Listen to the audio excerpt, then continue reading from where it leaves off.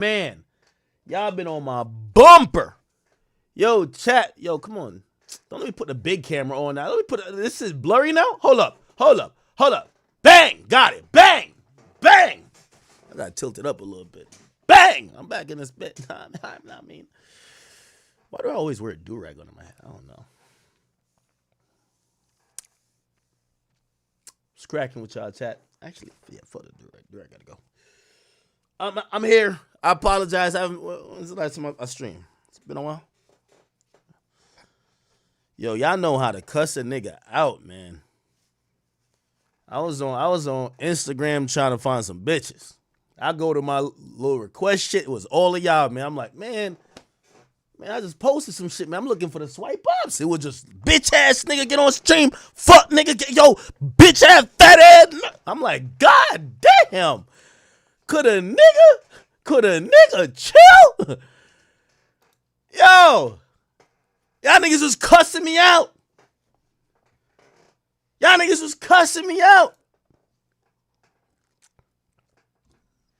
was cussing me out. Yeah, man. I'm here, though. I'm here. And by the way, I appreciate all the cuss outs. It's all good. You know, I love y'all. Anyway, we're here. Somebody said I'm late as fuck. I'm gonna give y'all a little update. You know, I'm gonna keep it a beam with everything. You know. Let everybody get up in here, man. I see. Oh, damn! People even getting in here on Facebook. Get y'all asses on Meta. I see y'all. Facebook in the building. Kick was popping. Rumble, what's good? We do got topics. But, you know, again, you know, Rome wasn't built in a day. We don't got to do everything today, but we got to get through some sizable things today, all right? So don't worry. We're going to get through some sizable things. I'm going to chill on the drinking. I told at least Kick and Rumble, I'm wired off coffee, but the way how my body works, and sometimes y'all don't really know it. I don't know if y'all know it, but sometimes, like, my brain is, like, processing information while I'm streaming. Anytime I feel, like, a little lackadaisical, sometimes I'll recognize things coming out of my mouth that my brain is saying, that ain't make all the way sense. That's when I get the fuck off stream. Long gone are the days where I was passing out on stream. Unless I'm listening to some music and I'm drunk, I probably won't pass out on stream. Yeah, like that no more. But anyway. What up with you? The sub club, what up with you? You better be a member if your name is a sub club. What's cracking them? Okay. Somebody said chat is 100% tethers. Yeah, why people hate tethers? Who came up with this tethers thing? Somebody said, Ross, Claude. Somebody said, ain't no going 30 for 30, just pay us. No, we going 30 for 30. Low-key, I'm planning a time, but I'm the type of nigga who always did the homework mad late. Like, I was never doing the homework. Like, if the homework due in 5 days, believe me, 45 minutes before class, I did the homework. Like, I never did it the first day. If we got a 4-day week and it's due Monday and it's Thursday, I'm doing that shit Sunday night or Monday morning.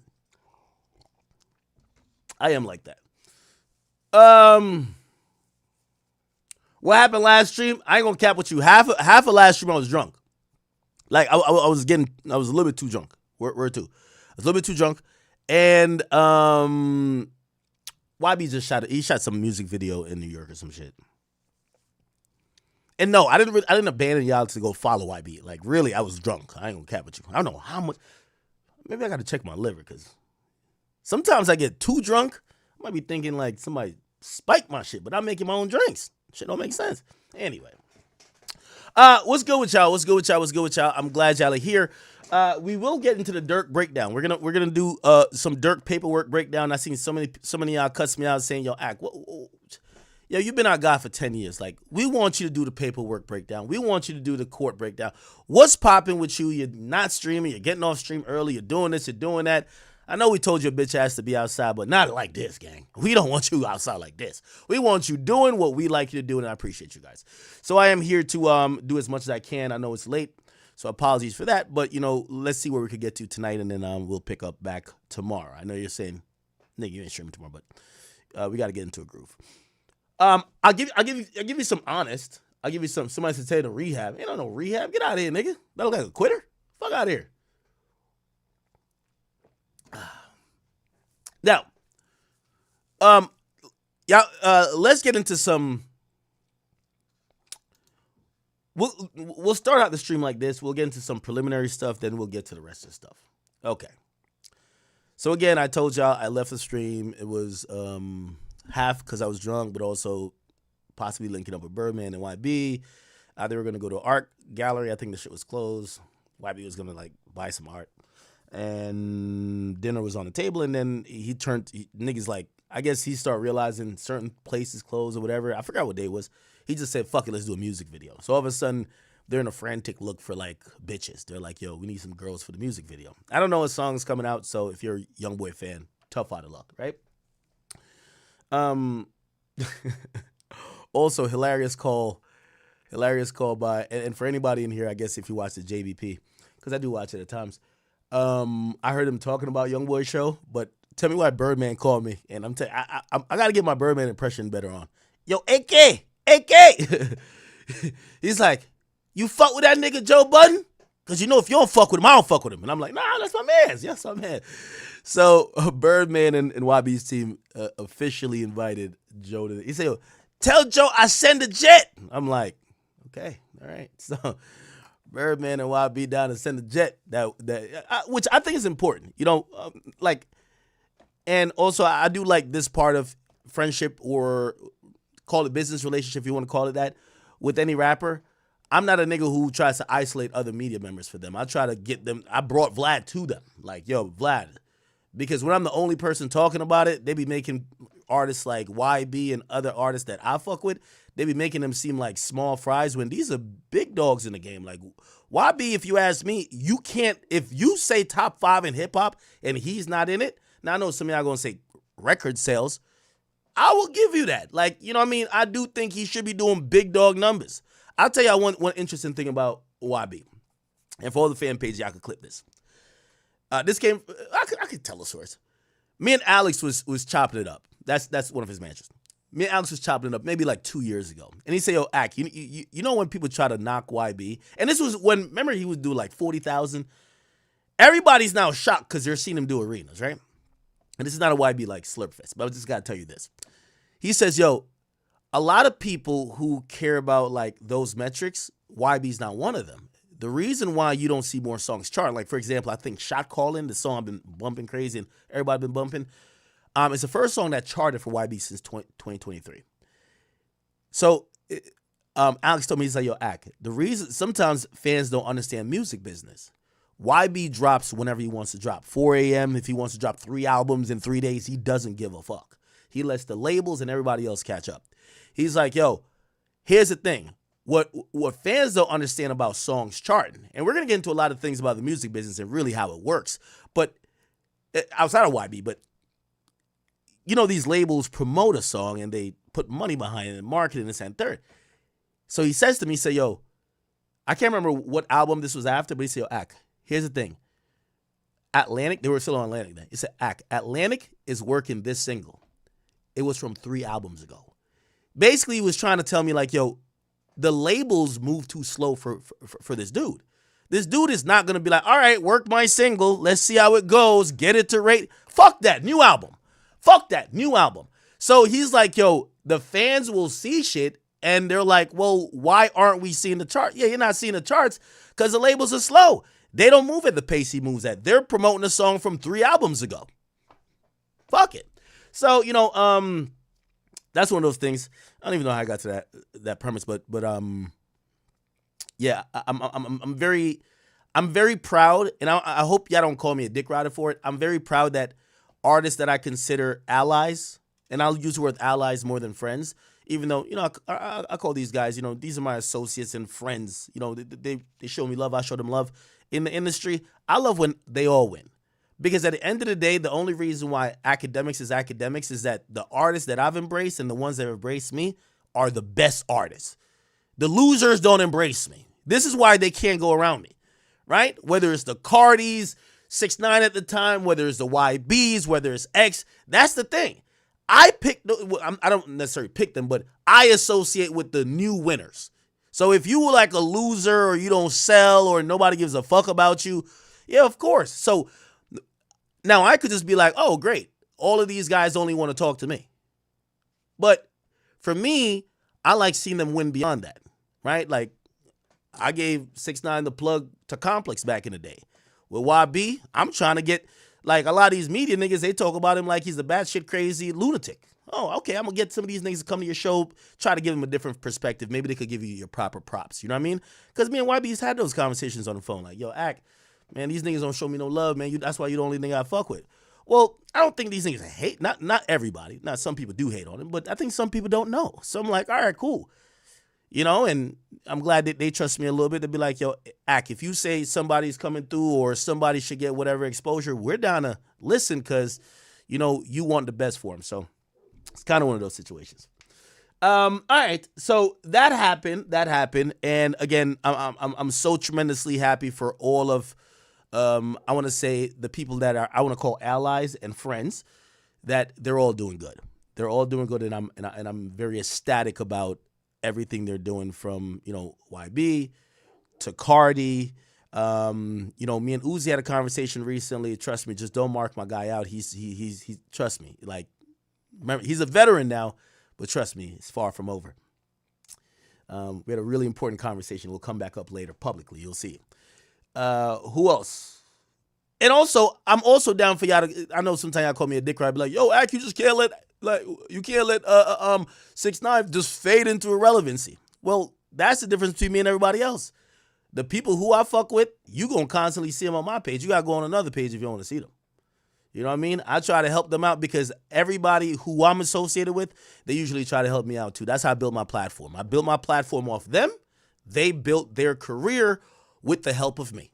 That's it. One hand washes the other. One hand, one person feeds the other. That's how it goes. So salute to all the people who I rock with. Okay, now let's get into some stuff. And if my dog keeps barking, because, yo, I guess like I live in the wilderness. It's not even the wilderness, but it's like, imagine like 4 dogs just barking. I guess these motherfuckers like go to work.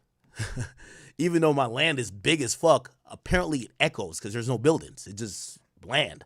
So it just echoes, and people, so the cops will call me and be like, is your dogs outside, bro? Could you bring him in? So I do got Big Pluto outside right now. So if he keeps going crazy, I heard him bark twice, I might have to bring him in. Anyway, other than that, let's get to some pertinent stuff. Then we'll get to the Durk stuff.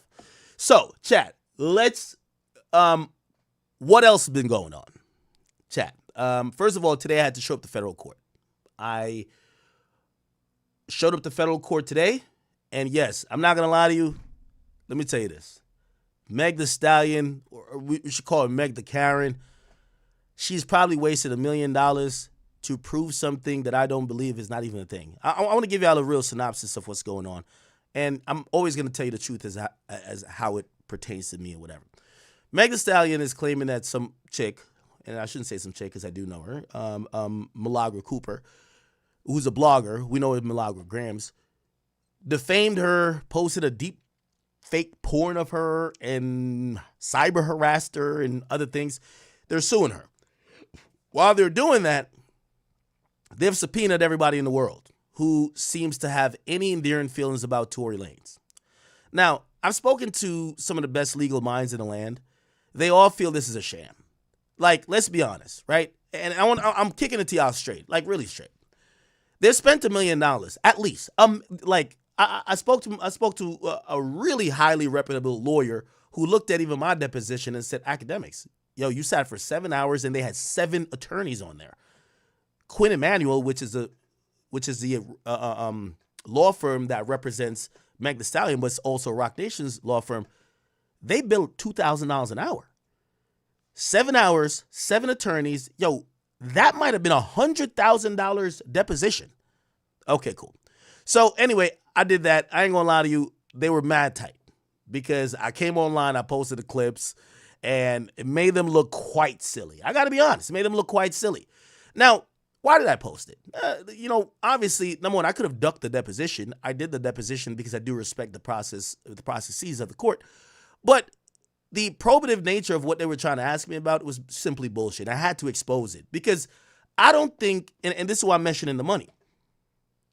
With all due respect to Milagro Cooper, I don't think she has the money that they're spending. If y'all are in $1 million or two, just investigating and prodding for other people. You ain't even get to trial. You think Milagro Cooper is going to give you more than $2 million? It's not going to happen. So I'm looking at that. Every lawyer who's like in tune with hip hop and know the situation, they have all said the same thing. This is a sham. You're not going to get the money that you're spending. You're spending a wild amount of money. So anyway, I did the whole 7-hour deposition. Eventually, the whole thing will probably come out at a point. However, there was a question that they asked me. And by the way, why did I say it was also a sham? Of 7 hours of a deposition, 7 hours of a deposition, they spent 30 minutes to an hour to ask me about Drake. They asked me about Nicki Minaj. They were asking me about things that really had nothing to do with Milagro Cooper and their client, Meg Thee Stallion. Hey, what about steak? What about this? What about that? It was pretty much a fishing expedition. This is why, and we're going to be very clear, it seems that, and that's what I'm saying, I've spoken to legal minds, they don't believe that this woman is their target at all. Why would you waste millions of dollars going after a woman who doesn't most likely have millions of dollars? And then when you get your chance to question people that you could try to get a conviction, you're asking about Drake, steak, you're asking about Nicki Minaj, you're asking about everything else but that. Something here is fishy. So that's been going on. And like me, I've taken it, and I think a lot of people, whether legal minded or not, and I'm not here to co-sign everything that Nicki said, but I do believe that Roc Nation has a scheme going on. I believe that they're using this case and a bunch of other things to try to bully and intimidate people. It's clear. I've said it from the get-go. They're trying to bully and intimidate people. But also they're seeking something. I'm going to be honest with you. I believe that they're trying to seek to sue Drake eventually too. I think this lawsuit is just one of many. And it's hilarious to me because at the end of the day, there's a lot of money going around everywhere. Of course, Roc Nation got infinite, but, you don't pick on a small blogger. There's other people with a ton of legal fees. Drake doesn't spend $100,000 just to find this guy Kojo. So he got the money. So they're not going to pick on Drake. But eventually, all this has to come to something. For Meg Thee Stallion, I'm confused because I think every time we see more legal action from her likability goes down. We just realize that this is a chick that can't accept the fact, just like how I say Drake can't accept the fact he lost, Meg Thee Stallion seems like she can't accept the fact that some people will never believe her, no matter what. No matter what. You better bring a video that is crystal clear, and maybe then they will. But other than that, they probably won't believe you because of some of your own actions, your words, your demeanor, some things that they saw or heard about during the trial that just didn't make too much sense to them, or they had whatever doubt. If y'all watch some of the clips I even posted about the deposition, the lawyer of Meg Thee Stallion decided to argue with me about my opinion if I believe Meg rather than even asking me questions. Nevertheless, they filed what's called a motion to compel, right? So there was a question that they asked me. They said, hey, academics, you tweeted out at one point that break-in, Tory Lanez DNA was not found on the weapon. We want to know, how did you get that information? Now, that information, if it were valid, would be only known by three parties: the judge, prosecution in LA, and Tory Lanez's defense team. Now, remember I said if it was accurate. Now, everyone and their mama made it clear to say, hey, that's not accurate. Even Tory Lanez's lawyer said that, which means when I tweeted it out, because I tweeted it before the day of the day in court even started, it was pointed out academics didn't tweet out the right information. Yet, Meg Thee Stallion's lawyers, aka Roc Nation lawyers, they are trying to say, I got the information from a credible source. Now, today in court, and I'll tell you exactly what happened in court. It's gonna come out in the minutes anyway, right, or the transcript. So today in court, they were trying to say that in their conspiracy theory that Milagro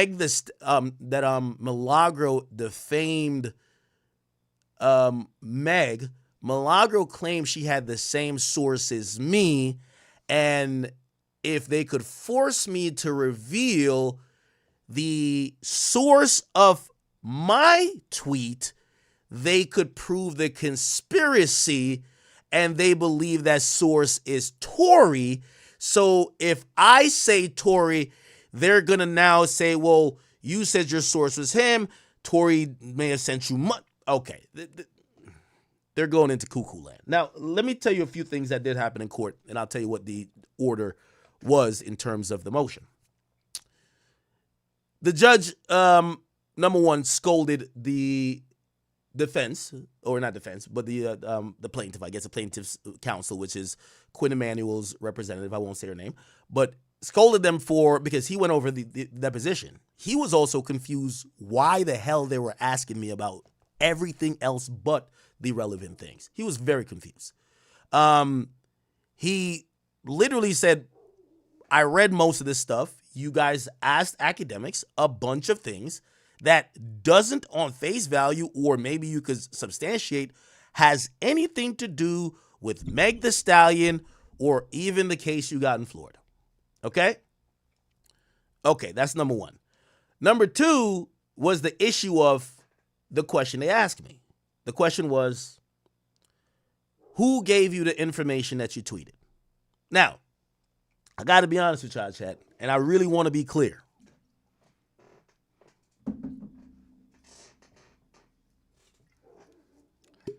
I don't got Alzheimer's, but y'all do know this Don Julio.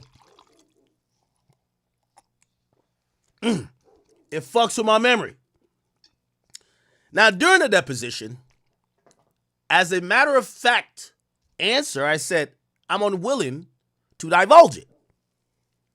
As the combative lawyer got pissed off over time, because she was I could tell she was so heated. I'm just sitting there. As she got pissed off over time and tried to bring the issue back up, she asked me if I was trying to use at least what's called in New Jersey. There's a shield law for people who are journalists that would prevent legally them to be forced to give up sources to information they disseminate.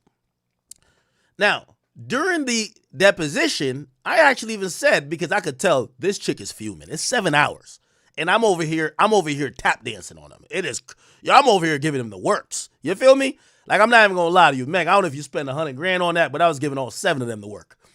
So eventually, when I realized they paused the deposition, they said, yo, we're gonna go get a judge right now. We gotta get this answer out of you. I say, you know what? I'm not gonna use the shield law anymore. As a matter of fact, I'll answer. My answer is, who gave me the information? I don't recall. And I don't. That's the reality of it. So today in federal court, and by the way, I didn't have to appear, but you know, I appeared for one reason, and the judge gave me some assurance. And by the way, shout out to Judge Brendan Day. Salute to my guy. Good magistrate out of New Jersey federal court. He said Meg's lawyers were trying to say that what we do here can't qualify as journalism. So laws that protect journalists can never apply to us. The judge basically, after questioning her and essentially Meg for a decent period of time, they then reduced their stance to say, no, that's not what we're saying or asking. We're not saying that academics cannot get protected by laws that protect journalists, especially, and I told the judge, because the judge asked me, and I stood up, I represent myself. He said, are you trying to enforce the shield law? I said, well, in the deposition, I said, I'm not even going to use the shield law. I'll give you an answer, which is I don't recall. But the reason why I'm even showing up here to even challenge this motion is because if she gets a blanket win on the shield law, it means for future cases where someone tries to twist my hand to get information, I can't use the fact that, number one, I run an entire media company, right? And the judges agree, But the judge did also agree with her and said, in this particular situation, because you haven't shown us how journalistically this information was gotten, we're going to grant that in part, right? However, the judge also agreed with me to say, I gave the answer already. So the judge looked at them and said, what do you think you're going to get from him if he's already saying he gave you the answer? And they're like, well, we want to ask some more probative and follow-up questions and this and third.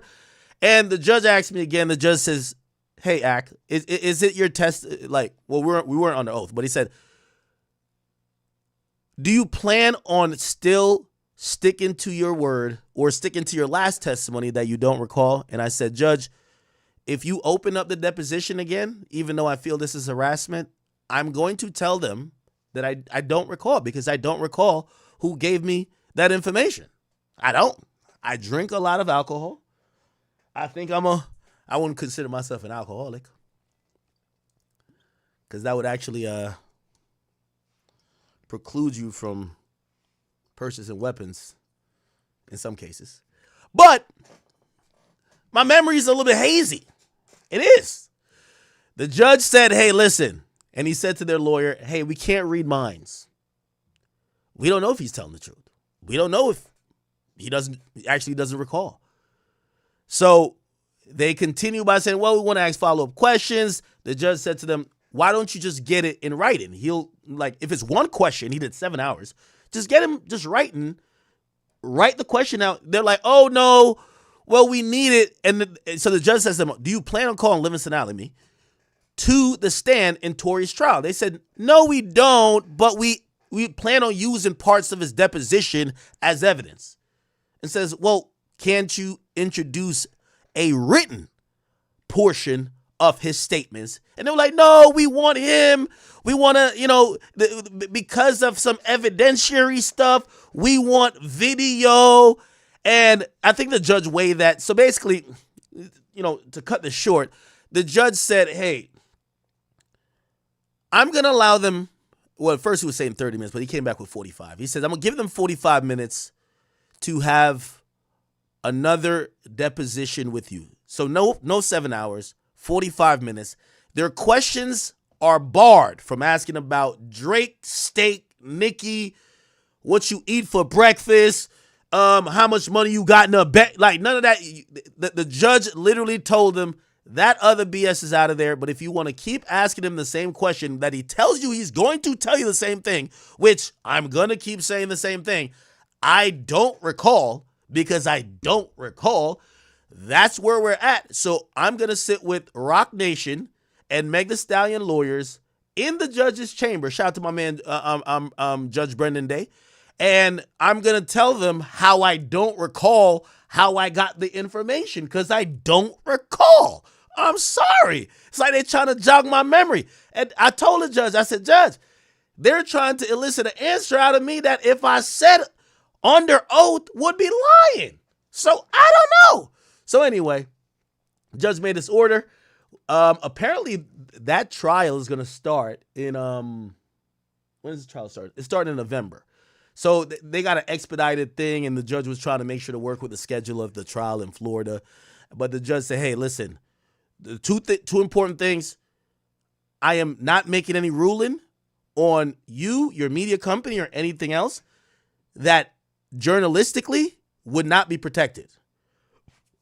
What I am making a ruling is that based on this question that you did answer, because you initially, and they kind of blame me a little bit, well, the judge did. He said, because you initially said, I wouldn't tell you no matter what, I'm going to allow follow-up questions, and I'm going to give 45 minutes.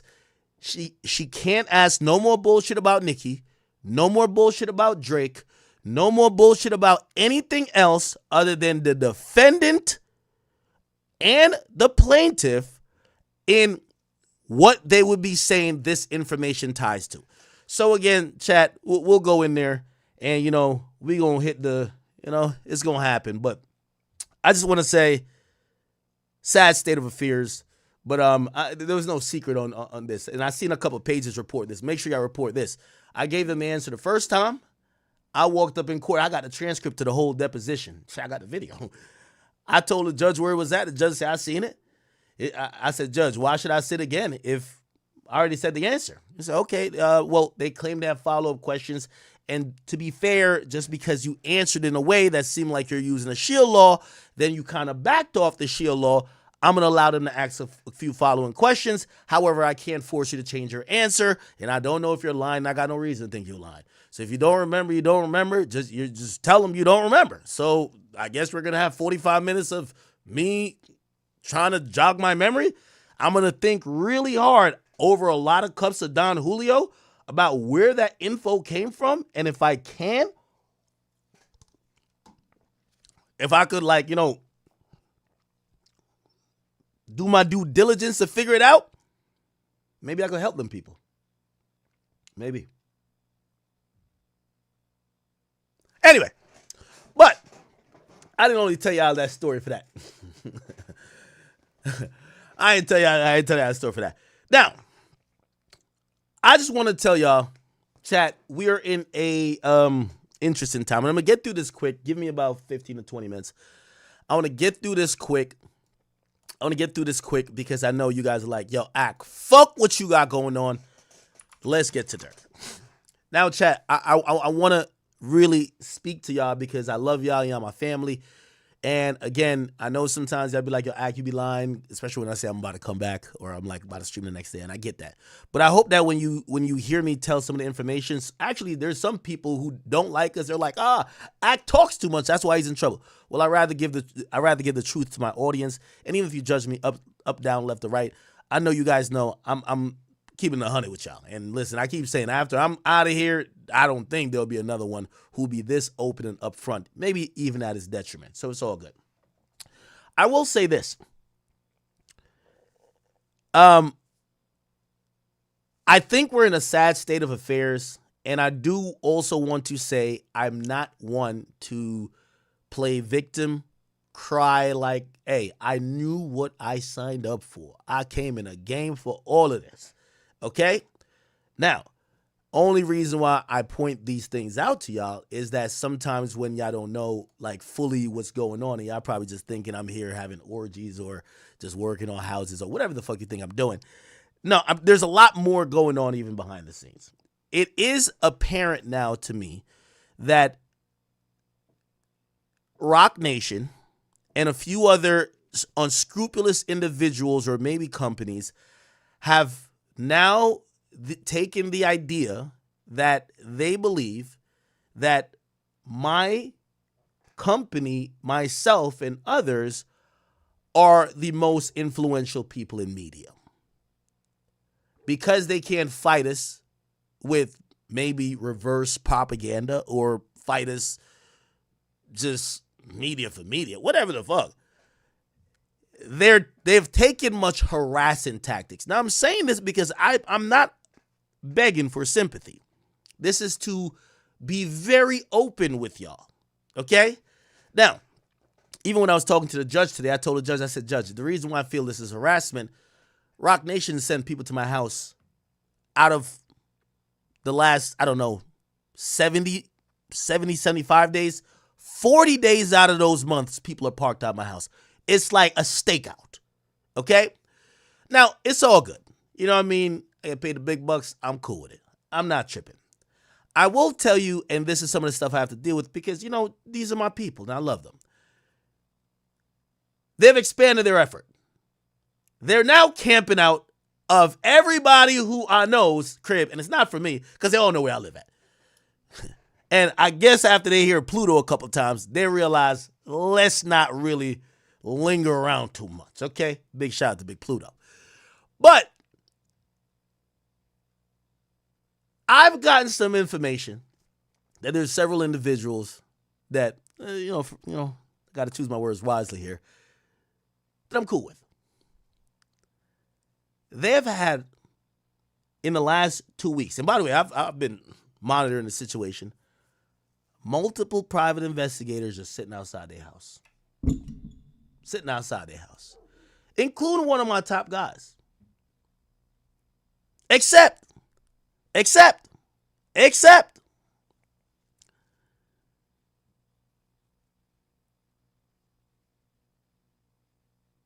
most of their information is wrong. Anyway, let me make this again. I know I say I'm shortening this and I'm making it longer. So, you know, my boy, I don't know if you know, anybody familiar with Grand Wizard Chat Nigga here? Anybody know Grand Wizard Chat Nigga? My boy Granny just hit a lick. Feel me? Moving on up to the east side. To the east side, apartments in the sky, whatever it's called. You know what I mean? My boy just hit a lucrative lick. Just copped a new mansion. It's all good. Right? What I found out, because I'm managing a few things with some transitions with him. They sent people, they've been camping out for 4 days. They're there right now. They're camping out at his neighbor's crib. That's right next to his old crib. So his old house, the next door joint, they're camping out at. Now you're probably saying, what you're saying is bananas. And trust me, chat, this is what I'm dealing with, because these Rock Nation motherfuckers and these other unscrupulous individuals, they are playing a very nasty game. And it's okay. We're welcome to play it with them, right? We're welcome to play with them. I get in court with them today. It's all good. We're going to make you content, though. We go make you content now, okay? We go make you content. But I do want to say, chat, I want y'all to listen to this, because this is the most preposterous thing I ever heard. I'm going to give you the short, and I know I've been saying this a lot. These motherfuckers sat outside, somehow got phone numbers, texted, saying, hey, we're not leaving outside until we see you. We want to speak to you. By the way, also, I need to know what Rock Nation got with Drake. What they got going on? They were so unwilling to leave. They went and got food for this motherfucker. I want you to hear this. I need you to hear this, chat. So, I never dox my guy, but just say this is in a faraway land. For you to get a private investigator out here, you took a spaceship. I want you to listen to this conversation. And by the way, this conversation, this voice you're gonna hear. Let's say, I gotta be careful. The person was trying to speak, and we're gonna call him the wizard now. He wanted to speak to the wizard. But maybe the wizard was using a voice changer. Basically, he was using a voice changer. Listen to this. Here we are. But I can tell you that is, there's criminal exposure in there. Wait, hold on. Let's go back. Let's go back and dissect some of your words you're saying here. All right. First, you said something about clipping. Now, very important. There's private investigators Rock Nation has, and I don't know what they got beef with Drake. They're accusing, right? By the way, let me not say it's actually Rock Nation, because after being probed multiple times, even though a lot of stars are aligning, they refused to identify who their client was. But they actually admitted that they were on assignment for their client. And by the way, yo, chat, how many times are we gonna catch them lacking? They admitted they were on assignment for their client to investigate the academics RICO. This is the academics media empire RICO. Except it's bigger than that. No, this is the Drake RICO. Because I've listened to this before. They don't want me, they want Drake. Listen to this shit. Please explain how clipping streamers and different celebrities actually introduces getting the music botting. You're kind of far off here. That makes zero sense at all. Let's dive into that. Clipping? What? It's a collaborated effort, honestly. Ooh. It's one supporting the other, right? That's how conspiracies actually usually work. Is one entity supports other entities, supports the bigger. So that's how these kind of things work. Oh. Listen. Right. So my role at clipping, or are you saying my role as a clipper? Because I am a clipper, you know. Shout out to all my clippers out there. Do not let Rock Nation run y'all off. My clippers, I love y'all. Y'all been doing y'all thing. Keep clipping. Shit, clip this right here. Keep clipping. Keep rocking out. Hey, let me tell you this, chat. I showed up in court today, and this is what I want to give. Chat, I'm telling you, I'm standing 10 toes behind mine. So I don't want nobody to act like, nigga, I'm standing 10 toes behind mine. I'm showing up to federal court for this shit. That's a fact. You feel me? I'm just saying, I'm only addressing this because I seen they've sent out the Autobots on the rest of the squad. It's all good. Ain't nothing bigger than the chat. It's all good. Hey, let me just keep playing. Yeah, and I don't believe that you're George. So I'm not, Well, this is the Wizard. It's the Wiz. Grand Wizard chat nigga, y'all. Y'all got him. Firstly, listen. Clearly the wizard talks to George because George had you call, right? So, Who's the Wizard then? Yo, I'm obviously the Wizard here. To be fair, I don't know who Grand Wizard is. I want to put that on the record. So anytime y'all niggas, I don't know who. Yo, Grand Wizard got my face as his thing. I don't know who Grand Wizard is. It's my boy, but he might be AI. I think Grand Wizard is AI. I swear. He gotta be AI. He gotta be AI. Because anything I say to him, he give me the perfect answer. I'm like, oh, this guy's AI. He never sent me a selfie. But listen, let's dive back to when you say, listen, you're getting agitated. I don't want you to be agitated. We can handle this over dinner.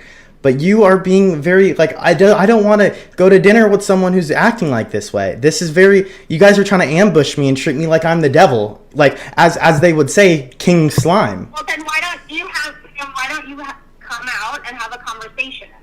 Now, here's the thing, chat. Shout out to the Ring cameras. We found there was some unscrupulous, suspicious cars parked on the street of the crib. My boy just left. He got it up for rent. He Airbnb'd it. You get what I'm saying? He just bought a mansion in the hills. So we seen the cars. Oh, bet. All right, cool. This is what we did. Gave them the motherfucking number because we got to figure out who they are. They could be the ops. Y'all. They called. We're like, oh, hell no. This is... Yo, Jay-Z, no way. Hold up. Right? Like, this has been all day at this. Yo, imagine somebody being outside your house tell you, come out. What? They know not to come. Yo, tell me to come out. I'm coming out with 3 guns in my hands and Pluto, Princess, Prince, and Penny. It's lit. Don't tell me to come out. I wish they would tell me to come out. Tell me to come out. Hey, Ack, we're outside. Word? All right, let's go, guys. Let's go. All right, let me grab this. I guess I could Max Payne it. Let's go. Let's go. All right, listen. So you're accusing... Right out. Okay, let's talk a little more. And then I'll think about it, okay? So Drake bots his music. That's what you're trying to say. Allegedly. Yeah, I'm 100% sure he does. You're 100% sure. Yo, Rock Nation, what y'all got going on, man? Rock Nation, Meg the Stallion, all of these people. What y'all got going on, man? How Drake telling y'all other niggas bot? Y'all trying to get at Drake because y'all think he bot? Come on, man. Yeah, I'm certain, yes. So why are you That's certain? what the evidence shows. The evidence shows that. Let's get the evidence. But why does the biggest artist in the world need to bot his music if he's the biggest artist in the world? Let's talk about steak. You said what? The fuck steak got to do with this? Let's talk about steak. Oh, talk about steak? Yeah, let's speak. Now, I don't want to. I know the investigator's name. By the way, I looked up their credentials. Again, I don't want to dox them because I don't want none of y'all harassing them. Apparently, they worked in cyber frauds, money laundering frauds, all type of. I don't know if they're investigating botnet or what. I don't know what they're investigating. Think about steak. I love steak. Okay. What are your thoughts on steak? Do they pay you? Do they pay me? Pay you? Well, depending if the slots hit. You ever heard of Sweet Bonanza 1000? No, I'm asking if they pay you to do the work that you do. What work do I do? On behalf of academics, on behalf of Tjay, do they pay? Whoa. Time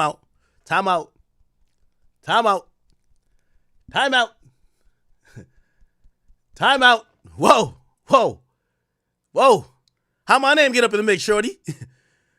Stick to the plan. No, I'm asking if they pay you to do the work that you do. What work do I do? On behalf of academics, on behalf of Tjay, do they pay you to do the work that you do? Yo, chat. Could we at some point we gotta say like this whole like Meg Thee Stallion, Rock Nation, like Cuckoo Nation, like they're losing it. Like they're losing it. Ma'am, I'm just a gambler on steak. I love the product. You ever heard of Eddie Craven? I don't think you're being honest.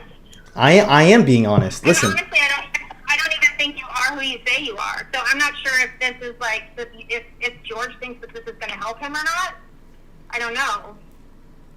I don't think so. Listen. I just want to know why you think Drake bots his music, because this is a very harsh allegation. This is a man's craft here you're talking about. He's perfected his craft over his tenure of his huge music career, and you're trying to diminish it with some Kendrick Lamar allegations? I don't know any Kendrick Lamar allegations. What I know is data, right? I'm an investigator, so I know data. Yeah, I know. So, I know who you are, Stephanie. I'm a fan. Listen, I'm a fan. You're a fan of what? You. You're a fan of mine? Okay, what do you know then about me? I know how you sat outside of one of my castles. Shout out to Grant with the castles, man. Yo, let me tell you. Hey, it pays to be a chat nigga. Yo, chat niggas is eating. I don't got nobody's. Yo, you won't see none of. Yo, if any, I'm telling you this now. Any of my niggas pop up later saying, yo, we was starving while Act got fat. Be like, you a liar. Castles. It's going crazy. I ain't gonna let my niggas go out like DJ Head. Are you dumb? Okay, so that makes you my fan? Well, I think you're you're kind of stalking me, and it's kind of weird. Why? I don't get it. I'm just publishing my free right of free speech. You're harassing me. No, I'm not harassing you. I'm here. I was hired by a law firm to come here and talk to you. Focus up, Chad. Focus up. Who the hell hired you to? And by the way, chat, I guarantee, yo, whoever's in that vehicle, don't ask. Hey, first of all, you're at the wrong house. I'm gonna say this right now because I know you're there right now. I see you on the Ring camera. Okay, not from the place you think I see you. Okay, leave my man's alone. All right, leave my man's alone. He don't live there no more. Get over it. Have you ever heard of Pearson and Hardman? Honestly, excuse me? Do you know Pearson and Hardman? No. That's a great Did law I? firm. What law firm? Emmanuel Esquire? Okay. Quinn Emanuel, who just had me in court today. Rock Nation? What? What law firm? A irrelevant. Emmanuel Esquire, right? I don't even know who that is. Emmanuel Esquire. Listen, so So how much do you get paid for this work that you do, Wizard? How are you paid? I mean, Yo, chat, that's a new name for Grand. Wizard. Wizard just sounds lit. Right? We've been calling him Grandy for too long. It's Wizard. It's like the Oracle. Like Wizard. I've seen some financials already, but I'm curious to hear, like, if you can be honest about anything. Because right now I'm just like, how much? I ain't gonna lie. My boy Grandy, I heard my boy Grandy bought the Ferrari, and I was even like, hold on now. Let's focus up. Like, wait, hold on, Grandy, you bought the what? So yeah. No, I bought a little Ferrari. What's the problem? Do you think I get paid? Because listen, if I was getting paid, honestly, I would probably be, living like a boss. Maybe that. So you're trying to say I get paid? what's your relationship with Aiden? My relationship with Aiden? Mm-hmm. Great streamer. One of the forefront of streaming. Aiden who? Well, I think you know, right? I mean, don't you guys message each other? Aiden. Yeah. There's a couple Aidens. I'm not going to entertain you, right? You either are who you claim to be or you're not, but I'm not going to entertain you with nonsense. So if you... Who do you think I am? This is the Wizard. Who do you think I am? It's the Wizard! Okay. You're clearly not the person who probably... Hey, let me tell y'all this. I want to make this very clear. Grand is I think he's an AI. I'll give y'all one. This is actually fact. This is no troll shit. So let's say allegedly, because they be asking about this too. They're gonna ask him about it. They're like, how'd you get your Instagram page back? I told you. Yo, you know when Drake allegedly was giving me Grant. Well, I'm Grand. Drake said to me. Drake said, "Yo, stop playing. You're Grand." I'm like, wait, I'm Grand. Grand is an AI. He's not like a thing. He's an AI. Even Drake thinks he's me.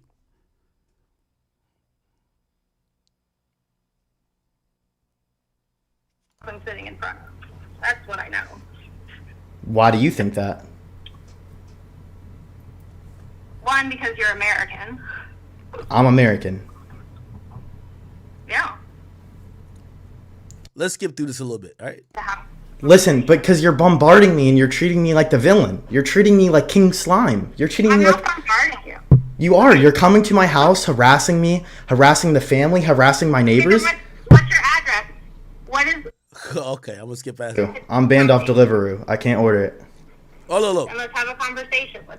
So listen, my address... Hold on. I gotta skip past that. I can't show that. My bad. It's an AI. He don't live nowhere. He lives in the... What's it called? What the verse they call with the... And let's have a conversation. Let's start this over. All right. The only way I'll come outside... I'm hungry. There's no food. There's no food in here. Bring me food and I'll come outside. Bring me food. I don't have food to bring you, but if you want to order some food while we chat, please do. I'm banned off. I'm banned off Deliveroo. I'm banned off Deliveroo. I can't order it. My boy used the finesse one too many times. He got banned. What's the problem? Why? Listen, the blackball is real. The Israeli party banned me off Deliveroo, banned me off DoorDash, Uber Eats. It's getting bad. Just bring me some Hungry Jacks and I'll come. What's Hungry Jacks? Sound like some shit I should be eating. What? Don't tell me Grand is eating better than me.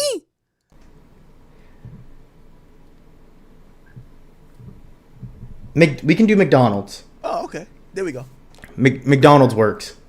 Grand got good taste. This I know Grand's an AI. Grand got good taste. What are you trying to eat? You said what? What are you trying to eat? Bozo. Oh my God. Yo, Rock Nation and them is sending out the squirrels. Like, it's the squirrels to handle the squad. What?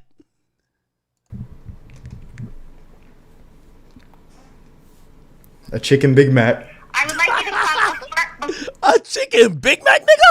Oh, a chicken Big Mac? before I go. If you could come outside so I could see that you are there and are who you say you are, then I will go get you food and bring it to you, and we'll have a conversation. Very thoughtful of you. So how do you want me to verify that I'm the wizard of the chat, nigga? Conversation is over, but if George would like... Hold on, I'm going to skip to some interesting. First letter of the street, which is correct. Because there was signs all over that it was Israel, honestly. They're trolling. If you want to say... I know that. I think there's been public information that maybe that's not how it went down. Oh, here we go. Instagram? Watch. Instagram? Phone text. Yo, Jay-Z, you gotta put a leash on this shit, bro. Why you got beef with the GOAT? You not the GOAT. The GOAT is Drake. And stuff like these hackers. I posted Free Palestine a lot, like 100 times. Oh, no, hold on. So they ask about Grand Wizard's page being hacked. Because there was signs all over that it was Israel. Here we go. Okay, so what is your Instagram handle then? Grand Wizard Chat Nigga. Grand Wizard chat nigga. That's a fact. Okay, and then so tell me about that hack. I think it was Israel who hacked my account. Israel. Grand, why you ain't tell me it was Israel? What the hell? Y'all just see what happened to Charlie Kirk. I want no parts of that type of stuff. I'm good. I want to talk about Jamaica. Leave me alone. What? Israel hacked it. No. Because there was signs all over that it was Israel. Honestly. Israel. Oh, hell no. Grand never told me he thought Israel took his account. And because I do. What would be their purpose? So on my account, I do push pro-Palestinian support, pro-Gaza support, and I posted Free Palestine. The next day, I was hacked, locked out of my accounts. 100 times. Like, I was getting email password resets to my emails. I was getting phone texts and stuff like these hackers. I posted Free Palestine a lot, like 100 times. So,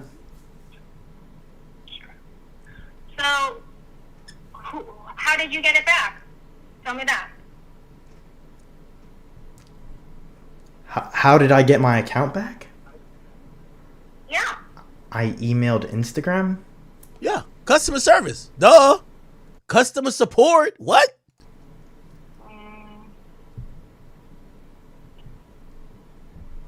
I went through the procedure that they say. I went through the chat. Shout out to the chat. They were able to recover it. How else? I go through the terms of service. How? If you want to say, I know that. I think there's been public information that maybe that's not how it went down. Huh? So you're going off things people say on the internet. What? No, I'm not going off things people say on the internet. I mean, certain people, some things they say and claim about, Can you tell me about your relationship with academics? What? Yo, y'all use Grok, I use Grandy. I'm sorry. Y'all use Grok, I use Grand. Yo, when y'all be like, yo, is it gonna rain today? Or how do submarines last underwater for like 200 days? I say, Grand, how do submarines? That's my AI. Grand is my AI. I don't know his name. I don't know his person. I don't even know if he do got feelings. But like, that's what all the new AIs got. They got feelings. But that's my AI. Y'all use Grok, I use Grandy. I'm sorry. Get mad. I'm followed by him on Instagram. Yeah. Says it in my bio. And you run academics TV for him? And we've had multiple people tell us that you do, people that work with you, other chat, right? Other what? I ain't nobody in the chat. Yo, we not YSL. We not YSL. Hold up now. Hold up. Yo, chat, we not YSL. Yo, they trying to get us, chat. We not YSL. Other chat? Nah, we not on no YSL shit. We not on no YSL shit, man. With a whole gang full of just rats. No way, not over here. This the chat over here. That's what the media says, but I have zero affiliation. No. You know we've had other conversations, right? Other conversations were had before I flew all the way down here. Listen, Real Wizard would know that because I know he knows. Listen. He things that he says in the media. Listen, you're not. Let me speak. Please don't speak over me. Don't speak over the wizard here, okay? Don't speak over the wizard. Things that he says in the media for clout, it's because he wants to give me followers. Honestly, like, he can say anything. It doesn't, like, it's not true. I don't run that page. I don't have time to. I run Grand Wizard Chattanooga. I'm a big meme page. Why? I don't have time to run these other pages. What do you not understand here? Have you never heard of a social media manager? No, I have. And what about the other chat bros who work with you and have worked with you? I'm friends with Aiden, Ross, and Drake. I hire 100 interns. Chat who? Chat bros? I only go by chat niggas. Chat bros. I'm not saying that word, so you know what I mean. And you know that we've talked to them already, right? You know that. What? You know, maybe you don't know what they told us, but Yo, who's the YSL Woody of the chat niggas, man? Hold on. I can tell you. Yo, by the way, yo, ma'am, whoever you are, I don't train my AIs to say the word nigga. That's not in our vernacular. They're AIs. I don't train them to do that. They're usually politically correct. Feel me? And if they ever say this in my voice, because I'm a nigga, I could say it. I'm gangster. I'm with it. I'm not gangster. So, it seems like you don't have anything factual here. It's quite frankly seems like you don't have anything factual here. Because listen, I'm not gonna perjure myself, and I'm not gonna lie. I'm gonna tell you the truth here. All your sources are from the internet. true. They're not from the internet. These are from. Yo, chat. This is Meg Thee Stallion whole situation. Yo, we heard this. Shut up. Shut the fuck up. Interviews, right? I know you know we've had them, right? Because I in fact, I'm certain you know that. If you are who you say you are, right? Give me a name of someone we spoke to last week. Oh man. By the way, chat. They've been talking to everybody. It's called social media management. Stop assuming things. Wait, are you saying you hire people to bot for you, or that you hire people to, do you guys meet in Discord and talk about these campaigns? Let's get some Wait, what are they talking about? Right, hold on. claim to work and have been paid by you and work for you at your direction. What? And I know Academics doesn't have access to his Academics TV because I've told you do. Nobody works at my direction. Well, that's not. I just hire people for views. It's called social media management. Stop assuming things. Wait, are you saying you hire people to bot for you, or that you hire people to, do you guys meet in Discord and talk about these campaigns? Let's get something truthful out. Can you at least acknowledge that happens? What's with Now, chat, I'm going to be very honest. And before all the pages, I know Paige is going to grab this. We've narrowed it down. So it's either one or two people. It's either Kendrick / UMG, who are trying to do their counter intel on Drake, or this is Rock Nation. Why would I say it's Rock Nation? Because while trying to pursue this Tory, whatever, but we want to get at Drake, Nicki, act thing, they have gone deeper down a rabbit hole to think that there is a cabal with how Clippers are making some of their artists and their propaganda look. They think there's money behind it. They think Drake is putting money behind it to make them look stupid. They're not thinking that maybe they just look stupid. So they think there is some concerted effort. So that's why that could be Rock Nation.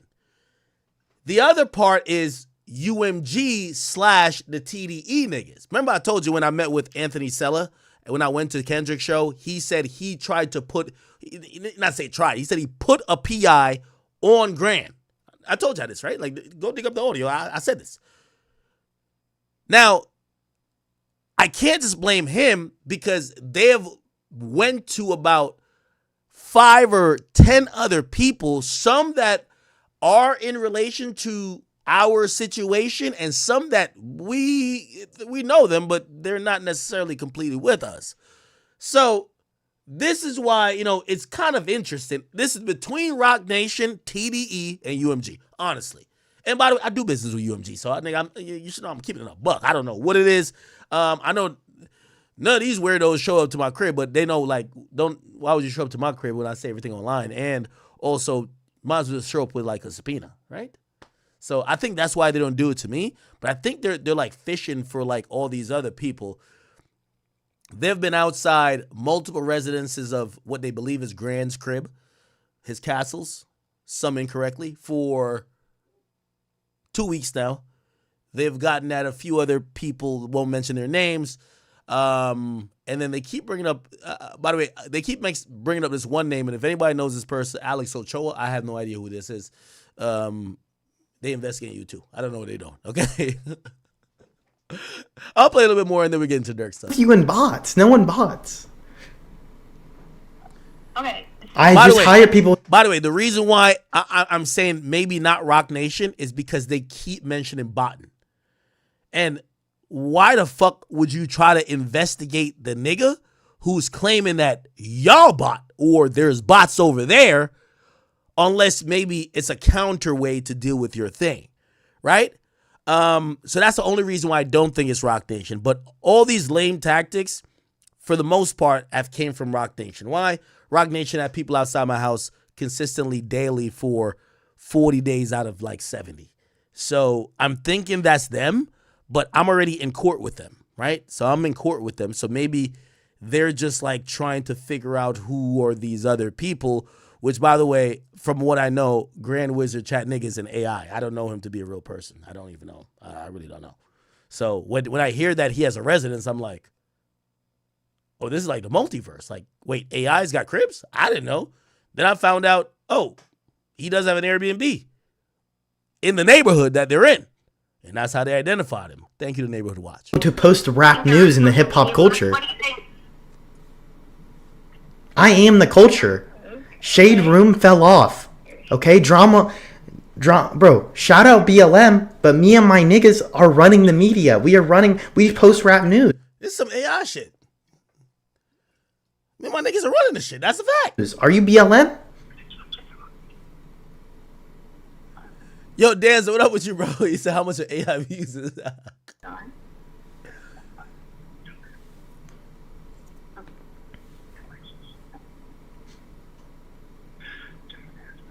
Oh, they're whispering. So it seems like it's a woman and a man because the man's not talking, but he chimes in sometimes. But they're whispering.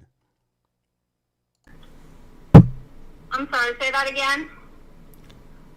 We just hire people to post rap news. You know, I just hire them to post rap news. You know, I don't think so. Like I know you guys, do more than that. It's more of a collaborated effort. It's not just like I hire random people to post things. I mean, yes, you do that. Yes, we've seen that. But it's much larger than that. So, Are you recording me right now?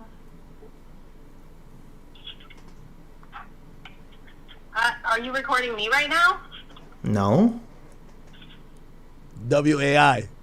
Would you even be honest? I'm not even sure we've had an honest thing come out. We have. Are you answering yes or no? Stop pivoting. I'm not pivoting. Are you recording?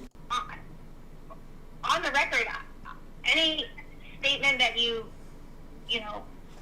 make, right, to someone has been said,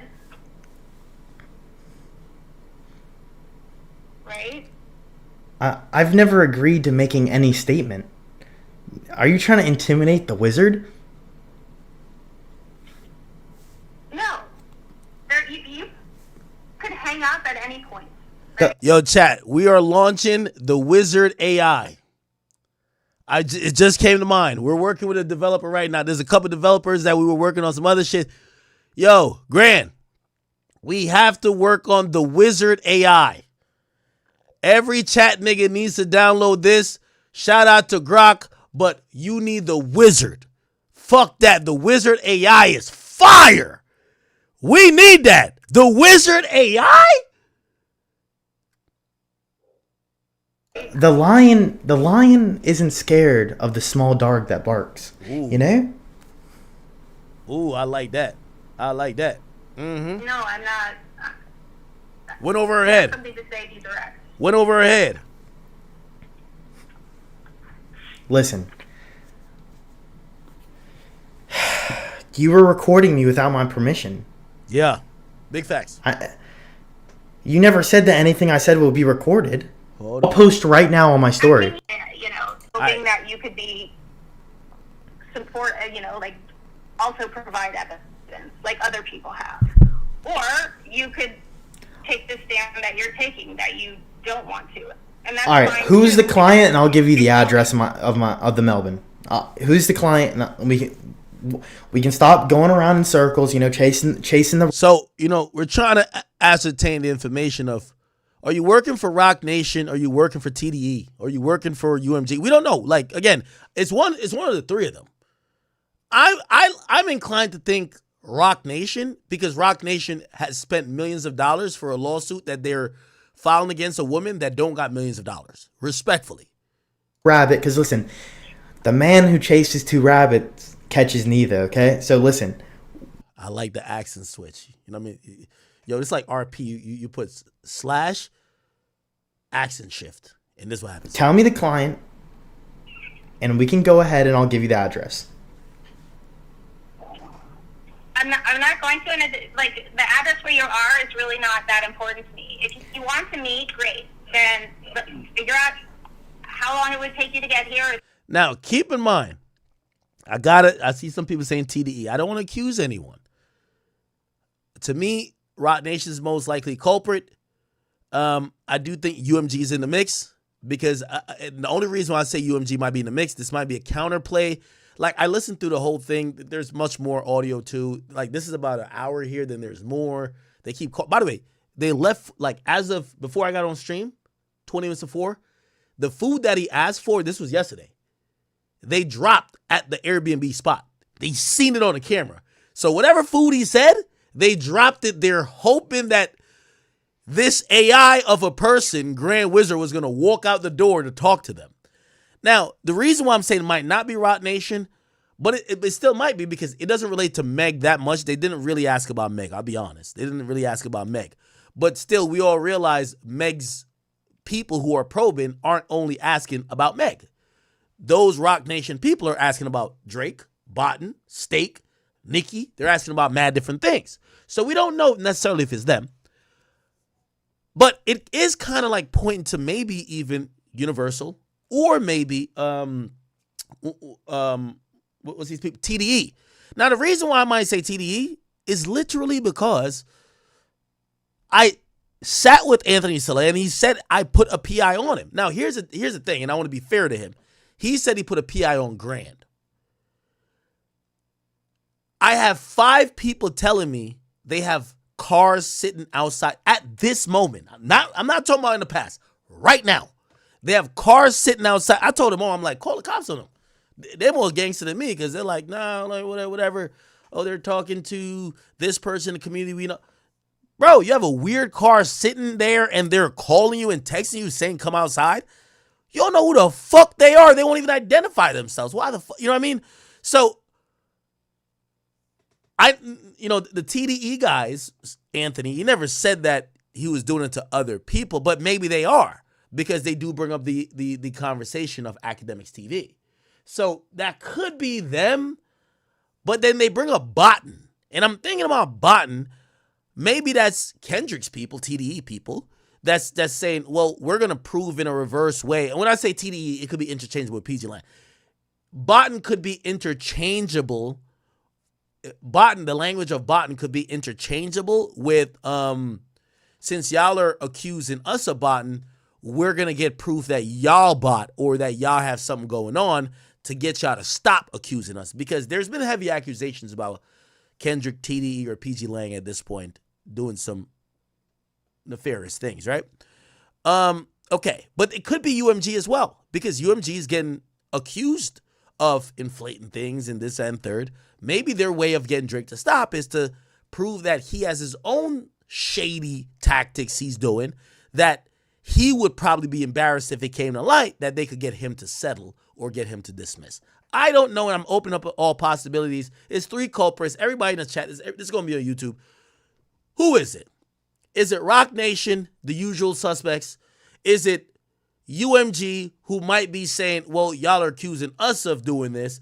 Let's try to figure out some dirt on y'all, and we're going on public information, which, by the way, this is really bad info if you think that Drake is botting through us. Yo, I'm telling you, if I'll say this to Drake now. Drake, you slide me $1 million, I won't say a bad word about you for another year. You feel me? Drake never give me $1 in his life. That's a fact. So, and also my niggas, Drake is not cutting checks. Drake is cheap. Drake only buy bitches, purses, and bags and cars and shit. Drake do not, at least us. He don't be like, oh, act like you guys are doing such a great job and you guys hold me down. Here's $500,000. We don't get nothing.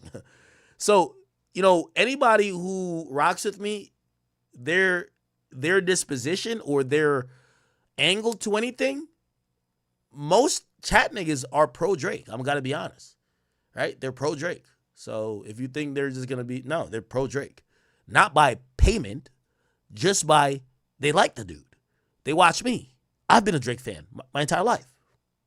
So they have this whole theory. It's kind of whack, but whatever. We'll get into it because we're gonna make it content. But then it could be TDE.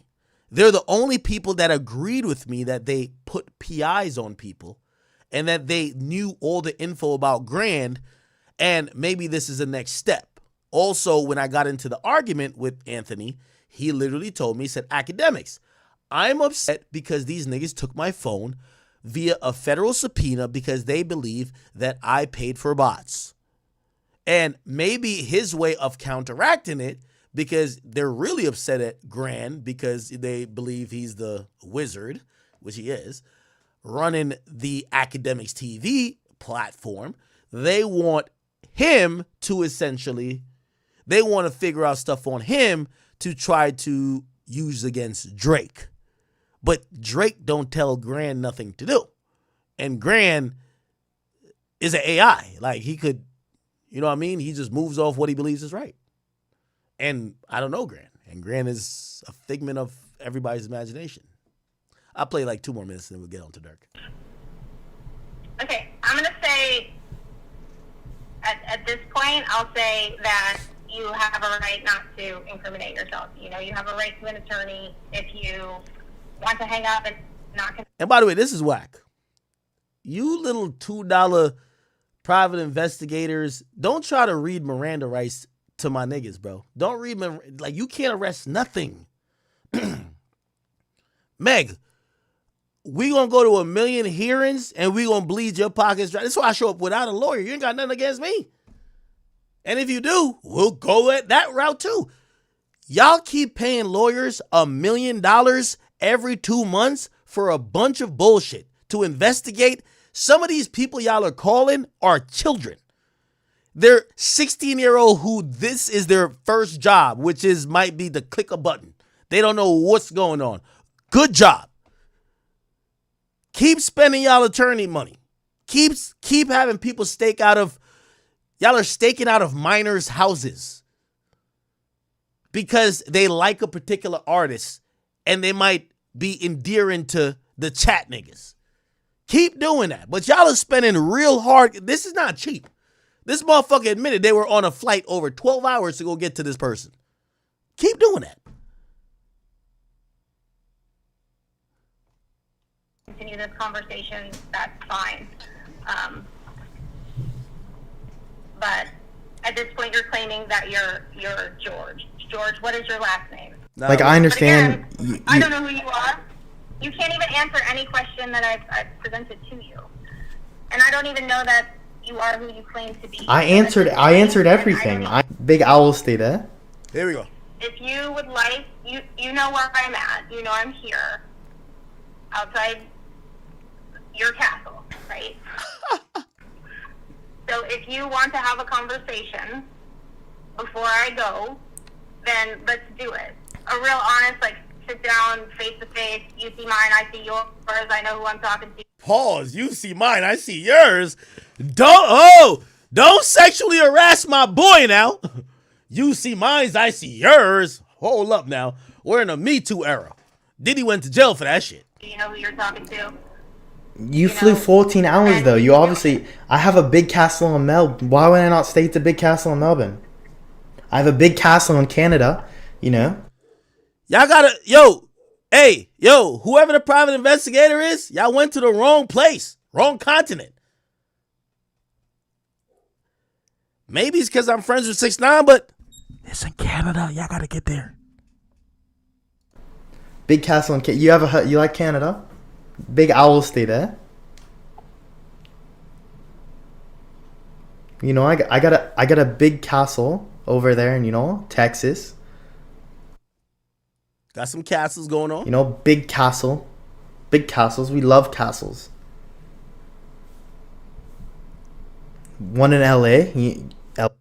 Gotta get the one in, you know what I mean, Hidden Hills. LA. We love LA. You know. Do.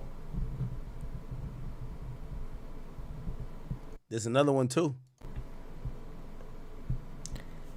Your approach, like, I understand. I get you. And me and you are kind of the same, you know. Your approach always involves constant assessment and pivoting when necessary, and, you know, seeking out additional resources and compatibilities, you know, and capabilities. And this is a great AI. You know, you are... Yo, Elon, if you want to buy this version of the Wizard, holla at us. This is top tier. Yo, chat, we're selling this version of the AI. We've kept Grandy for too long. We're selling this version of AI. Grok could never do this shit. Like a legend, but I'm the Grand Wizard. Woo! We got a big castle in New Jersey, and kind of sizable. You're invited. What do you think? You're invited, Steph. What's in New Jersey? The biggest castle. Do you want to come over?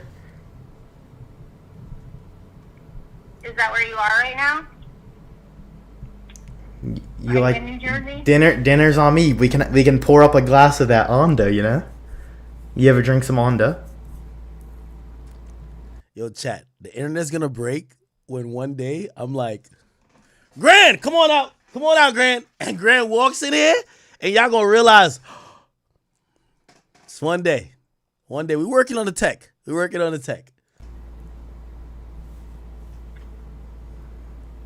Can you do me a favor and tell George that I'd like... Hey, chat. All right, I'll wrap it here, but I'll say this, man. I don't like how the harassment been going on with my guys. Grand had to come over here for a little bit. He's staying with me. Pluto's getting used to him. But for all y'all, like, you know, private investigators and everything looking for Grand Wizard, y'all know my address. He's here. I don't know. Before y'all get to him, there's a couple obstacles, but he's here cooling, and it's my AI. You know, we're working on the tech, and hopefully we sell to Elon Musk. That's our, like, you know, $1 billion play. And shout out to Grok, but we trying to make a competitor. Y'all can see everything you heard from there. That was a blurred version of an AI. So anyway, let's get on to the regular stream chat. but I wanted to let you know I've been monitoring. There is 3 or 4 PIs currently in vans sitting outside houses And I just wanted to let y'all know and send them a message that the big Sixer is aware, and also, academics is aware of the AIs and the ones that y'all trying to track. It's all good. Okay, we should get on to the Durk situation chat. If you guys have not been to theakademy.blog, please get over there quickly. There was a flurry of new documents that was filed in court, a flurry. And these things contain so much details. Usually you have to become a Patreon member to see this stuff, chat. But for this one, this was called pro bono. Y'all got to see this shit because the feds are alleging a lot of stuff. They even accuse Durk of trying to paint the feds in a negative light by sending out his lawyers to do multiple interviews, one that included with me. We did an interview with Drew Finland, his attorney, on Off the Record, where he explained a bunch of stuff, and also he then subsequently went on Vlad TV. So let's get into some of these motions that are given so much talking points when it comes to the Durk case. Now, let's be very clear. And by the way, I'm monitoring. I'm hearing my dogs have a little bit more motion. I don't think Rock Nation has entered the property yet. It wouldn't be wise of them, but you never know. I'm probably going to have to bring in Big Plu in a little bit before the cops call me like, yo, your neighbors say they can't. Okay. Give me about, remind me in about like 8 minutes. If in 8 minutes, I'll bring the boys in. Or maybe the girls. I don't know. Maybe the girls. Okay. So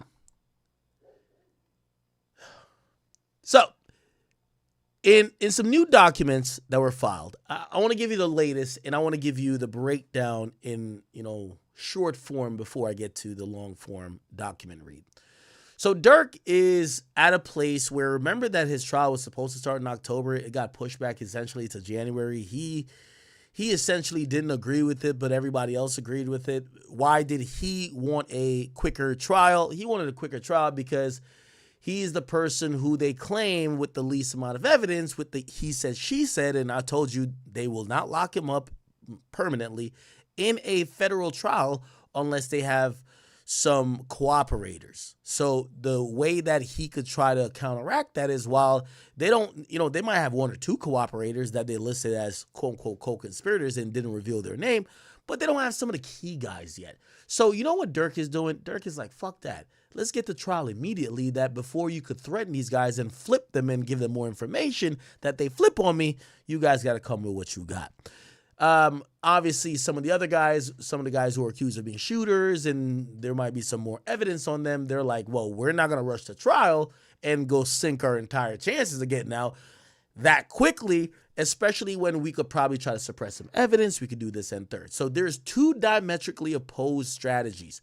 If you're one of the shooters that they have dead to rights, or you're, say, OTF Vonnie, who they believe bought the gloves and ski mask and bought the accessories that the shooters used, you want to delay the trial. Why do you want to delay the trial? Because you want to try to suppress some of this shit. You don't want all the stuff being admitted into evidence, because you can be like, hey, this is just a honest, listen, I know, 2022, we're out of COVID times, but it's like, hey, this was our procedure. We usually move around this for incognito. Make up whatever excuse you want.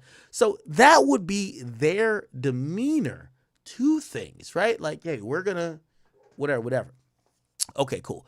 Durk wants to get the trial immediately. Durk is like, yo, shit, I know y'all ain't got everybody flipping on me. Maybe I got one or two, but them one or two y'all got right now don't got that much of a tie to me. I got plausible deniability. Y'all got to convict me beyond a reasonable doubt. I could explain it away. Why were you in LA? Well, I went to do a podcast. I went to do a video shoot. I went to do this. Why'd you go on the thing with him? Well, this is a guy I've been rolling around a lot with. Oh, well, the guy said that you told him this. Well, I didn't tell him that. There was a general sentiment that, why would I have to tell people to go kill somebody for Vaughn when everybody knew that Vaughn got killed? These guys are from some of his blocks. These guys had more reason to do it. Not saying he would point the finger, but he had some plausible deniability, right? So he wants to go to trial quick. They want to go to trial later. The judge subsequently agreed with like pretty much the other dudes, and essentially they're going to be going to trial like they set for January, but it might even be delayed more. Now, in that Because they're not going to go to trial now, Durk is proceeding with what's called a motion to dismiss. Durk is saying this case is bullshit, and by the way, a bunch of other inmates are saying, nah, this case is bullshit. Y'all don't got what y'all need to really prosecute us. Now, what motion to dismiss on its face value is that, listen, there isn't enough probable cause given especially discovery or any other information that's came out that would warrant this case to be heard by a jury. Okay, keep in mind, let me give you the levels of proof that you need to get to a place where you go to trial. So, bingo. For usually for a detainment, you need reasonable suspicion. We reasonably have a suspicion that you committed a crime. What could that mean? Yo, there's a nigga with I don't know, a scar on his left cheek. Right, I know it says right, but okay, this is right on your screen. There's a nigga with a scar on his right cheek that I saw walking away from the body. Immediately, a police is going to stop you, and they're going to have the authority to stop you and detain you because of reasonable suspicion. Usually in most states, again, this is a federal case, but I'm just giving you some legal basis. In most states, reasonable suspicion will allow the police to at least stop you, detain you, and identify you while they continue that investigation. Now, the further step up from reasonable suspicion will be probable cause. Probable cause could be on face value, especially if you're driving a car. You should know this. Probable cause is why they're going to go in your car without a warrant. Now, when you drive on, state roads or even federal roads or even municipal roads, all roads, period, there is laws throughout the land that says that if a cop deems that there is probable cause, he could search your car. He doesn't have to call a judge, whatever. Now, it's only for cars. If there's probable cause that you got a dead body inside your house, they got to call a judge. Got to. Okay. Now, I'm giving you these situations because I'm trying to explain. I want everything to be mad simple to y'all. Right? So that's probable cause. How does probable cause happen with arrests? Now, probable cause means there is more than there is evidence that suggests that a crime not only was committed, because that's reasonable suspicion, right? It suggests that there might be evidence of a crime, or you might be the culprit that committed the crime. That usually is the law for people to arrest. So, for example, if, the cop shows up, somebody's dead, you got blood all over your shirts, they could arrest you on probable cause, and you have a knife in your hand with blood on it. They could arrest. They don't have to ask the judge. They could arrest you on probable cause. Now, here's the thing about much more intricate cases and cases that also involve, like, for example, federally, because there isn't like a federal police department. Yes, I know we have the FBI, but they're not like municipal. Probable cause is usually not determined by a FBI agent, a HSI agent, or any agent of any federal bureau. They usually submit what's called a complaint, or they usually submit some type of affidavit, and the probable cause is usually enacted on by what's called a AUSA, a prosecutor. So, for example, just to be clear, in state in anything below federal, if someone's dead, you got a knife in your hand dripping of blood, your shirt's full of blood, they're gonna arrest you, and they could just charge you with murder, and then the prosecutors have to deal with that, right? The reason why the feds have such a high conviction rate is because you won't get a charge until the AUSA agrees with the investigator. They have to sign off on the complaints, or they have to present a possible bill of charges, which is called an indictment, to a grand jury that gets signed off on by majority vote, which is usually 23 people, 12 has to vote that there is a true bill. Okay, why did I explain that to you? Because in the event that you get charged, sometimes information could come out or maybe you have a response to the charges you got to say, hey, why you charge me? Here's the explanation for this. This shouldn't have been a charge.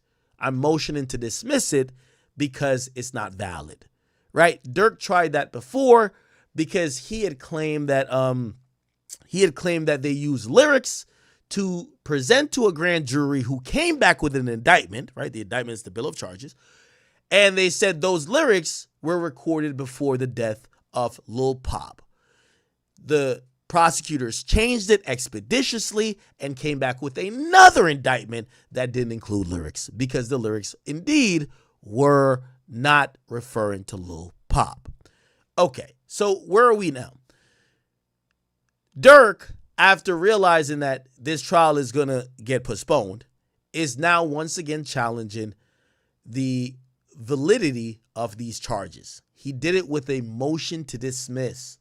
And there's a couple other inmates who are mimicking that with their lawyers, but they're saying that, hey, listen, y'all don't have enough evidence that suggests that I had nobody killed. How do you know that I told somebody to go kill somebody? What's the fuck y'all talking about?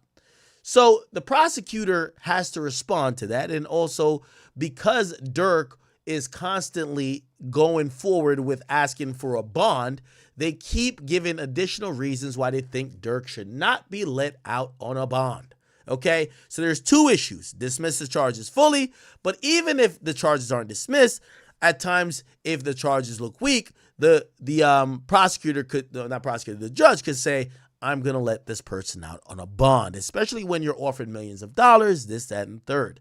By the way, this happened in the Diddy case, and I'm not going to lie, that was a huge thing where Diddy offered $50 million, and somehow the prosecutors were still able to convince the judge that Diddy was so dangerous, you shouldn't give him a $50 million bond. So let's get into some of this paperwork here, and I'm going to read through it. Again, I gave you the short, so now you're going to get the long. Pause, right? Now, this was filed in federal court on the 6th, and I have to let y'all know, if you guys are tired, if you guys want me to just skip through this, this is where we do most of our work. Relax, okay? All right. So let me go through this entire paperwork. And by the way, we have three of them to do, and afterwards we could get on to other topics, but we have to get through this expeditiously. Thank you to Drill. By the way, if you guys have any way you Drill, please don't make this 1 3-hour thing. I think people tend to not watch the whole 3-hour thing. If you just make it 1 3-hour clip, cut it up where we're talking about different pieces of this situation. Thank you. All right. So what's going to happen is that there was a new motion, and there's a motion by the government because the government, they're trying to make Durk seems like the boogeyman, right? And why would they want to make him seem like the boogeyman? Because the judge is not only not going to let him out on bond, but also it could validate why these charges should not be taken lightly or even dismissed because of how scary and how just dangerous Durk is. So just check this out. It says the plaintiff, which is the United States of America, when you go against when you're in federal court, it's whatever your name is, Durk Banks, et al. Means there's other defendants, but it's United States of America versus you. Very scary, by the way. I've heard from people who have actually been there. It said, okay, so the Counsel of Record, which is an acting United States attorney for the Central District. So this is their attorney, U.S. attorney, which is Ian blah, blah, blah, and blah, blah, blah. They hereby file the motion to impanel an anonymous juror in the above captioned trial. The motion is based upon the attached memorandums of points and files in this record. So they want an anonymous jury. What is an anonymous jury? I want to give you guys all the information I could possibly find. I want to give you guys, anonymous jury, federal. We want to get information that people know. Okay, prosecutor. Okay. By the way, they did the same thing for R. Kelly. Let me just play a brief thing explaining why they did it for R. Kelly, then I'll speak. Okay? Okay. It's going to load eventually. Federal prosecutors want the jury for R. Kelly's trial to be anonymous and partially sequestered. They cite significant media coverage and the singer's alleged history of interfering with legal proceedings. Kelly was indicted in March on racketeering and sex trafficking charges. He's been held in a federal prison in Chicago, where he also faces federal and state charges. His federal trial in Brooklyn is set to begin in September. Prosecutors want the jury for the trial to be separated from the public and accompanied in and out of the courthouse by U.S. Marshals. Okay, so anonymous jury is going to be a jury that they're understanding how much media attention this is going to get. They don't want the jury to be seen or known or heard from by the media, or maybe even influenced by the media, or maybe the particular person's celebrity status. So they've filed this, and by the way, this is anticipation of this January trial date, which I believe will be pushed back somewhat. So now let's read some of this is their memorandum of points and authorities. So this case involves a well-funded, interesting that they mention up front, well-funded, an organized attempt to kill one of the defendants, Durk Banks' rivals, at a busy gas station in Los Angeles. In broad daylight, 3 shooters opened fire, including with a machine gun, missing their intended target, but killing SR. The government will prove at trial that all 7 co-conspirators were affiliated with the defendant Durk Banks' organization, Only the Family, OTF. 5 were OTF members, and 2 were recruited by the defendant Wilson, who they're saying is Didi. Now, we're going to get into Didi in a little bit and drill. Again, I want you to cut this up in a way that people could watch the clips and understand it, because we're going to get to the Didi portion. Didi's going to be doing an interesting move, because here's the thing. Didi is a very important person. Like, if this was, and again, please understand that when I'm talking, I'm not trying to plan a criminal conspiracy. I'm not wishing. I'm not hoping. I'm just speaking in a hyperbolic sense that if you were to understand this in a movie sense, what would be the thing? Because 2 of the killers, right? 2 of the killers were recruited by OTF Didi. If this was Batman, you got to kill OTF Didi. Honestly, you get what I'm saying? You ever watch that Batman joint where it's like, it was like, hey, I was recruited to this, and the guy kills the guy, like, well, I was recruited to kill you, because that's how you're trying to cover up the tracks. So essentially, there's a bunch of OTF people, but then there's non-OTF people, but the one link to the OTF dudes is Didi. Now, again, I am not, and I want to say this, I'm not wishing, I'm not saying that this should have happened, but I am telling you that the prosecutors have now linked OTF Didi as the integral link to what the hell was happening with this, what they call a murder conspiracy. They believe he recruited people. Now, what we're going to see later, and we're going to get into OTF Didi's part, he's also filed for a severed trial. Why? I'll give you the short now. I'll explain a little bit more later. If he gets a severed trial, they can't just use evidence against all of them, and they would have to come with evidence that directly has to do with him. I don't think that's going to be done, because the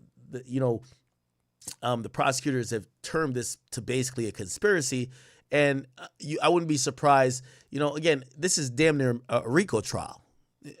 Why do I say damn near? Because murder for hire on face value is a conspiracy. A RICO trial is a conspiracy. The only thing about a RICO trial is that in RICO, all the crimes are done in furtherance of the gang. However, in this one, you're recruiting people that's not in the gang. They're not doing it in furtherance of the gang. They're just trying to get some money. So there's people who are getting money just to do the act. They're not doing it to make OTF look like anything. They're just like, give me some money and I'll kill whoever you want.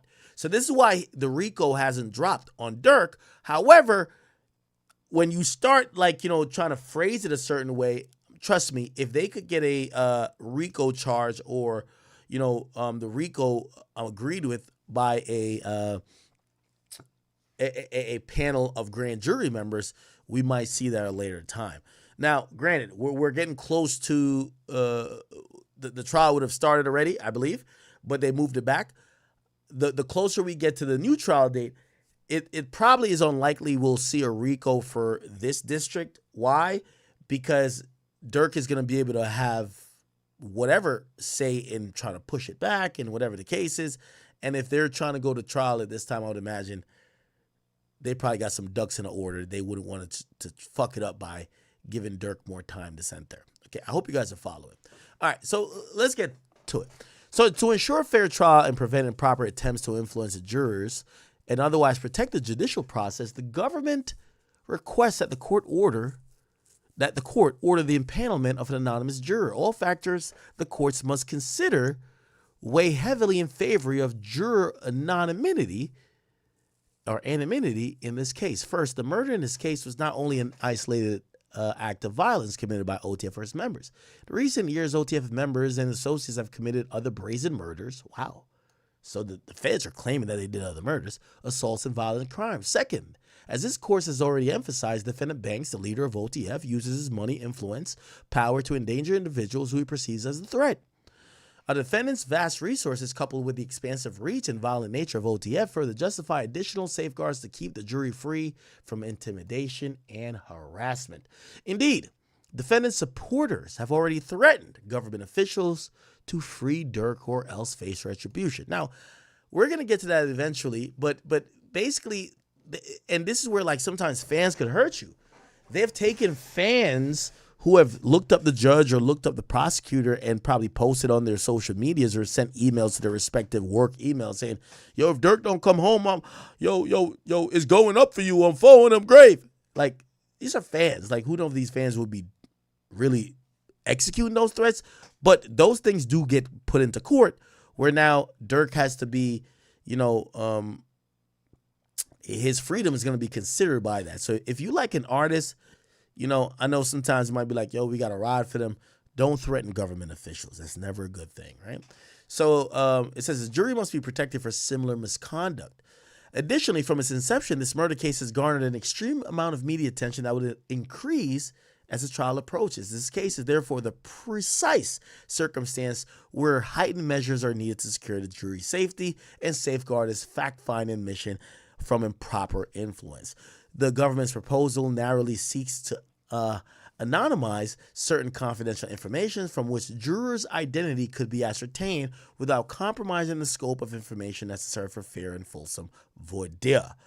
Specifically, the government requests that the names, address, and specific place of employment not be revealed to the public or parties, including counsel, to ensure all parties can be meaningfully engaged in voir dire. Now, I think you guys should know what voir dire. I'm probably saying it wrong. What this is a jury questionnaire. So essentially, they're saying that they don't want identifying things when in jury selection that maybe Durk's team or any team could identify who these jurors are. So they're saying, let's go anonymous. The government has agreed to work with the defense to propose a thorough juror questionnaire. So remember, voir dire is a juror questionnaire. Thus, both the government and the defendant will have ample information from which to make meaningful decisions and challenges during the voir dire process. All right, we're going to skip the legal background on this and we're going to go down a little bit further to some stuff you might care about. It says here, these are the reasons they're given why. It says first and second factors, the defendant's involvement with organized crime and the group's capacity to harm jurors is strongly weighed in favor of a juror protections and anonymity. As alleged in a second superseding indictment, the defendant Banks is a leader of OTF. Okay, while OTF is in part a rap group, several of his members and associates have a history of extreme violence, including murder. For example, in 2024, 6 of the O-Block street gang, including OTF associate Marcus Smart, aka Muwop, were convicted of racketeering offenses that include the murder of Chicago rapper Carlton Weekly, aka FBG Duck. Federal murder for hire charges are also currently pending against 2 defendants who were allegedly motivated to kill by OTF-linked payments. These murders and other violent crimes committed by the defendants and other prominent OTF members show the compelling need for an anonymous jury in this case due to a strong link between OTF and organized violence. Okay. Okay. It says the jury where defendants committed blah, blah. Okay. Just like the head of a typical street gang, defendant's Banks exerts a considerable influence over his associates. While attempting to insinuate or insulate himself, from the street level criminality. A seized audio message between two OTF associates demonstrates this hierarchy. In this message, a prominent OTF associate explains that when people call Durk for money, he gives out $500,000, $600,000 to the streets, including funding his co-conspirators sliders, which is a slang for stolen cars used to commit crimes. They also attach a audio clip. I don't know if we'll have that. It says, oh, okay, it's on a seal. Cool. The associates describe how Banks controls and influences their operations, that Banks wants to know who's in charge of what first. That's how he wants shit done. He want it done right. He want people to get the sliders and stuff like that for sure. But he want people to know what's going on, so it could be a real structured situation. Blood, not no more little boy shit. He further details how defendant Banks' money comes with a price. He said, this shit is going to get done right, where people go and get blamed for their own fuck-ups. Said the structure explains why defendant Banks warned an OTF associate as the associate purchased flights for the co-conspirators to travel to Southern California to commit the murder at issue in this case. Don't book no flights under no names involved with me. The allegations in this case and this evidence collected during the investigation further show that the defendant Banks uses his power and influence over OTF to promote violence against his rivals and others that stand in the way.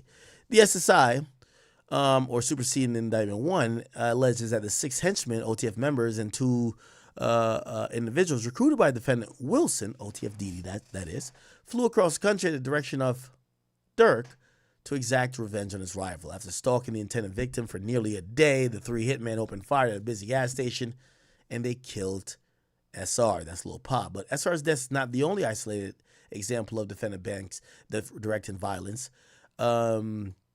Explained the Mexican mafia structure, including gang had numerous associates who aspired to become members who were willing to commit crimes on the Mexican mafia. Blah, blah, blah, blah. Okay. Quoted as associates mantra that if the mafia has enemies, they're also my enemies. He's alleged to place additional bounties on individuals that he and other OTF members wanted to kill.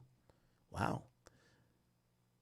Mr. Banks also embraced the penchant for bounties in his music, rapping for one time. He says, I don't want no niggas who you catch. I want the one I paid for. Oh, my bad. Fuck. Take heat. Fuck these niggas up. Jesus Christ. They actually pulled up the music video.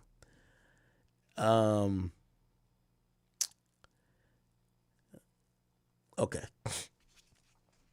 Cool. So, it says, indeed, just 2 weeks following the murder of SM, the suspected leader of the faction Gangster Disciples, the alleged shooters discussed payment from OTF and Banks. Now, that's a different situation where they're talking about the alleged killer of who? The alleged killer of Durk's brother, D-Thing, right? And that's Stefan Mack. So the shooters there were saying, when are we going to get payment? And it says, yo, what's up with OTF? What do you mean they're not paying? Did Durk give you that money? It said, moreover, defendant Banks has threatened to unleash his OTF associates to stalk and hunt his rivals. For example, in a seized text message thread between Banks and other OTF members, including Didi, looked like they got Didi's phone clearly, Bank boasts about threatening a rival, telling him, I got them hunting you up. Ads better have 3 ski masks on. Now, I'm not going to lie, this might be lyrics, but clearly the feds are not looking at it like that. And in a similar thread, defendant Banks and his OTF associates discussed defendant Banks' heated exchange with another rival, with defendant Banks telling his associates, I'm finna pipe it up. A common street reference for to use a firearm. In response, the OTF associate agreed to follow Banks' lead, exclaiming, blood is green. An emoji of a car in a traffic light. Getting shit together right now, no phones, referring to a green light on defendant Banks' wishes for violence. The above described structure, criminal whatever, of OTF, and funding and considerable wealth, the power and control he exerts over associates, his desire to seek revenge on those who cross him and his associates, and willingness to do what they're told, all show the need for an anonymous jury in this case. Okay. They said there's a significant interference with witnesses in judicial process. Defendant Banks repeatedly shown his disdain for the judicial process and witnesses who may cooperate with government. It is not surprising that the witness interference has already occurred and is likely to occur in this case. Such interference weighs strongly in favor of jury anonymity. And it says he's made clear that his contempt for cooperating witnesses on a popular podcast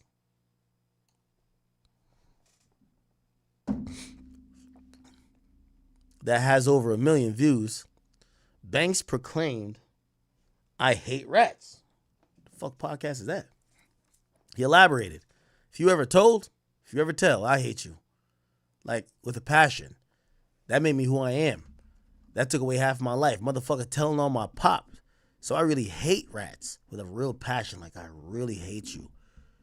And I'm looking at the camera. I fucking hate rats.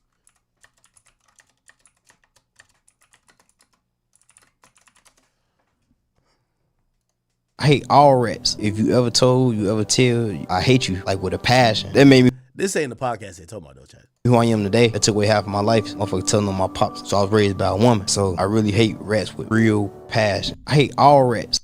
No, I hate rats, period. I told you the reason. The reason I hate rats because my daddy did 26 years. My uncle and them did 26 years. I hate all rats. If you ever told, you ever tell, I hate you. Like with a passion. Cause that took away half of my, that made me who I am today. That took away half of my life. Like motherfucker telling on my pops and that's who, you know what I'm saying, I need it. So I was raised by a woman. A nigga can't tell me to rat. If anything happened in here right now and the motherfucker be like, Smirk, just put it on me. Man, I'm finna pass you my tray. We at Sally's, man. I'm not, what the fuck you mean? I'm not telling on nothing. Like, I take this shit so serious, like we will be like in jail together to the end. Like, that's just what it is. No, I hate rats, period. I told you the reason. The reason I hate rats, because It's a real nigga right here. I hate rats, period. I told you the reason. I'm gonna tell you this is how it happened. That's it. I'm not gonna tell you my lawyer. Nice. If you ever get jammed up, this what you do. What happened? Call my lawyer. That's it. I'm not gonna tell you this is how it happened. It was me and him in the car. It ain't mine. All that goofy shit. That's snitching. That's draft snitching. That's snitching. Like, I take this shit so serious. Like, we would be like in jail together to the end. Like, that's just what it is.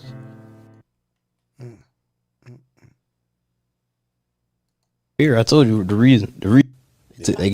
Everybody been saying, but Thug, come on. I hate all rats. For my, so I really hate rats with real passions. Like, I hate you bad. I'm looking to the camera. I hate fucking rat. I hate all rats. If you ever told, you ever tell, I hate you. Like with a passion. Like, cause that took away half of my, that made me who I am today. That took away half of my life. Like, motherfucker telling on my pops and that's who, you know what I'm saying, I need it. So I was raised by a woman. You know what I'm saying, which is my mom. Okay.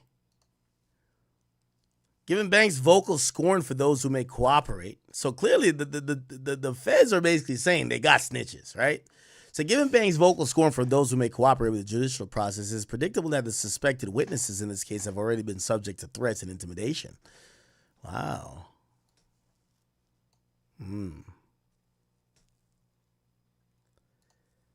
To start, one of Banks' trusted OTF associates have already threatened a suspected government witness. Specifically, the OTF associate told the witness family member that the suspected witness was a snitch and a snake, and it was not for the family.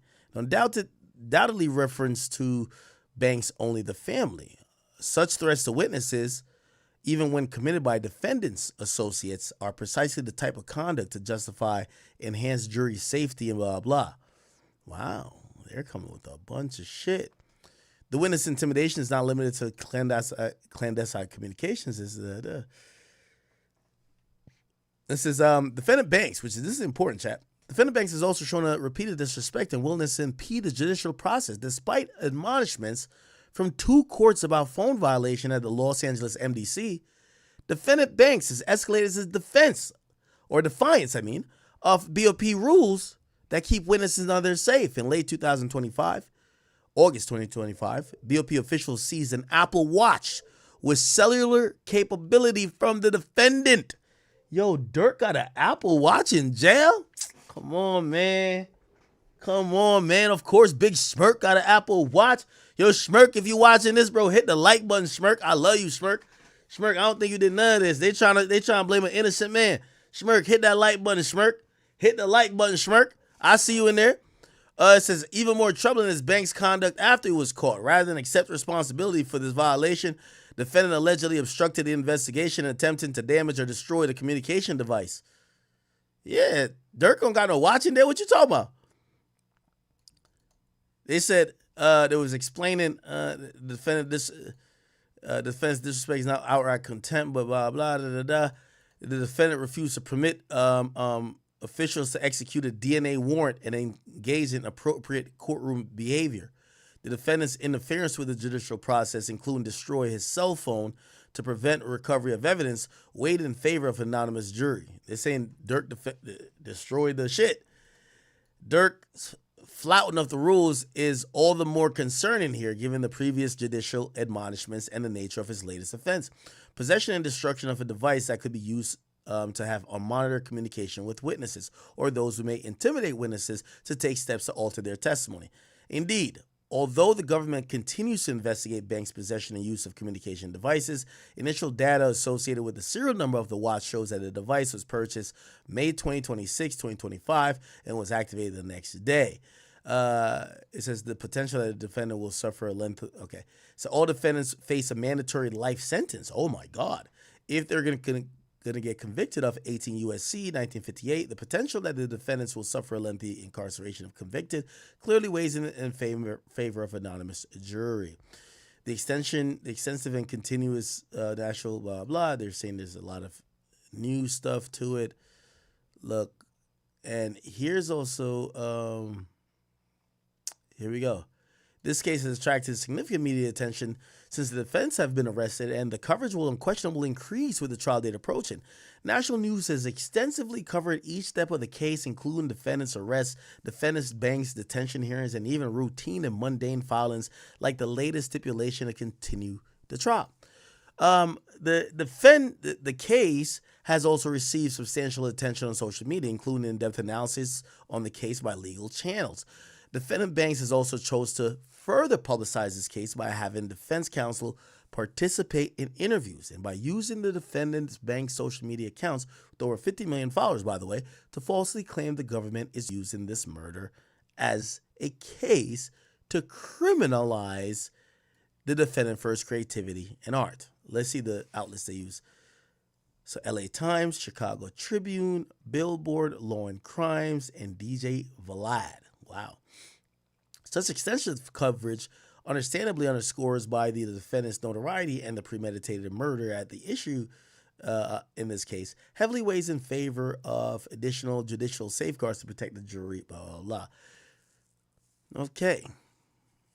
The risk that the defendants and affiliates and the supporters will attempt to improper influence, blah, blah, are not speculative. To date, supporters have already attempted to intimidate individuals connected to the case. For example, a United States magistrate judge given multiple voicemails from an individual stating, among other things, that the defendant Banks and Wilson were not innocent, and if that they give life, they're going to burn this motherfucker down. Burn it to the ground. It's not a game, bitch. Another supporter issued a similar threat to a prosecutor stating, free Durk or be shot. The extensive continuous publicity coupled with the threats and the other attempts to impact witness testimony discussed above demonstrate the need for jury anonymity. Wow. Okay. Now, this wasn't the only thing filed. There's another thing filed. there's actually 2 more documents. Give me 1 more second, chat. We're gonna get to it. Okay, here is right here, and then there's an FBI agent, right? So this is a special agent with the FBI.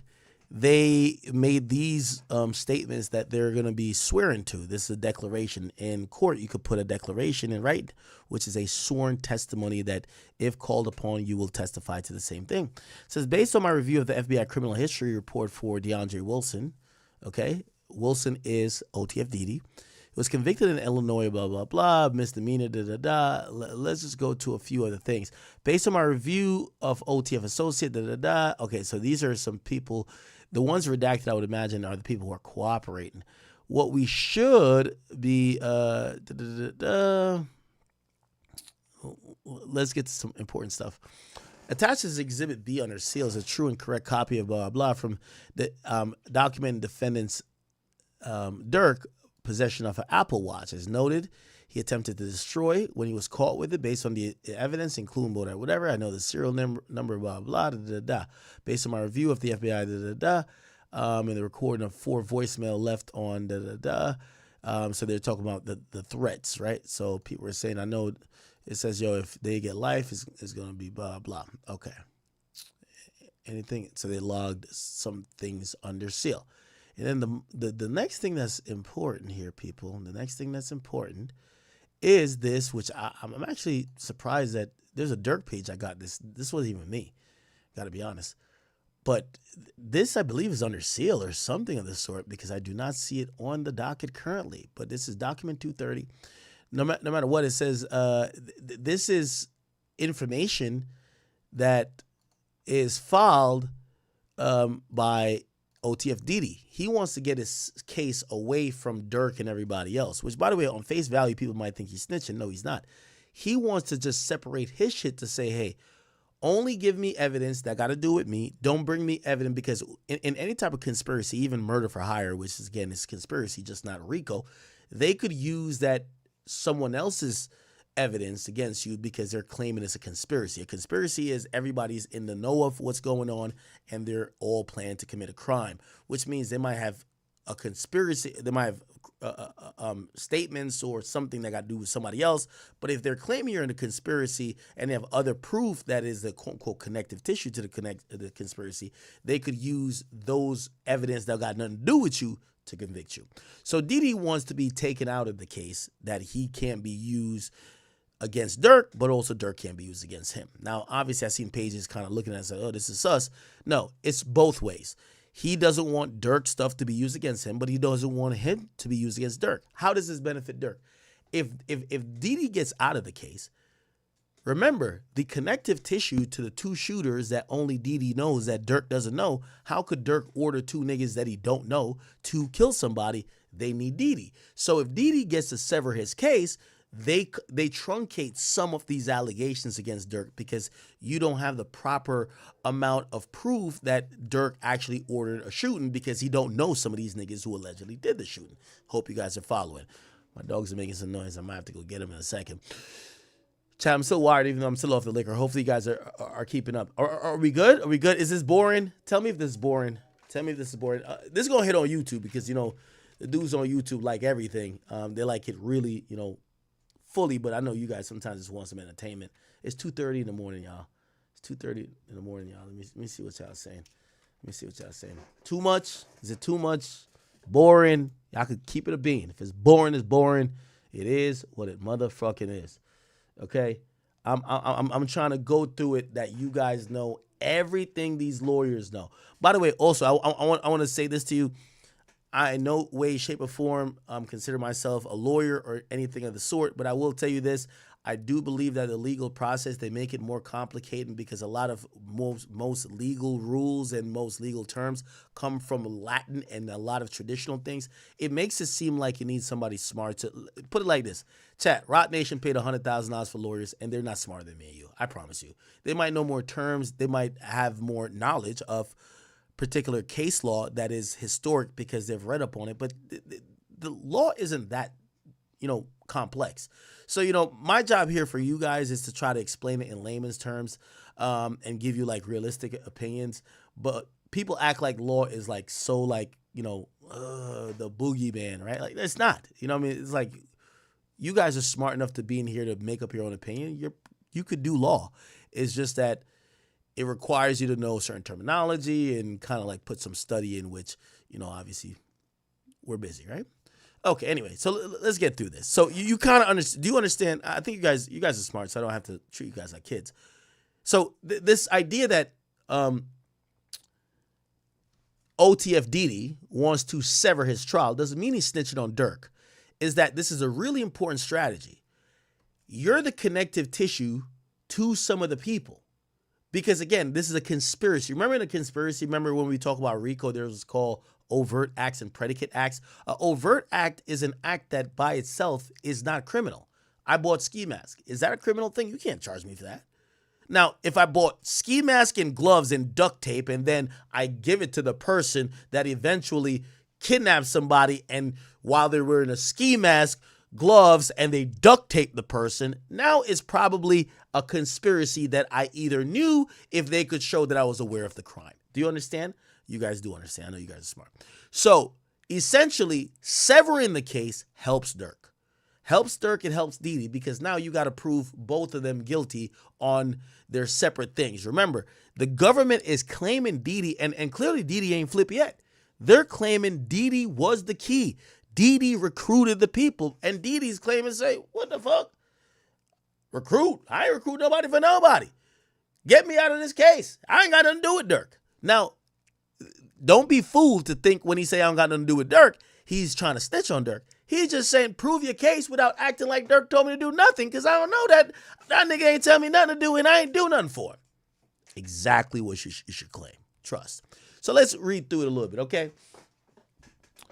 Okay, to the honorable court. So this is Diddy's motion, right? So he wants to separate his case, right? It's 6 people. They're going to tie Vonnie to Durk. Vonnie and Durk is on the plane, right? Diddy is the third person. There's about 6 people involved in this, right? They're a co-conspirator 4. He was a lookout. He was a local dude. Co-conspirator 2 is a shooter that supposedly Diddy knew. There's another nigga who got locked up, but he's a shooter as well. So, but only Diddy knew that person. So apologize. Durk is only connected to this through Vonnie. He can't erase Vonnie because he came on the same private jet as Vonnie, right? There could be some reasonable assumptions that whatever, even though that's still way beyond the pale of what's necessary to trial, which is beyond a reasonable doubt. So let's look at this again.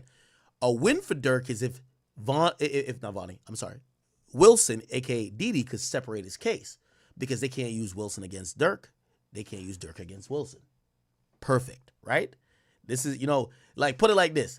If I'm the boss and the wizard is my shooter, or not shooter, but like my second in command.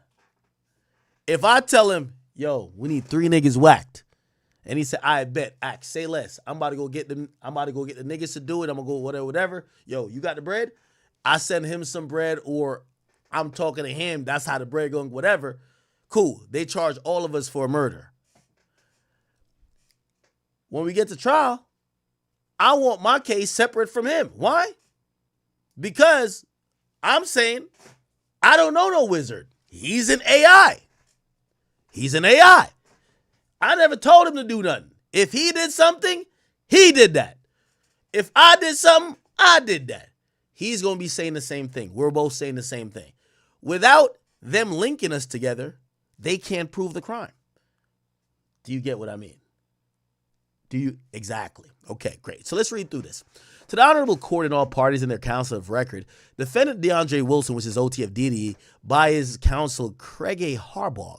And by the way, chat, I do know we have a powerful media company and media situation here. So like because I love Durk. So chat, if this is structured in the way it's structured, all these lawyers filing for these guys should be filing under the direction of, all right, because it's over, I'll use that. All them other lawyers, Brian Steele controlled the show. Do you get what I mean? You get what I mean, right? You guys are smart. When Brian Steele say, everybody moves. If that didn't happen, Thug would have probably went down. You, again, with most of these situations, the government is calling y'all a team. Now, granted, it's a conflict of interest for you to have one lawyer control everybody. But if y'all don't somehow at least acknowledge what the other quote-unquote team member, even if y'all claim you're not a team, you're not a gang, you're not a whatever, you got to understand what other people are doing. Because if you claim one thing and they claim another thing, i.e. Gunna saying, yeah, we are a gang. And you're like, whoa, nigga, we were saying we're not a gang. You get fucked.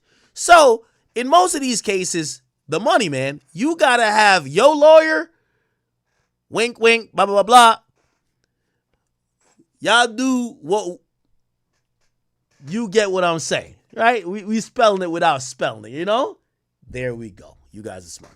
So I have to believe this doesn't get filed without the acknowledgement and understanding that this is a good chess play that helps not only Diddy, but Durk. You guys are smart. So defendant Wilson, Diddy, through his counsel Craig, moves his court for order severing his trial from that of co-defendant Durk Banks and any other defendant whose trial are joined with Banks. Remember, he only mentioned Durk. Why? Because that's the crux of their case.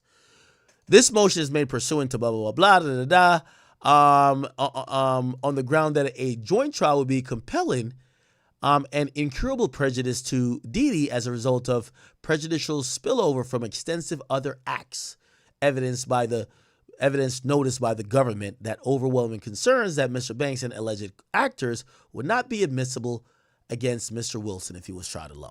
Bingo. So what they're doing is they're attacking the idea of the conspiracy. Keep in mind, murder for hire is a conspiracy. You know,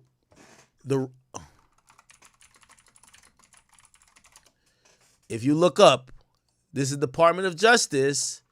This is Department of Justice. This is what it says. Conspires. This is in the definition. Conspiracy. What conspiracy is on its base value is two individuals who knew they were doing a crime. They agree to do the crime together, and whether one fired the gun and one bought the bullets, or one set the person up and the other one lined him up and killed him, who gives a fuck? Y'all conspired. So conspiracy is a base thing. Don't think that only RICO is conspiracy. RICO is a organizational conspiracy, right? So as organizations try to, like RICO is a Racketeering Influence Corrupt Organizations Act, right? Which means it's usually that there is a enterprise and there's an organization that is being, and by the way, a RICO could have applied here because OTF, here's the thing. Two of the people got nothing to do with OTF. The killers got nothing to do with OTF. Now, I'm pretty sure maybe in grand jury, or maybe it'll come later, they're going to have this conversation. Well, it's still a RICO. It's still a RICO if the organization hired two niggas outside the organization to commit the murder. However, that's probably harder to prove because there's multiple levels here. And I think that the government didn't want to overreach, and they said, well, the applicable thing here that also carries a mandatory, and the only reason why, I'll say this, and again, I'm not a legal expert, I'm giving my opinion here, but I believe if no one died, he gets hit with a RICO.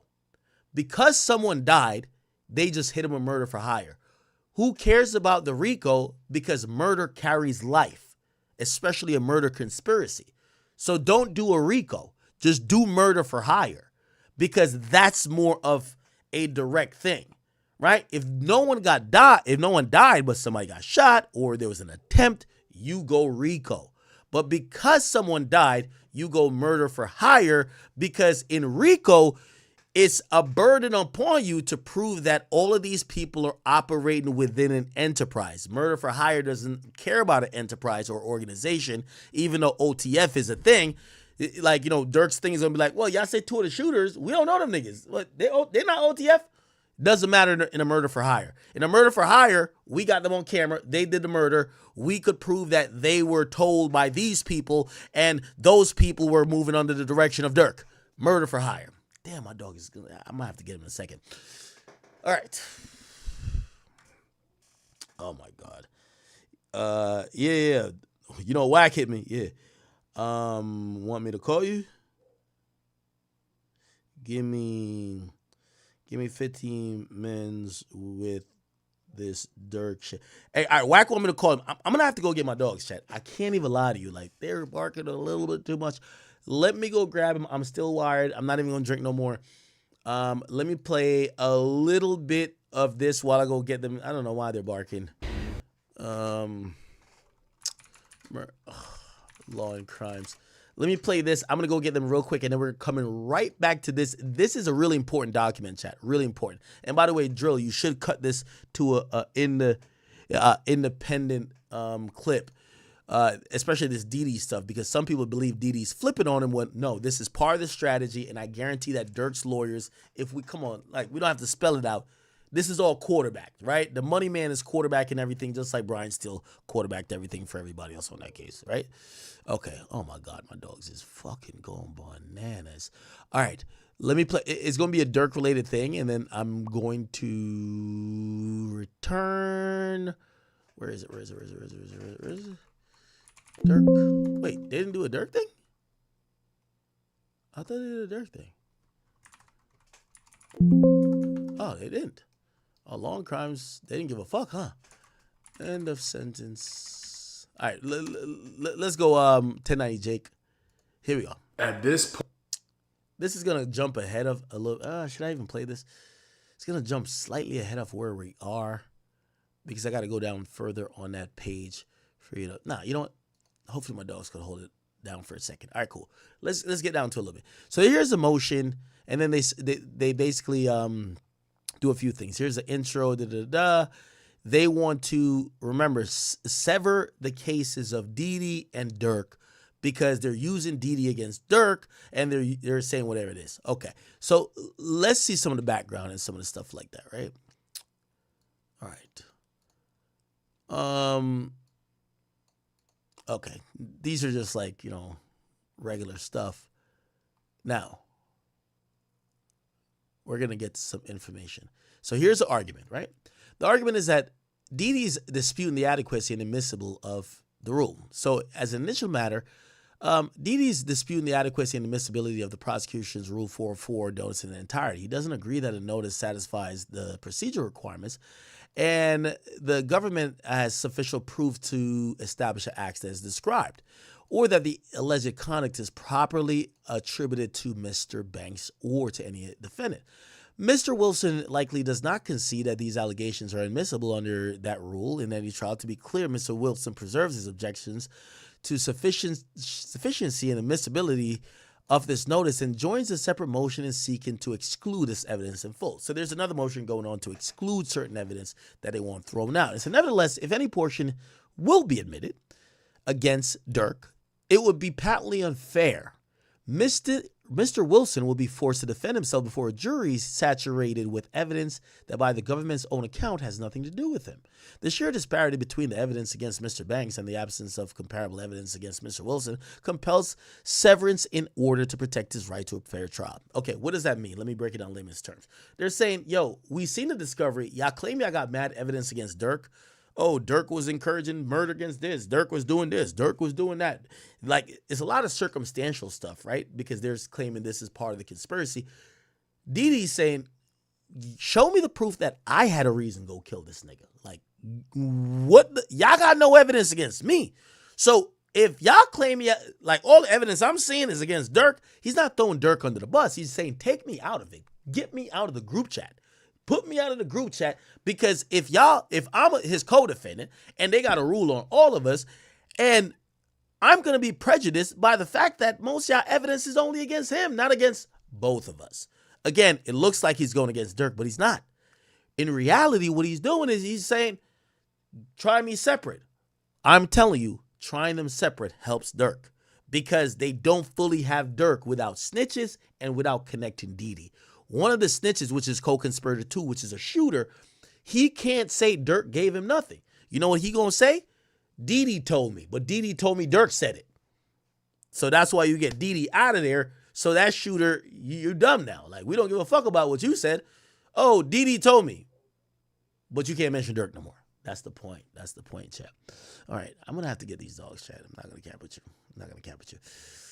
Let me play this real quick, and then I will be right back. Please don't go nowhere. We got 6,000 people at this time, almost 3 o'clock, on King Academics. Holy! Please do not go nowhere. I gotta go get these dogs. Wow, we're actually rocking tonight. I feel like y'all miss me, but I really miss. Somebody said I'm on the purest Adderall. No, I drank the whole bottle of coffee. I'm like wired, right? Yeah, I drank a little liquor, but I don't know if y'all watch all my streams, bro. I get wired off coffee, and I could break down legal shit, but once I get lit, I could only talk shit. I ain't gonna lie, like that's my kryptonite. Like if I was beefing with a nigga and I'm drunk, I'll violate and smoke him. But like breaking down criminal documents, I'm done because this takes focus and like really analysis, which liquor kills for me. I won't lie to you. Give me 1 second though. Please do not go anywhere. I'm gonna play 1090 Jake's video who kind of talks about this a little bit more. I'm grabbing my dogs. Give me about 4 minutes. 4 minutes. I'll be back. Okay? At this point, I don't know if Durk's case is getting better or worse. Just days ago, paperwork dropped that had everyone thinking this might be good. Durk's 4 lawyers, led by legal powerhouse Drew Finling, filed a motion to dismiss the entire indictment. But they didn't just attack the indictment, they targeted LA's top federal prosecutor, Bilal Isaili. Durk's team would ask the courts to dismiss the indictment due to the unlawful designation of Isaili as the U.S. Attorney of California and the unlawful appropriation of funding to the office he leads, and to disqualify Isaili and any of the attorneys working under his supervision or paid with funds he has wrongfully received. Now this is what happens when you pay your lawyer the big bucks. They do their motherfucking homework. Isaili was sworn in on April 2nd, 2025, but several federal public defenders have filed motions against him to dismiss him and his team. He's accused of operating without proper lawful authority, not qualifying for his role, and several recent decisions in federal court dismissed others from their positions for doing similar actions. So Durk's team wasn't just trying to say the indictment was bullshit, they're trying to get the top federal prosecutor in LA fired. A second motion to dismiss would be filed, and this time for the indictment being vague. His team would argue the indictment leaves them guessing as to the government's theory of guilt, and it leaves the government free to change that theory as its cooperator stories morph over time to meet the demands of a conviction. In other words, the feds haven't been specific, leaving Durk's team unable to attack specific things they're accusing him of.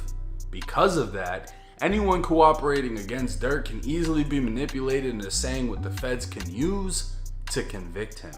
Everyone knows Durk has been charged with murder for hire, alleging he offered a bounty for the death of Quando Rondo. They'd further allege he used coded language that made it clear Quando's killer would receive money or money opportunities within OTF. Durk's legal team want to know when, where, and how the coded language was communicated. What were the rewards or opportunities promised for the murder? Durk is accused of directing men to fly to Los Angeles, track, stalk, and attempt to kill Quando. But when, where, how, and who did Durk give these directions to?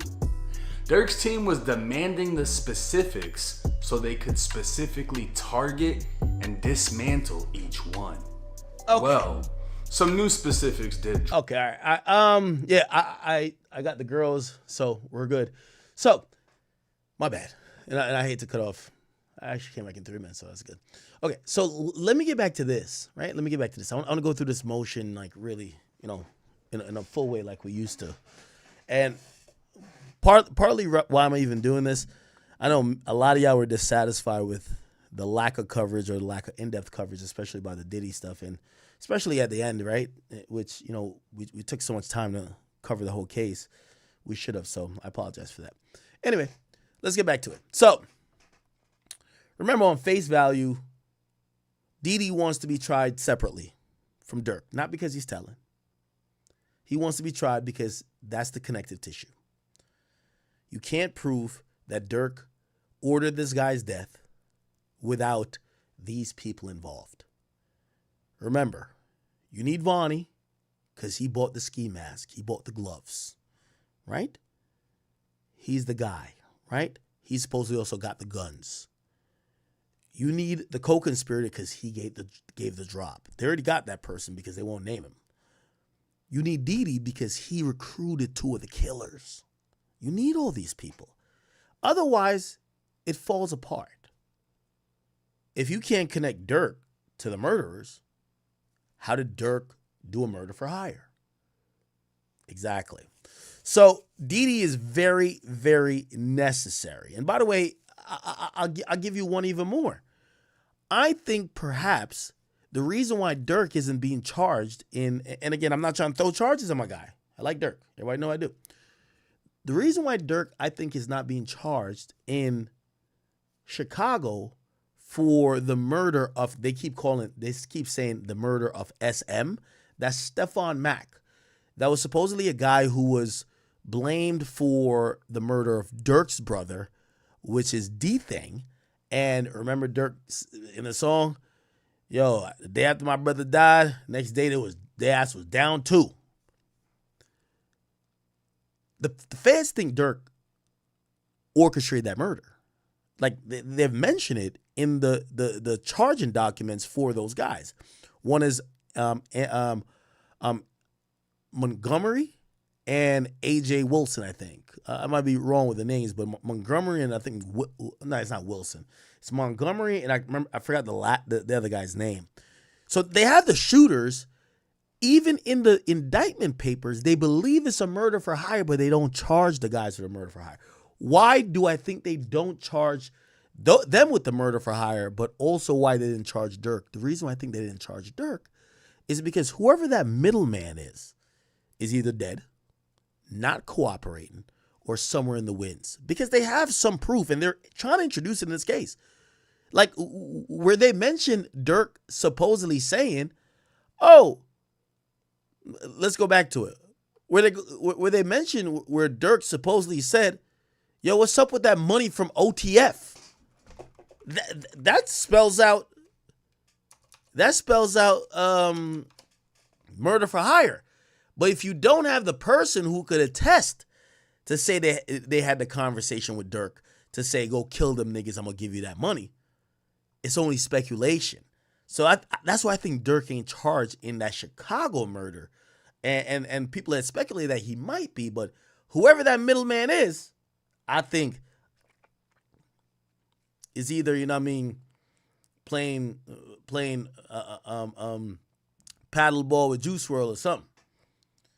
Which, that's what I was trying to say. And again, I wasn't wishing death on OTF Diddy, but this is why I mentioned that idea of Batman, where it's like, in some of these conspiracies, they get rid of the middle guy. Which, by the way, we'll get into another case at another time.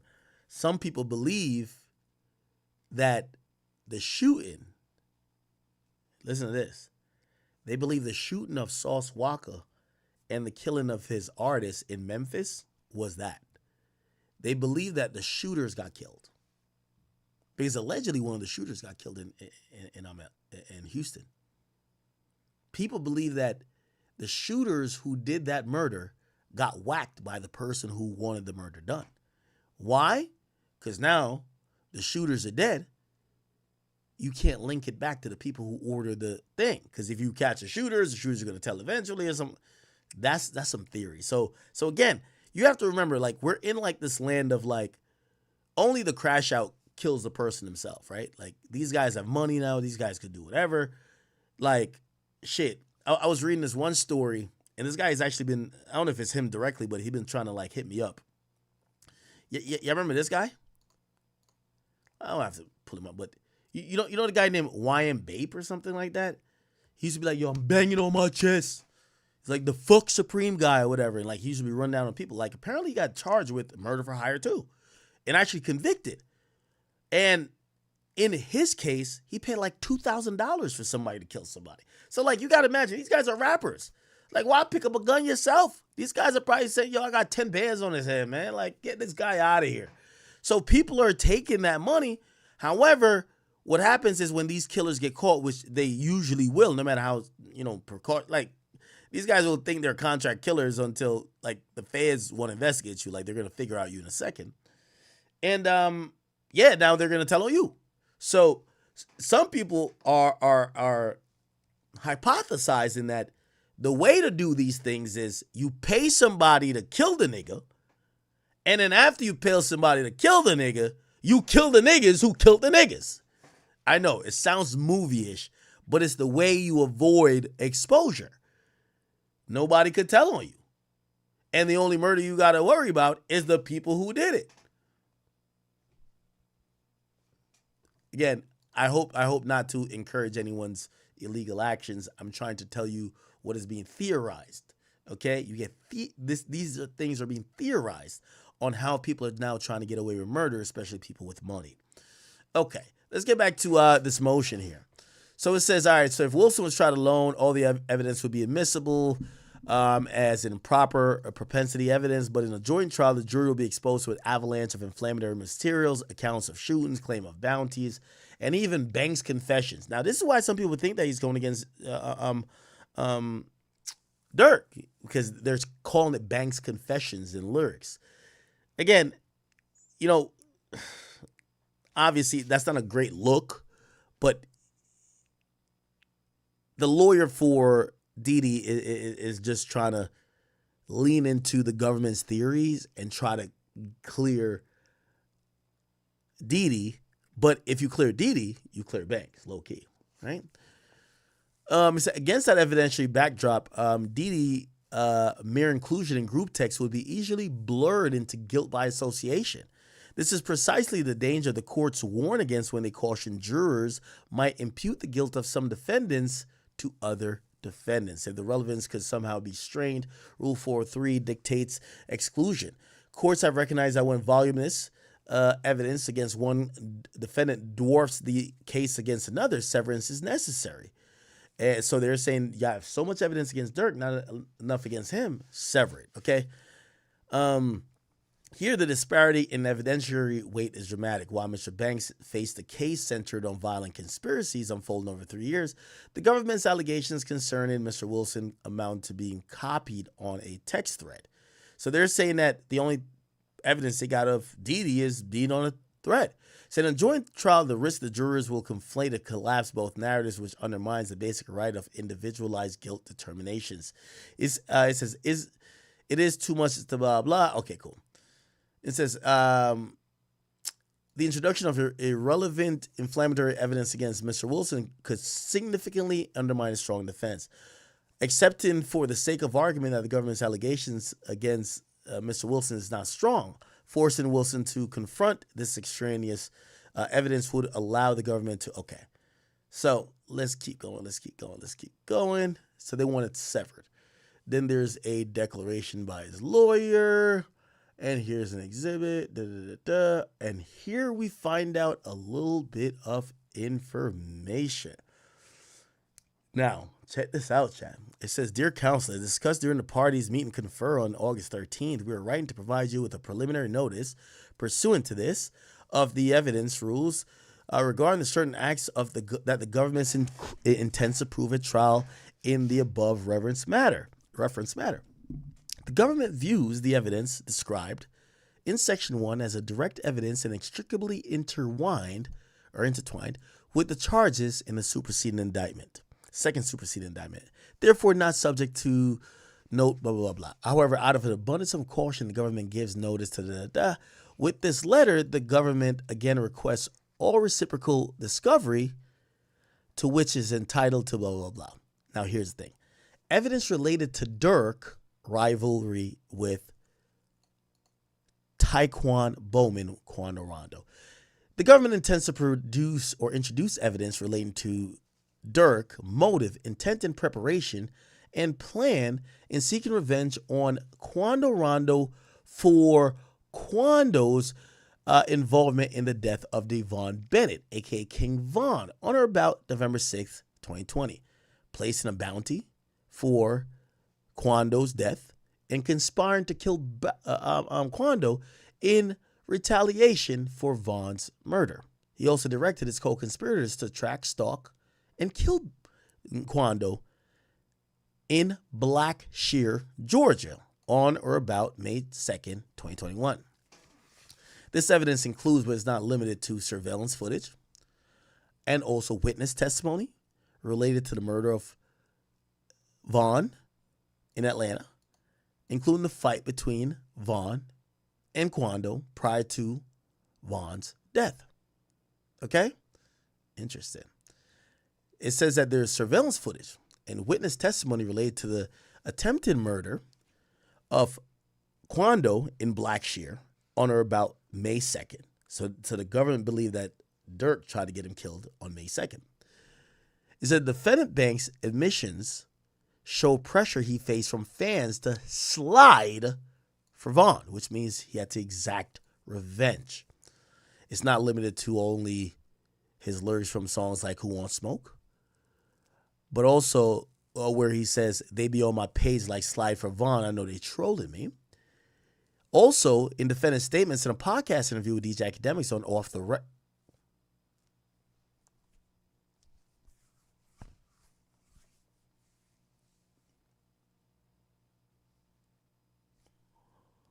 Off the Record in May 2023. By the way, also, I've seen Wack say this, and you know, I've never cared to address it, but I want to clear it up now. When I did the interview with Durk, was not the time that the murder happened. I did do an interview with Durk in LA at the what hotel we did at? I forgot what it's called. Some high upscale hotel. It was not done at the same time of the murder. The murder was like August 2022. We did the interview at May 2023, and that's the reason why Durk actually said, you don't hear them saying slide for Von no more, because allegedly the deed was already done. Okay? Allegedly. I just want to correct people who think that the timing was the same time I did. So even the feds admit it. I did an interview with Durk in May 2023. So specifically after being asked about this rivalry with Quando, his response to the interviewer's question about whether defendant Banks was triggered by slide for Von comments, he responded, for some reason, I just don't see them comments no more. For some odd reason. Might be the water. We've been here, though. We different in Iraq. So there's social media documenting the pressure fans placed on Banks to slide for Von. Comments on Banks' X account stating the voice and the moon pay what? And it says Rip King Von. Okay. To the extent the court determines that these acts are neither direct evidence or intertwined with the charges in a second superseding indictment, these acts are admissible to show defendants' motive, intent, preparation, plan, and knowledge and identity and absence of mistake and lack of accident. Now, there's more. They're saying evidence related to Durk, Banks directed and ordering violence against rivals. And so there's evidence relating to Durk bounty for the killing of Stephon Mack. Remember, he's not charged for that, but they continue to use this on January 27, 2022, as charged in U.S. versus Montgomery and Wilson. So yeah, the other last person's name was Montgomery. So you got Montgomery and Wilson. Including but not limited to surveillance footage of the shooting text message recovered from the defendant Montgomery Wilson's cell phone discussing, never mind, there's somebody else, my bad. Montgomery Wilson is one name, I'm sorry. Discussing payment from OTF. So in addition to an audio file that's been previously introduced to you in Discovery, the government will produce this they're talking about shit. The government will produce screen captures of these comments. Okay, cool. It says, Banks for the murder said there's a Facebook story from Montgomery Wilson's account showing him holding money while a song by defendant Banks was playing in the background. And there's a DNA and fingerprint analysis linking Montgomery Wilson and Powell. Okay, Powell was the last name, I'm sorry. To the shooter's vehicle. The evidence that the defendant Banks and others was involved in the murder of SR, that's Lil Pop, sought to exact revenge on another rival, blah, blah, specifically in the April 2023 text messages by by defendant Banks and OTF members, including Didi, and also Booney Mo and PW1. What's PW1? It shows defendant Banks feud with OTF or O Block member Muna Duke over the Banks' belief that O Block members were not properly retaliating for Bennett's death. In the thread, Banks states, "I'm finna pipe it up." To which Booney Mo says, "Blood, it's green light." So it's a car emoji. It's green light. I'm getting shit together now. No phones. As set forth in Cooperator Discovery. Wow, there is a snitch. Produced to you, the government expects PW1 will testify that in response to Banks' direction to exact revenge on O Block members, PW1 looked like a snitch, and Booney Mo purchased a vehicle with funds from Banks to travel to O Block and kill whatever O Block members they could find. Wow. Now this is explosive here, chat. This shows that they claim that Durk was so willing to do anything to exact revenge on the people who weren't sliding for Vaughn that he told somebody else. Booney Mo, he says, yo, it's green light for them niggas. If they not sliding, they gotta go. Now, this is all alleged, and we would never put those, these flabbergasting, flagrant accusations on our brother, Lil Durk. Nah. Like, we wouldn't put these on him, but this is what the government is claiming. I will be honest. Wow. PW1 is also expected to testify that PW1 would have been expected to be paid by Durk for anyone the conspirators killed, but that the conspirators did not go through with the plan because of the police presence on O Block. Wow. They're saying Booney Mo and who's PW1? So PW1 is cooperating. Chat, what's PW1? Help me out here, people. What's PW1? PW1, who is that? What is that? Chat, talk to me. Talk to me, chat. Y'all sleeping? Y'all sleeping, chat?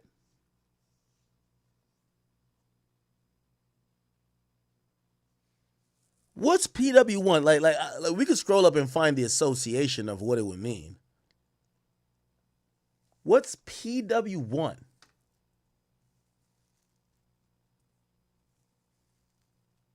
Protected witness? I didn't say who it is. I'm saying what is it designating? Like the acronym. Yeah, protected witness. I see a bunch of people saying, okay, protected. Okay, so that's a snitch. For a fact.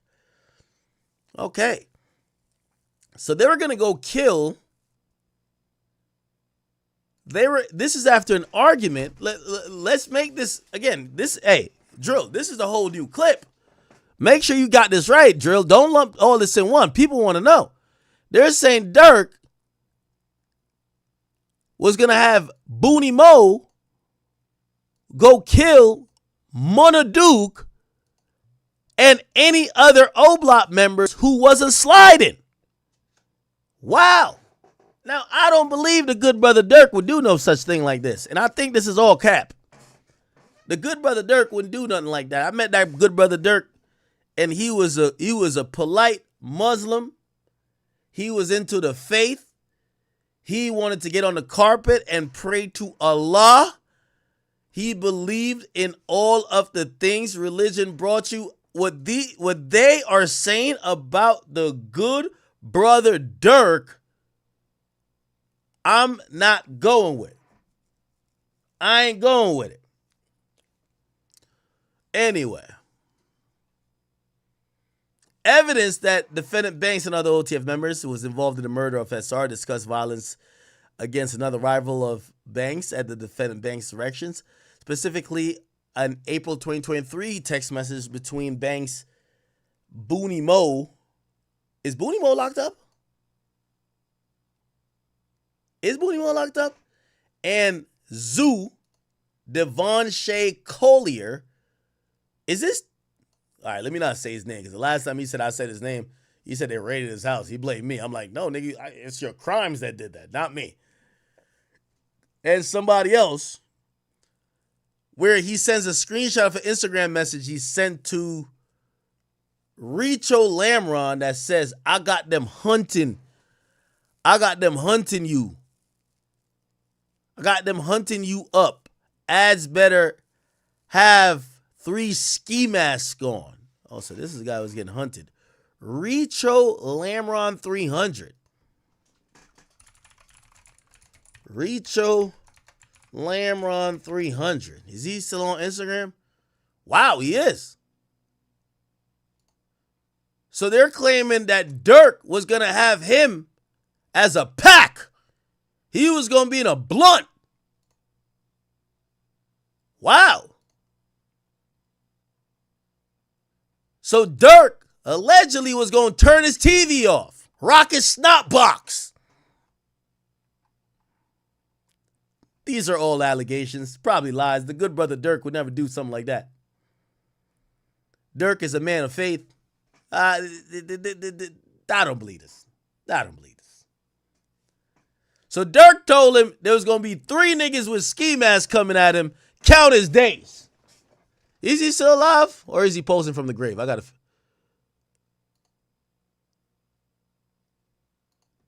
Okay, he posted memes.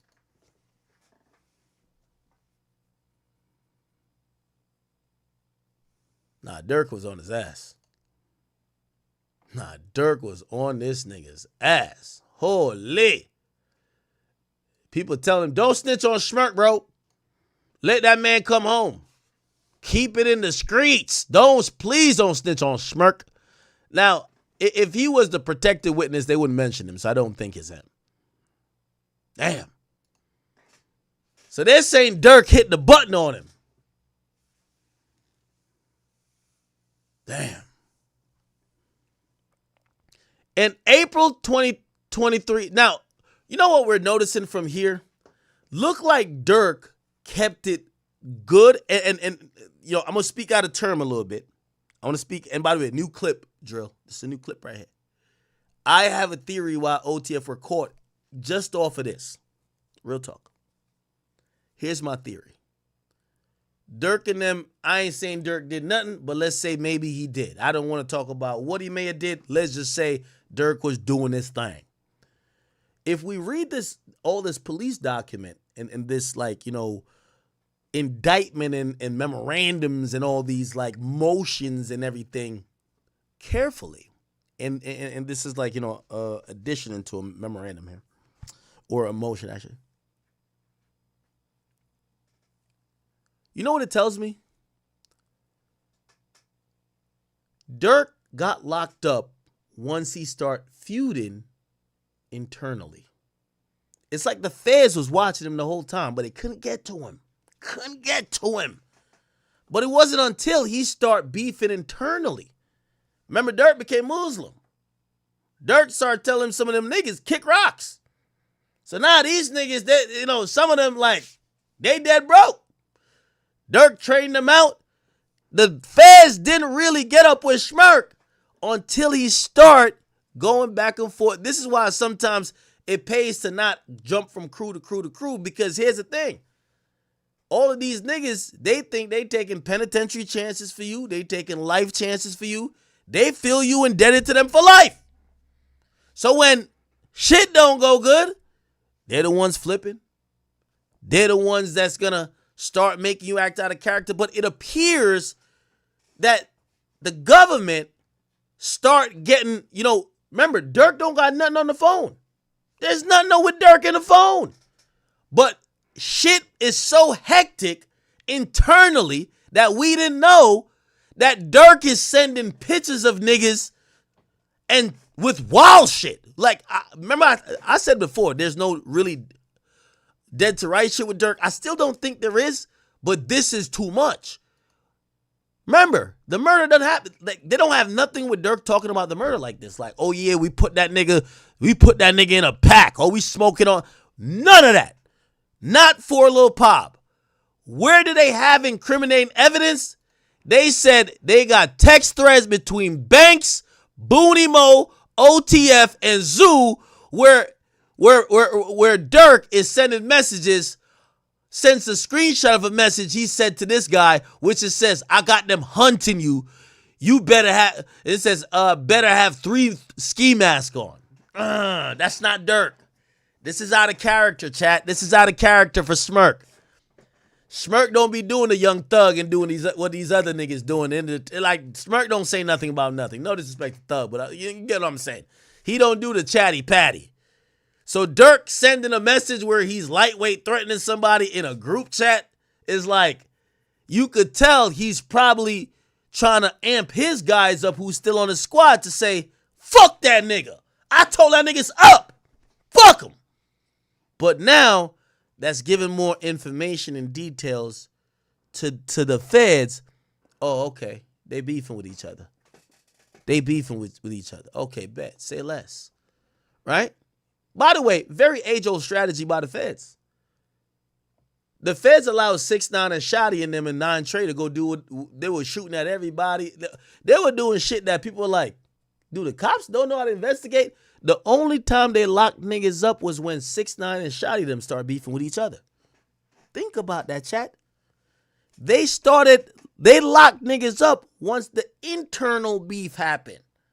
Internal. Be honest. When did 6ix9ine get locked up? The day after he said, fuck them dirty bloods and this, that, and third, and they realized they was about to kill 6ix9ine. Everybody locked up.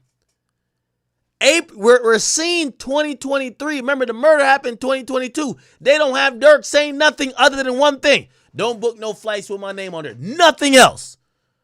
But they're wrapping this as a conspiracy based on how hot Durk was talking internally, not about ops, about niggas that they knew. Yo, I told that nigga, I got him hunt your ass. I gotta hunt your ass. You better have 3 ski masks on. He's sending to his homies. Durk letting him know, like, yo, nigga, I let that nigga, what's up? Then they got an audio voice message from Durk, close associates, Booney Mo, who sent it to the protective witness or prosecutor, whoever you want to call this person. And it says in the voice message, Booney Mo conveys the direction from OTF leader Durk saying, and they called Durk supposedly blood. He says about how defendant Banks wants his money spent, including he want people to get sliders and stuff like that for show, referring to vehicles used to commit criminal activity. Wow. Durk admissions and lyrics about paying for bounties and directing violence include Aha, where he says, smirk, slide, don't respond to shit with Vaughn. I'm like, fuck it, you tripping, go get your gun. They dropping locations, I'm getting it done. Fuck tweeting, we sliding, the feds are.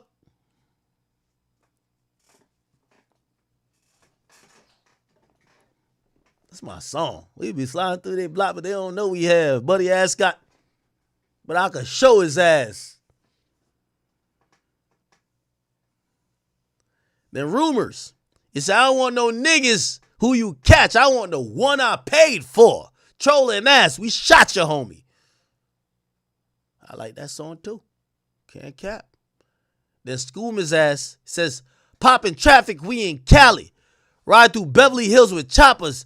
Down and see the oppas. Bounty hunter, you ready to crack that little bitch to get her up. Oh, shit. God damn, man. Now, here's the thing. I want to make it very clear, y'all, that even though, and I think this is why people think Didi has flipped on, Durk, that's not true. This thing here was a government notice. So the government notified. They notified the parties. Actually, I think this should have been sealed. I'm not, and by the way, they took down this document. That's what I'm saying. Durk all day got it. But like, I couldn't find this on the docket. Because I think some of this stuff detailed some privileged things, even though they were careful still. And they also outlined the government's strategy.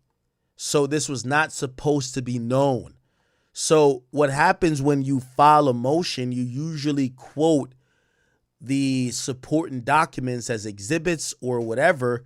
And that's what Didi did. He's basically saying all this evidence y'all got against Durk got nothing to do with me. Why you got me charged with Durk? And that doesn't mean he's going against Durk. That just means he wants his case severed. And I'm telling you, if it's severed, it helps Durk. Because one of the main connective tissue to this conspiracy is saying that Durk told Didi to hire niggas.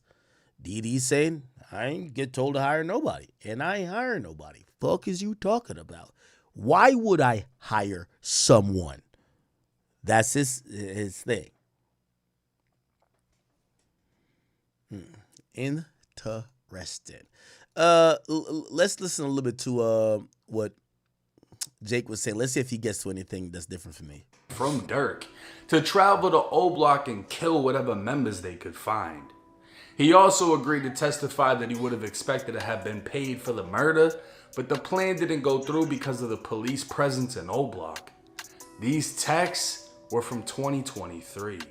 In 2025, 31-year-old Munna Duke would be killed outside a bar with O Block youngin'. Turning to breaking news from overnight on Chicago's north side. Chicago police say 2 people were shot and killed and a third person was hurt. This happened early this morning near Broadway and Rosemont. It's still unknown what led up to that shooting. So far, no one is in custody. At this time, no one has been charged with the shooting, and in no way has Durk been connected. If Durk is able to beat this case off a technicality like the prosecutor is illegally working, that would be some insane shit. But in all reality, he'd most likely just get re-indicted, or at least that's what I would assume. It's hard to say if any of this is looking good or at least better for Durk, because the accusations are still punishable by forever and don't seem to be letting off that forever part. The feds would also highlight Durk as showing a repeated disrespect and willingness to impede the judicial process. Apple Watch, baby. From phone violations to getting caught with an Apple Watch, the feds would claim Durk has escalated his defiance of BOP rules that keep witnesses and others safe. They'd find it even more troubling that instead of accepting responsibility, Durk attempted to destroy the watch and impede the investigation. Not saying it can't happen, but I highly doubt Durk will ever get a bond in this case. This is going straight to trial unless Durk is offered a deal he can't refuse. But that's just my opinion. Now, here's another thing to consider. And I know some people might be like, yo, why is he stupid to be having an Apple Watch? His lawyer probably already told him, bro, they're not going to give you a bond no matter what. So, like, you got to survive behind bars, right? Like, you're going to have to federal trials go way quicker than state. Like, obviously, like, Windham and Melly been waiting for like 7 years for a trial. Well, he already got one, but he's waiting for a second one, right? In federal court, they're going to try to give you a trial, like, within the year. They're not trying to wait 8 years to put you on trial. They move at an expedited pace. If you're down to move at an expedited pace, and Durk want to get home, so he wants to move at an expedited pace. So it's like, he's not going to get a bond. So he's not going to be in jail trying to be a choir boy. Like, yo, give me a watch, give me a phone, yo, give me an iPad. Yo, I'm over here like, yo, I got to go find some bitches on Baddie Hub. Like, yo, I'm about to go do my thing. Like, yo, I got to go tap in with Big Act when he's streaming. I got to see what's popping out here. Like, you're not giving me a bond anyway. So what they're bringing up is like, it's like water in the bridge.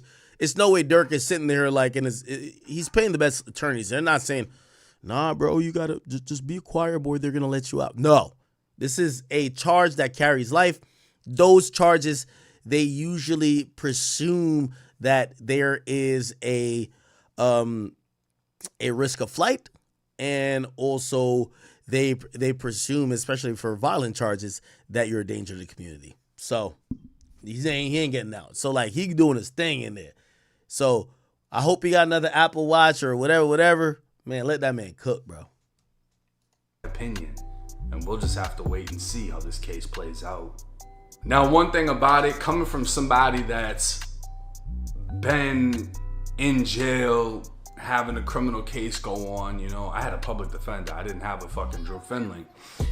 And I feel like the majority of America will never have a Drew Finley. We'll never know what it's like to be represented by a lawyer of that caliber unless you're making crazy money. But when your lawyer or your public defender comes up with a motion to dismiss, it sounds great. You're thinking to yourself like, oh, hell yeah, nah, yeah, they're going to go for that. Yeah, they got to throw it away. I just beat this case, you know, I'm good. And then it goes to the courts and they're like, we ain't going for it. The decision is up to them regardless. So they can make something sound great. Beating this off a technicality, throwing out the curveball that the top federal prosecutor isn't even supposed to be in his position is crazy. And the fact that so many federal public defenders have all filed against this man, if Drew Finley is able to get him thrown out, that would be insane. But the feds are on top of everything. They even accused Durk of having Drew Finley go on Vlad TV to make Durk look better in the eyes of the public. Like, the feds are on everything. They watched the DJ Academics interview of him talking about how do you feel when people say slide for Vaughn. They listened to all the lyrics about him talking about slide for Vaughn. They're watching everything. And they're trying to manipulate every situation they can to get the conviction that they essentially want. Now here's the thing, when you file a motion saying, look, we want the specifics, we want to know how coded language was used, we want to know who said what to who, the feds can only respond by letting it be known. All right, this is who said what. This is what was said. But when they do that, Durk's team is going to now be able to build a defense towards that. So I don't think this motion was necessarily to dismiss everything. I think it was more so to force the feds to release the information so that Durk's legal team can better attack them and do a better job at defending him when it comes down to trial. I think that this is all tactics right now. We're 100%. watching a $1 million lawyer play. He's playing ball, and he's playing ball with the feds. And by the way, yeah, sometimes playing ball also results in you filing motions that don't get accepted. You know, you gotta figure out more information in where the government stands with certain things to know how you could properly combat stuff. And I think that's what Drew Finland's doing. So, like, you know, I know some people they're really bent up on some of these motions, whether they're granted or denied. But you have to realize this is gonna be a chess game all throughout. Like, they're gonna get to the part of what's going to be admissible in trial. They're going to fight over this damn jury thing, because I'm pretty sure Durk is like, nah, I want the juries to be known. Why? You might have that one OTF juror who says, fuck that. I'm not putting that nigga in jail no matter what. Fuck you niggas. They sat through the trial. They're like, fuck you niggas. We're going to do a hung jury even if y'all all think he guilty. We're not doing it. So I don't think they want that to, you know, they're going to fight over everything, right? They're going to fight over everything. All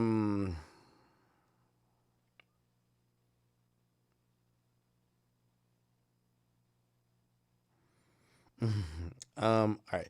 Let me call Whack 100. Whack 100 is our regional, you know, gangster. He's going. There we go.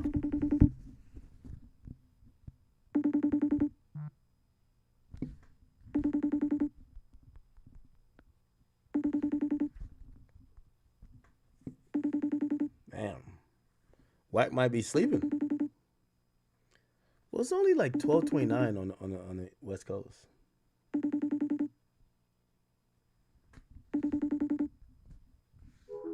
Okay. Let me call him regular.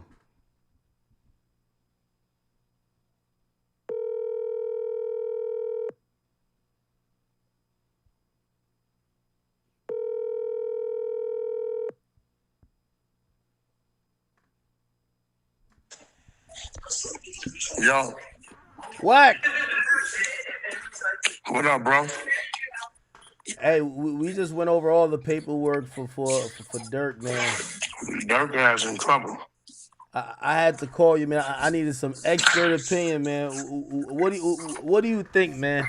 You know, you run the exposures over there. Y'all go over paperwork for a living. First of all, let's hope whatever he was doing on that Apple Watch wasn't discussing nothing wrong. Well, he tried to break it. You got to give him some credit. You can break all you want. That ain't got nothing to do with the device. You know that. Once they tap into that cloud, I don't give a fuck what you face. That don't affect that. You think you would have had an Apple Watch on the cloud? You can take your phone right now.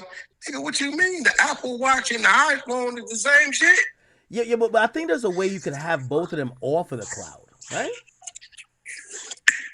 Well, let's hope he did that. What I do know is this. Them people, as long as they got the device, they can get into it. Oh my God. Let's not forget, bro. The feds hires hackers to work for them. That then did time for them. Let's not forget that, bro. You know what I'm saying? Like, some niggas just got to be patient with shit, bro. You in there like that, you done already got in trouble fucking with phones on his last bail. You don't remember? Wait, hold on, though. Like, so I said this. I said, Durk know he not getting a bond.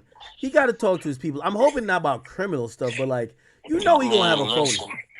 It's no way he gets a bond for murder for hire. So, like, while he waits a trial, he got to keep a cell phone on him. Come on now. Come on, I mean, you know, if that's what you're doing, that's what you're doing. I tell all my homies, don't call me about no nothing if you're getting caught with phones, homie. You know, I got one nigga got another 2 years for phones. That don't even, it's dumb. Really? It's just dumb to me, bro. They giving niggas 90 days every time they get caught with a phone. It's just stupid as a motherfucker to me, bro. What do you mean, like 90 days in a hole? Like what nigga, 90 days time, man. Really? Fuck you mean, man? Like you said, you told my nigga. So you doing another 2 years if you got caught with phones 8 times. Just now, bro, have some patience, my nigga. Maybe you need to be in jail. So you think this is like a big deal type shit? Hell yeah, because at the end of the day, if anything's on that motherfucker pertaining to that case or talking to anybody or fucking with anything like that, it's a problem. There's already 2-3 niggas telling on him. What did you think? What did you think about OTF DD's motion to sever the case? Nigga, I thought it was a good thing. Nigga, he's a rat too. What? Wait, hold on. Right, come on. Wait, hold on. Can I explain? Nigga, you didn't see what it. Hey, look, bro. Let me tell you something, bro. I can show you right now. Yeah. When I filed a civil suit on World Star and LA Media, right? Big U put some shit up, right? I can show you why I tell my attorneys I'm filing against World Star and LA Media. Yeah. Take his name out of it. This nigga, I mean, they did, meaning you control what your attorneys do or say, right? Did you read that shit? This nigga is saying, pretty much, my client is not in the text thread. You guys are holding him for this text thread for this shooting that's supposed to happen that never happened, right? And then he goes on to say some shit to the sort, Durk is the only one in there. He names Durk as being the head of the text thread. Nigga, like, what you doing? See, that's what I'm saying. Hold on. Yeah, but that's already in discovery. It's not like he made it up. No. You listen. Bro, that ain't supposed to come out his mouth, bro. Only thing he's supposed to say is my client is not in the text thread. When you start putting emphasis on Durk, that's letting me know you're ready to cooperate. Well, hold on, though. You're doing too much. So his point of mentioning Durk, he ain't in the text thread. That's it. Ain't no mentioning Durk. Yeah, but he had to though because he ain't gotta do no. See, that's where you wrong at. Wait, the Supreme Court case. The Supreme Court case that he's referencing says that if 90%, say me and you were charged together, if 90% of the evidence they only got against you, I have a case to say like sever our charges or sever our cases because Bro, I don't want think you people to missing the hear point. 90% of the shit versus you to Listen. think that I'm also in Listen. all of that. You're missing the point. That's why I tell the kids, stay out of these games, because how it's supposed to go, nigga, you ain't supposed to do none of that. Anything that can remotely put a light or point a finger or anything back at your man, yo crying me, and you on some street shit, nigga, that ain't what you supposed to do. I'm sorry. So wait. So stop. No. We gonna keep these gangbang street niggas where they supposed to be. Stop trying to move them over here to the right side. Keep them over here, bro, with this gangster gutter shit. These are the rules. Stop. They didn't let 6ix9ine break the rules. Fuck all that. Y'all keep giving these niggas this leeway. No, this nigga's a blood. He's a crip. He part of this crew, that crew, this crew. These are the rules of the streets. Fuck what the square niggas is saying. We don't go by your rules. These are the rules of the street. And this is what you're supposed to follow. And when you violate, you become that. That's it. So you're saying that he shouldn't be mentioning Nigga, you don't mention no nigga name about nothing. Ever. Unless you saying he didn't do it, I'm taking it, Freem is mine. You don't put no shine and no negative light or no more weight on your man, period. These are the rules of the street. Stop trying to lessen what these niggas is obligated to, bro. The shit getting sickening. No, this what you signed up for. You understand what I'm saying? You go on Fear Factor, right? They telling you. You might have to be mingling with some rats, eat some worms, or some slimy shit, right? That's what they tell you when you go on Fear Factor, right? Whack. Okay, Let me ask you a question. It is, bro. Let me ask you a question. Maybe he's using the new rules of the streets. That was penned. That was penned and authored by a individual named Whack 100, and he's using those not the new rules. What that is, and he's using a 72-hour rule, which means if we get locked up and you don't take your responsibility in 72, I'm gonna say, and you can get that on Amazon. But this is my point. I created you put it on Amazon, yeah. No, I created that book, so all these old dumb niggas, no, they ain't listening to what you talking about. This is what they going off of. All that shit y'all popping about what it is, these young niggas is going. I got all that shit in that thing from talking to young niggas, bro. So you telling me you feel like this? Hell yeah, I feel like that. Fuck that. It's only one of them really come from me. That's number 8. Which one's that? Number 8 is if you put a motherfucker on and you put a gun in his hand, he gonna do something, he get caught, and he gonna rat. If it's 3 of y'all put him on, all y'all wear the snitch jacket because you shouldn't have put him on anyway. You force a nigga on, pressure a nigga on to be part of some shit, and then he get caught up and tell on everybody, you wear the rat jacket too. You and anybody else that was involved in initiating this nigga into something that he wasn't ready for. So you're saying that the vouching for civilian rules that says if you vouch for a civilian who then cooperates with the police, both you and any enablers will be given the snitch jacket. It's a fact. Look, let me tell you something. When you go in for a job, y'all gotta go on Amazon to get these new rules, chat. Like, we gotta figure out what rules Durk and them dealing with, but Whack got the new rules for the YNs. That's what they going. It's the New Testament. And number 13, you can snitch on the dead body. I'm all for that. You can save a able body to throw more dirt on the dead body. I'm all for that. No problem. But the rest of them, rule number 1, 6ix9ine is a case study.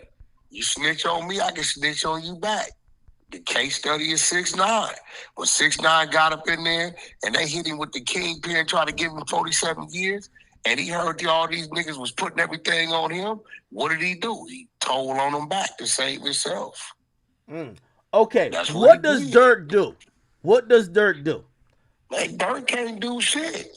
Ain't nothing he can do but sit back and watch the show, bro, the worst is yet to come. Wack, It's we two, got three hold niggas, on. They cooperating on him, bro. All right, Wack, we got a plan as if we were the think tank for Durk's team, whether it's his attorney team or his real life street team that haven't got picked up. You don't see what they're doing, bro? They're establishing that Durk will call a hit. Those text messages are establishing that he will give orders to go spin the block, to pipe up, to kill niggas. Okay? They're establishing that on the text, although that's other locations, not Beverly Hills. If they can show 2-3 situations documented and a rat nigga that's in these text threads verifying it, they're going to say, if he did these things here, what makes you think he didn't call the shot in Beverly Hills? That's all they doing. Now, here's the thing, and this is going to be an interesting thing to remember, Wack, and I can't wait to hear your opinion on it. But chat, remember this: when we were going into it, I know we didn't cover it like really all in all, but in the Dolph case with Hernandez Govan, we all said he's cooked. We got the shooter telling on him this and third. He got found not guilty. If the people who testify on Durk end up being criminals themselves who facing life, could a jury say, y'all niggas just passing the blame because y'all different. There's nothing, no text, no messages, no nothing from Galvan with them dudes, bro. Nigga, what you mean? They got text messages, identified the phone numbers, text threads. What you talking about, bro? Galvan, he didn't have none of that. They couldn't tie him to them dudes.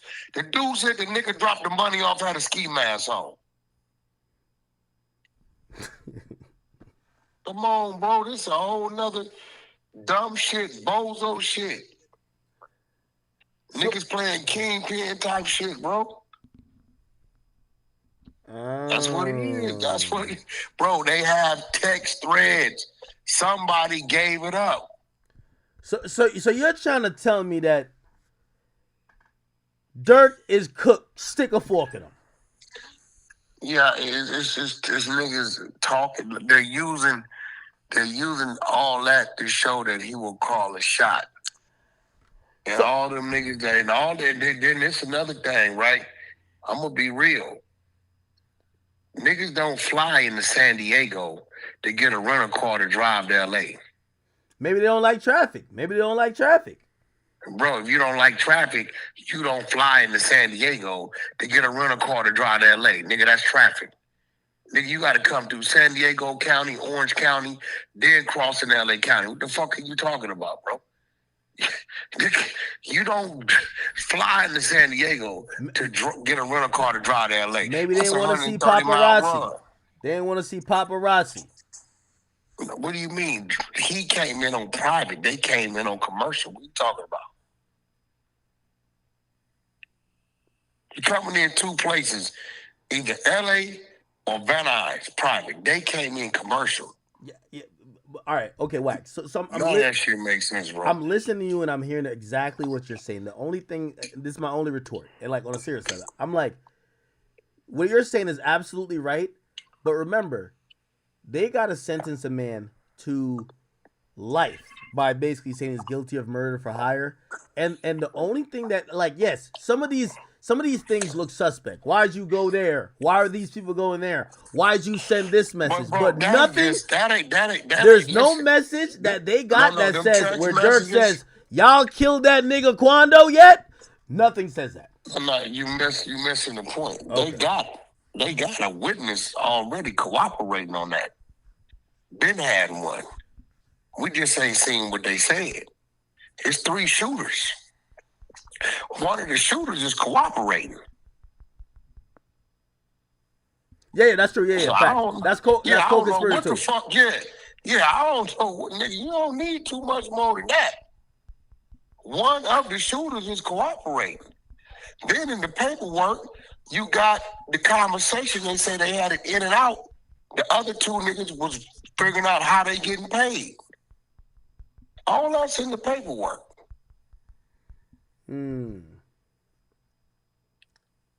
It's in the paperwork. So you think that Didi is telling? They ran a poll in my chat, and Didi, look, bro, and a lot of people say yes, but I'm saying no. Look, the fact that Didi even allowed that shit to be said is crazy. It's crazy, bro. Yeah, but don't you think? So here's my theory. They need Didi because two of the shooters Durk don't know. They need Didi on the case to prove the conspiracy.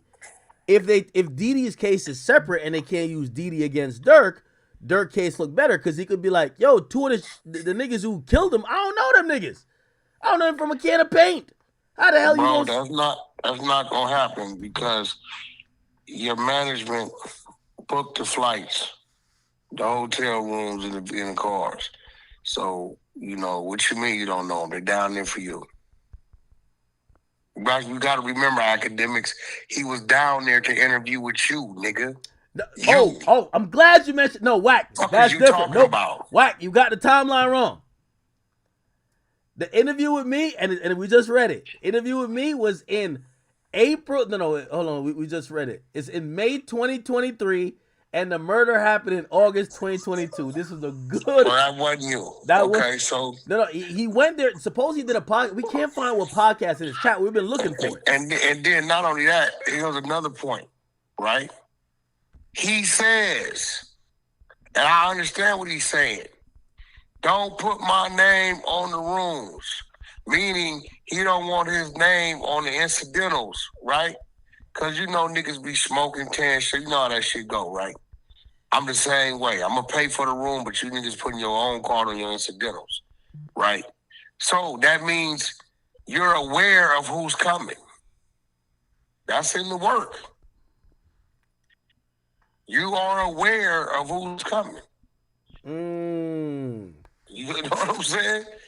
The manager is going to testify because the manager booked the rooms with the company card. He didn't, that wasn't like, oh, I want to hide who's here. He just saying, like, bro, I'm going to book the rooms, but y'all going to put your card down on incidentals. That way, if y'all smoke the room out, you know, that's 750 act. You know how that shit go. You niggas run the bill up in that motherfucker, that's on you. You know what I'm saying? So he's aware of who's coming because they booked the rooms on the company card. True. You get what I'm saying? So you can't play that role that you didn't know who was there. Now, do I think Durk called it? No. This is what I think would happen. Durk got something to do.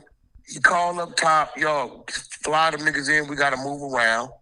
Him and his man come in from Miami private. Durk go to a spot, wherever it may be, right? He tell them niggas, yo, we gonna meet at 8 o'clock, 9 o'clock, we moved in. Them niggas get in 12, 1, 2, whatever time they get in. They gonna do what every other little crew do. They gonna start moving around, calling they little IG bitches they didn't man in the DMs, whatever. The LA nigga, which is like the nigga number 4, number 5 in the paperwork. That's Brick Day, yeah?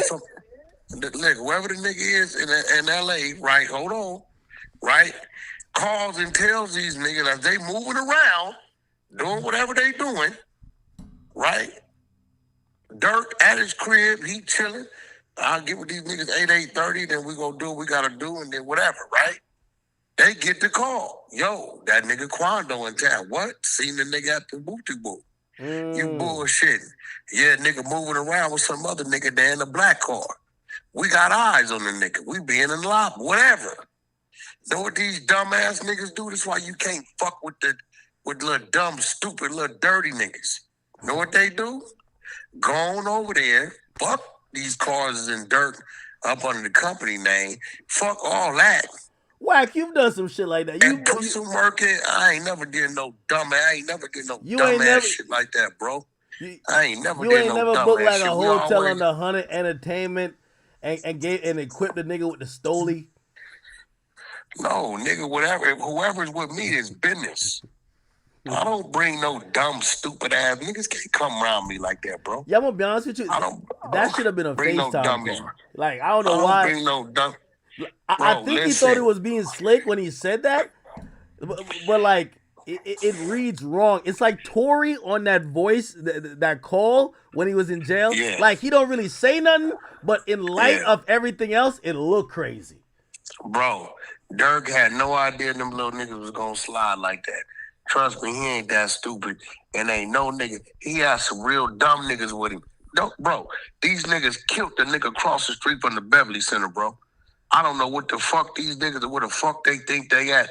Is you dumb or you stupid? Hey, the last motherfucker killed the nigga at the Beverly Center.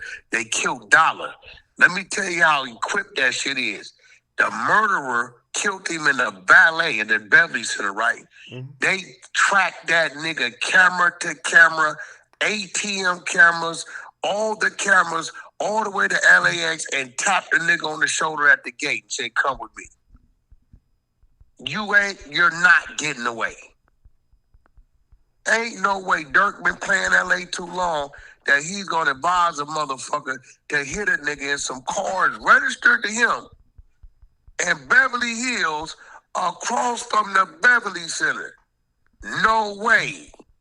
This is a prime example of having some dummies around you, fucking with the hood. Straight up. You gonna have some niggas with you? Have some niggas that got some goddamn sense, bro. Fucking with the hood. Hey.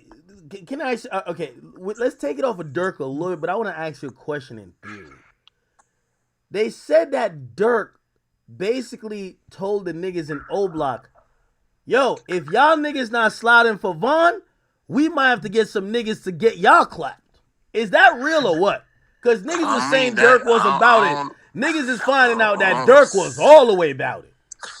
I don't know. I mean, only thing I know is what they're saying they got in the text thread. The assumptions is the bullshit. But then whatever they got in that text thread, they gonna definitely use it in court. No, but well, forget that. I'm just saying in theory. If he's on some, if he's running his program saying, yo, if niggas don't slide, man, I just don't, bro. Theory don't count. Either niggas either there or they. If you ain't heard Durk say it, and they ain't got no motherfucking text thread of that, that's just that. That ain't even worth mentioning. You know, fucking theory is Jesus died and came back to life in 3 motherfucking days. Nigga, we don't know. Fuck. Niggas still arguing about that. What we talking about, bro? Like, that's, if they ain't got Durk saying it, it ain't on the wiretap, it ain't on the text blast, nigga, that shit don't matter, bro. That's just talk. That's hearsay. That ain't even gonna be, you know what I'm saying? Yeah. Makes sense. Yeah, you can't. But them text messages and them 2-3 witnesses, that's what's gonna cause the damage. That's gonna break his heart. That's gonna break his heart, bro. Interesting. Hey. Remember that OTF Jam nigga? Yeah. They been real quiet about that nigga. You think Jam's still up in that jam? Hell yeah. You can't even find him in the system. Maybe at a camp. Maybe cooling. I don't give a fuck about nigga. You can get found in the system. Yeah, I definitely believe Jam. I believe Didi gonna end up flipping, and there's already 1 or 2 already down that didn't flip. Oh hell, that's a problem. That's a problem, my nigga. Hey, by the way, you seen Diddy get 4 years? Like, how you think that gonna be? I heard he gonna be in a camp. Niggas is telling me he's going to a camp. He's going to a low security. He ain't gonna be no gate. Nothing, bro. He going to camp. Diddy be out August, September, my nigga. Wait. Do you think he still can, like, fuck bitches when he back there or no? I mean, if he's dumb, if he's stupid, he'll do that. But if he's smart, he'll mind his motherfucking business and come home. That shit's wide open. Reggie Wright was in. He said niggas used to leave and go buy Popeye's chicken and come back. Oh, he gotta go fuck Gina. Gina's a real one. She showed up and said, I was victim. Nigga better go do that 10, 11 months, bro, and come on home, bro. That's the criminal mentality. Like, bro, stop trying to be slick. Do what you gotta do, come on so you can do what you want to do. You know what I'm saying? Do what you gotta do so you can come home and do what you want to do. You know what I'm saying? Like he gonna get about another 18 months off, bro. He already got 14 months in. Shit, 85% of 50 months is 42 and a half months. Yeah. You know what I'm saying? You know, so they gonna take that from the top. So the math goes 50 months minus 15%. Look, that's 42. Minus 15%, 42 and a half months. Actually, I'm lying. 50 months, he got 14 months in, right? Yeah. 14, they're going to take that from the top. 36, so I leave him with 36 months minus the 15%. That's 30 months. And then he's going to do the drug program. That's minus 12. And then the 6 months to the halfway house. So he's going to probably roughly do like another year max. So he'd be home latest. His ass be home October. Wow. Late. He'd be home 2026 for sure. So you think Diddy is going to be out of jail by the end of next year? That nigga going to be home in October like a motherfucker. Watch. Wow. Hey, going to Camp Phil, he be all right. Hey, speaking of which, we got to get the official certification. I announced it on the gram. We have Pooh Shiesty, who's back home, and he's the only rapper of recent time who came home, never snitched. Is that true or not? The Exposers, I heard they did a whole thing on it. We need to know what's the deal. Well, here goes the thing. You know, I had his attorney 11 months ago on my channel. Really? Yeah, I sent you the link. You got the link. The Exposers was we had his attorney, but he made some points. We made some points, but the point that he had to clear up, he was supposed to send the paperwork, and he gave me his word he was gonna send it, and he never sent it. Now I will tell you this: I looked at my phone today, and the Exposers been working overtime, and they got all kind of new paperwork. Wait, what? And I ain't ready. But the way they talking crazy on this text blast, hold on, I'm gonna send it to you so you see it. I ain't ready. They been working. Wait. You think I'm fucking around? Hold on, what? You think I'm fucking around? Bro, I haven't, listen. Bro, I'm finna show you. What? Bro, I haven't went over it, and I come tomorrow, they gonna be on my line about it. Yo, Wack. Look, I'm finna show. See, look, you be thinking I be capping. I'm finna give it to you in real time screenshots where you're gonna see they let me know, hey, we got a motherfucking problem. And they serious, and I'm gonna be, look at your text, right? Wow. Bro, I haven't even cracked it, but they talking crazy. So I gotta go in there tomorrow and see, look. Yo, Wack. Yo, y'all got niggas circling shit on paper? Bro, this is the real motherfucking operation, bro.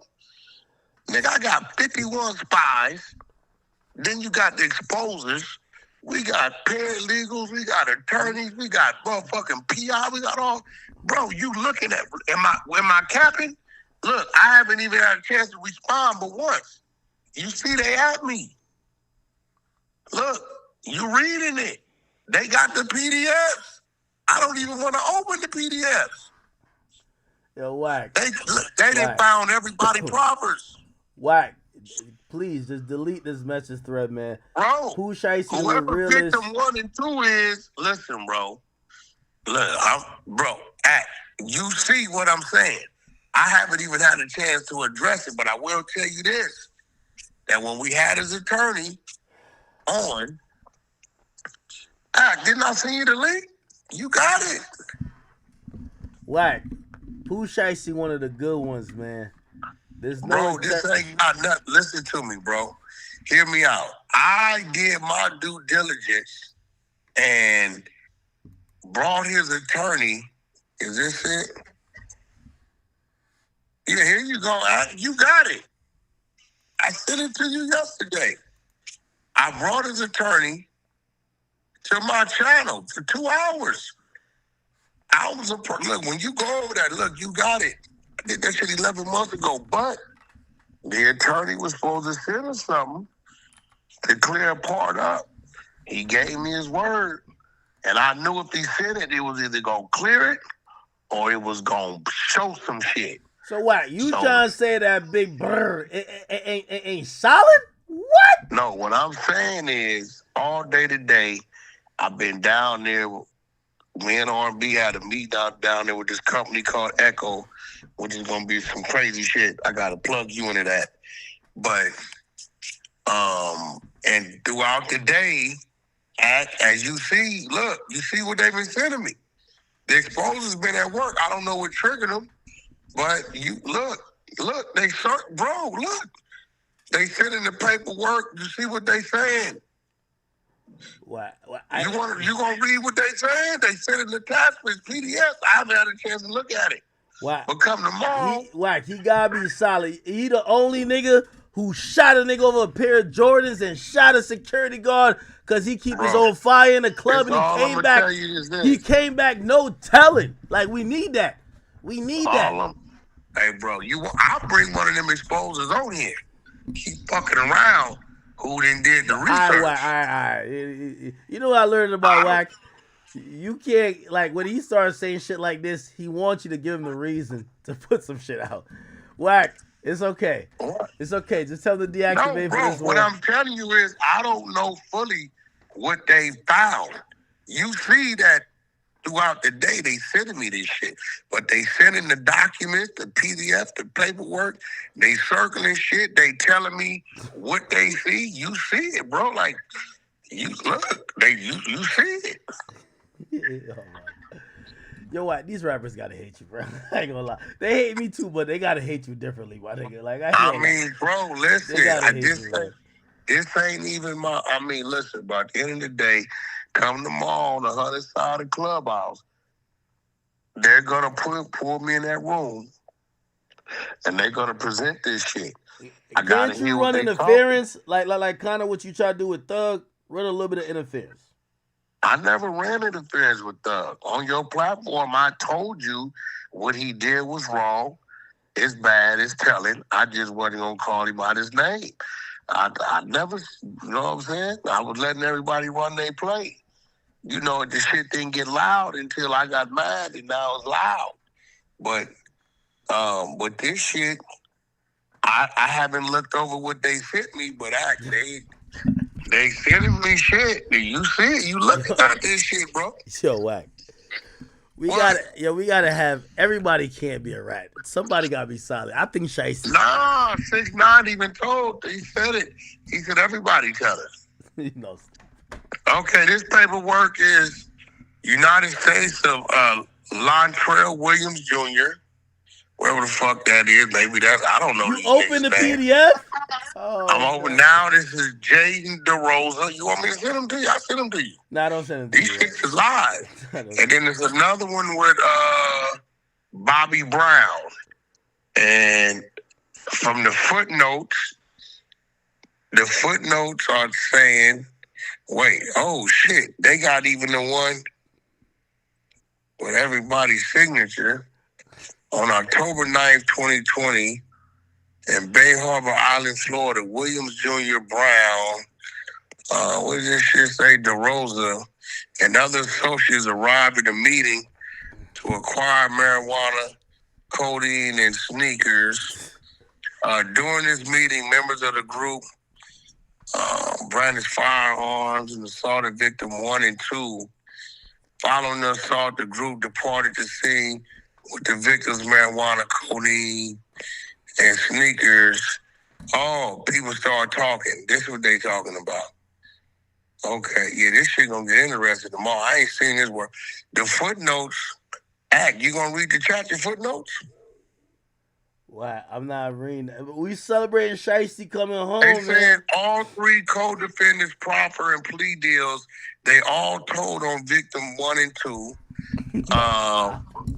And they said Pooh Shiesty and his 2 co-defendants told on the 2 victims. Ain't no way around it. Wait, I ain't read. How the culprits told on the victims? Like, how that work? I mean, bro, they got all the paperwork. It must be in these documents.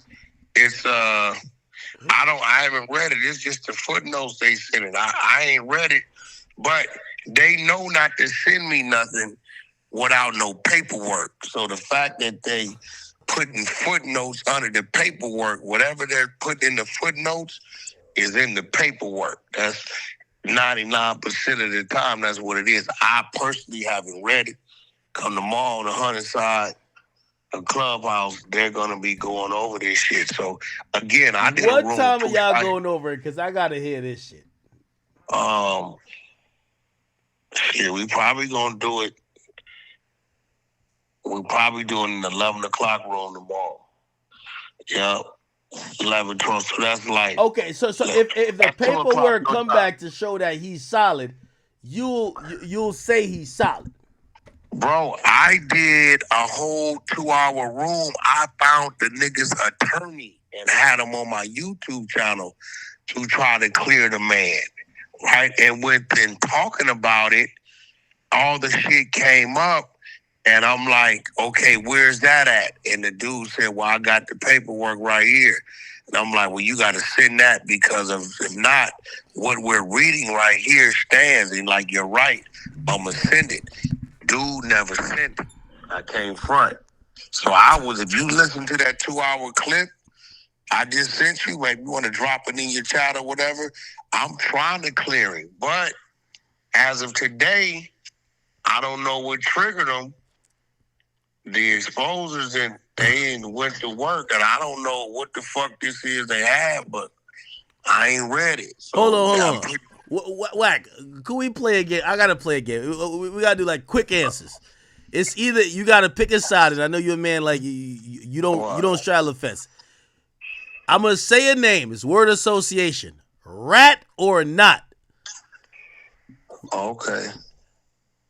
Lil Zay Osama. No, his paperwork said he didn't rat. Young Thug. Rat. Gunna. Rat. Woody. Rat. Yak Gotti. He told. You're right. He told. T.I. Long tail rat.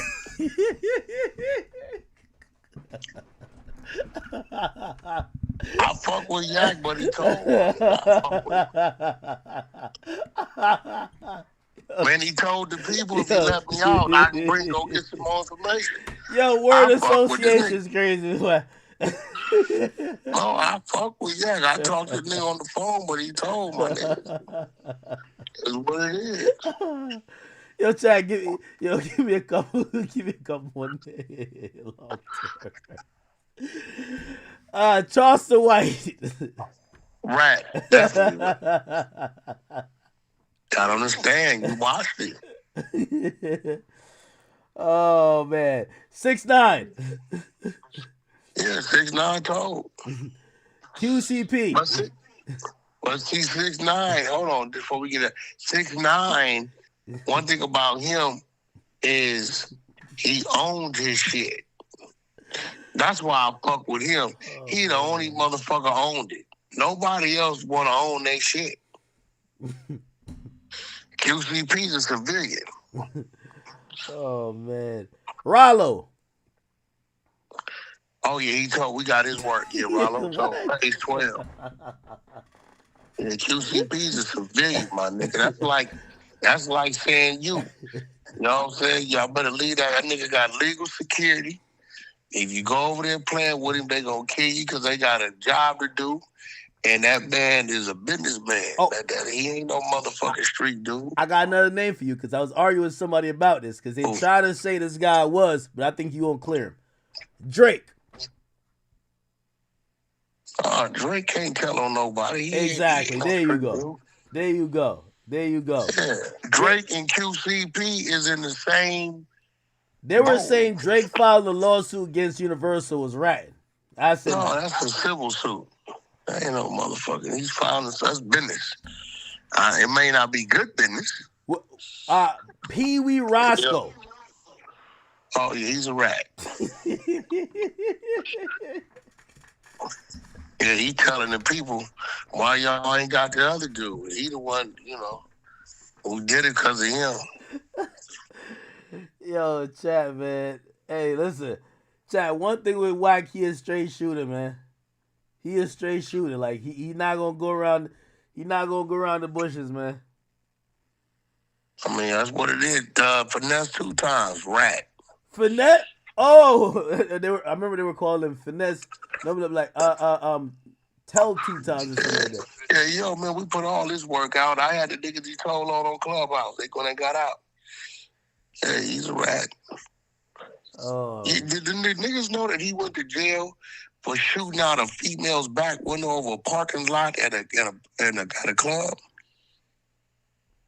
Yeah, we had all this work. Man, the nigga tripped on the broad, shot her back window out, bro. He didn't do no gangster shit. And then he told on them other niggas. He took a nigga name. Another nigga named Finesse. He told on them on a robbery. Gave first, last name, everything. We got all that paperwork. Hey, did you see him in Houston? Apparently they were trying to press him and he stood on business. That's cap. That's cap. Fort Worth. They'd have killed that nigga if they was telling him to check in. Dude was asking him, yo, bro, why did you perform? Finesse jump up there on the hood talking about, y'all not finna make me check in, doing a bunch of hot. They looking at this nigga like, what the fuck is this nigga talking about? We just asked you why you didn't perform. What, nobody telling that nigga to check in. That is Fort Worth, bro. They will kill you over there. If they was pressing that nigga about checking in and he jumped up on top of that car, they'd have left that nigga on that windshield, bro. Them niggas ain't playing over there. I don't know why. This nigga Finesse is bipolar.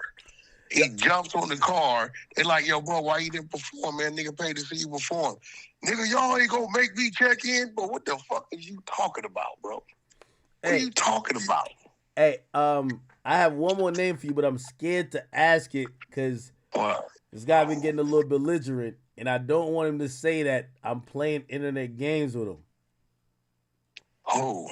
Jim Jones. Yeah, he's a rat. You know he's a rat. Everything I said, now the New York Bloods is saying, why you ain't in jail? That's conspiracy on that tape. You set the whole shit up. But see, it's because Wack was saying it, and they was on their shit, New York shit.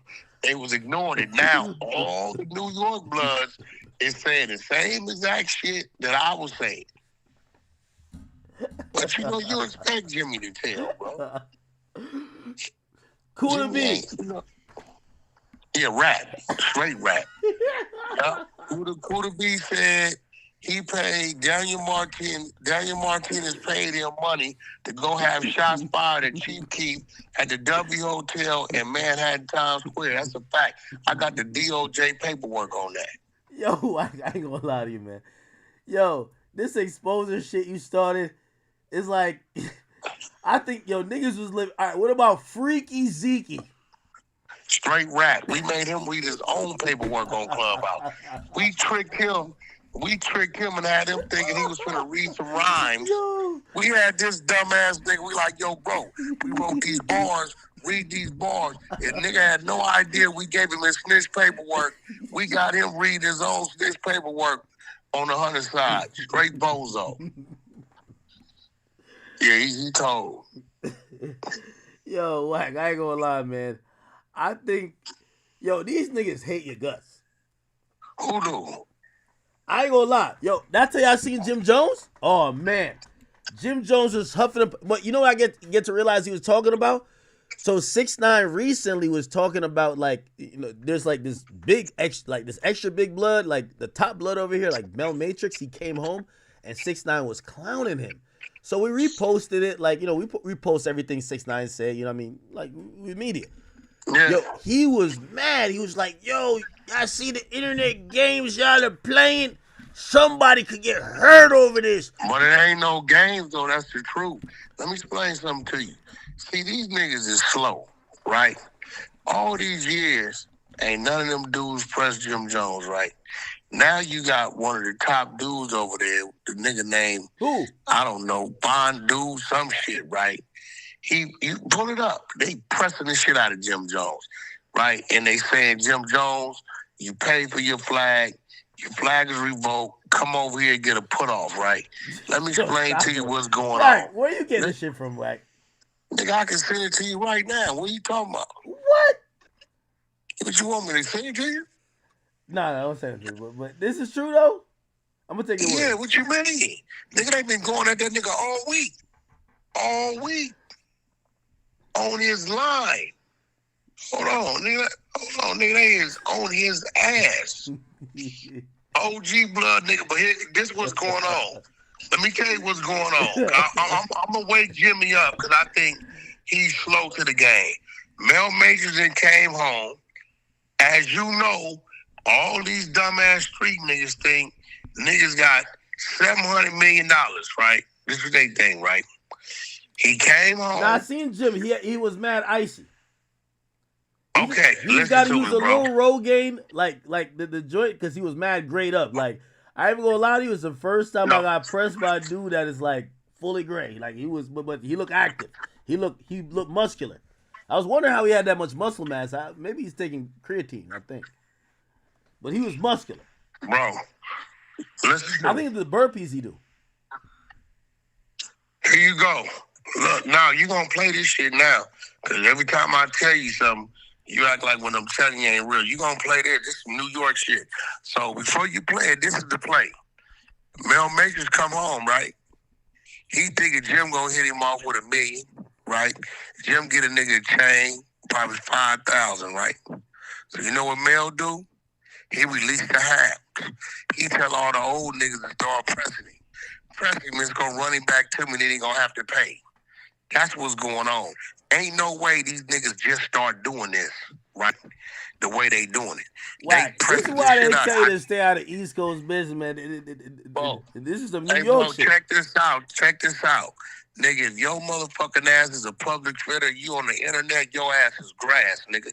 Exposers, nigga, let me tell you, we got the run of the land. Both foreign and domestic. Jim Jones said it get dangerous when y'all playing with him. So I'm going to just be honest. Whack, tread lightly. The only thing gonna get dangerous to Jim Jones is he's a motherfucking cooperator. Nigga ain't finna do nothing, man. Jim ain't trying to do a day in jail. Whack, have you seen these guys? Because, I ain't gonna lie. When I seen Dave Free, he was emotional. When I seen Jim Jones, he was angry. I ain't gonna lie. He wasn't angry. He didn't do nothing to you. Yeah, but I was with Birdman. So, What difference that make? Nigga, listen, let me be angry and I see you. I don't give a fuck who you with.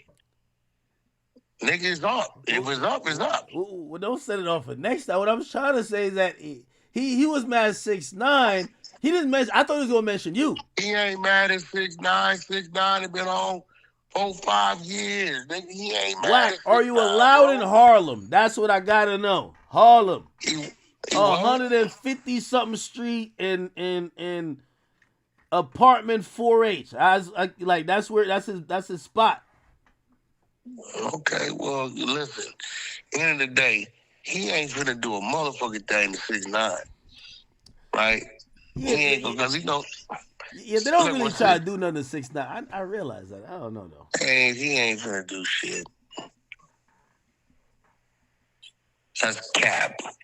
But won't you play that what I just sent you? Yeah, but we gotta verify because you trying to be fair to Jim Jones. That's a first generation New York blood right there, bro. Play it. That's real. Play it. Didn't Jim Jones come to the West Coast to get he got his stamp? That's a New York blood right there. Are you scared to play it? Jim got you shook. Now, Jim Jones, we gonna let Jim Jones live, man. We rock with Jim. So you not gonna play the content? That's crazy. This ain't you heard it. He said this ain't really content. He said he gets critical. Content. That's content, man. That dude ain't finna do shit. That's content right there, bro.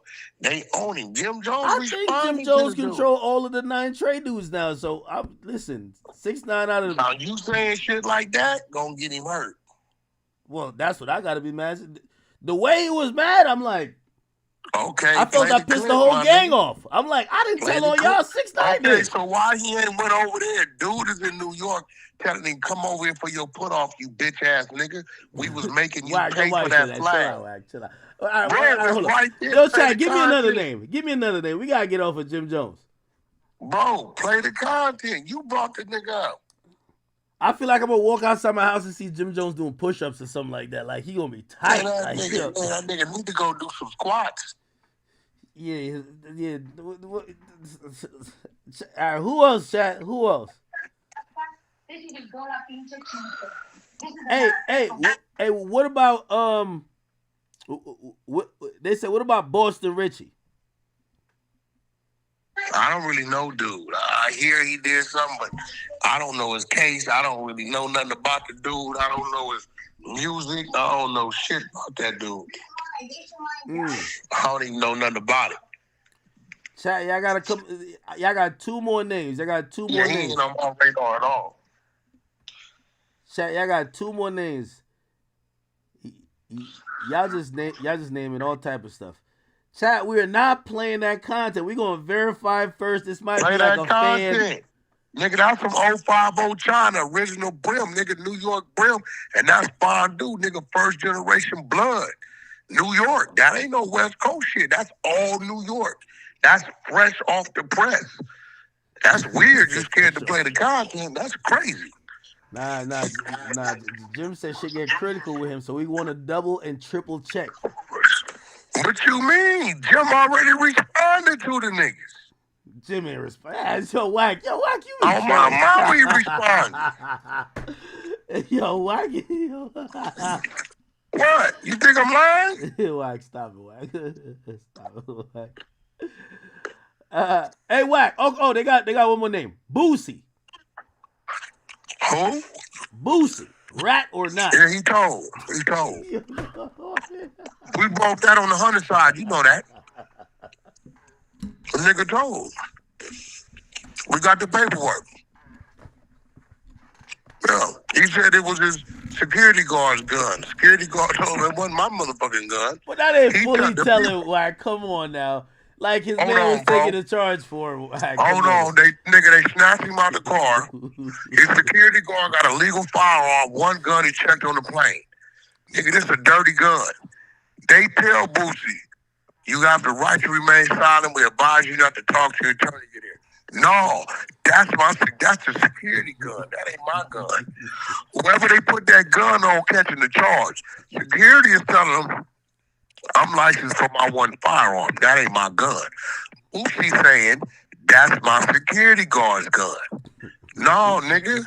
You can't just keep putting no gun on no nigga. Ain't his gun, my nigga. He getting paid to be security. He got his one fucking gun. He licensed. He checked on the plane. That's telling. Hey, what you say? Chat, y'all got one more, but I'm not gonna mention that name because y'all know how Wack feel about it. And me and Wack, we have argued this down because I'm not gonna accept Wack's opinion on this one because he gonna keep talking about the UVs and we don't want to talk about it. So I'm gonna go with another name. I got two more. NBA YoungBoy.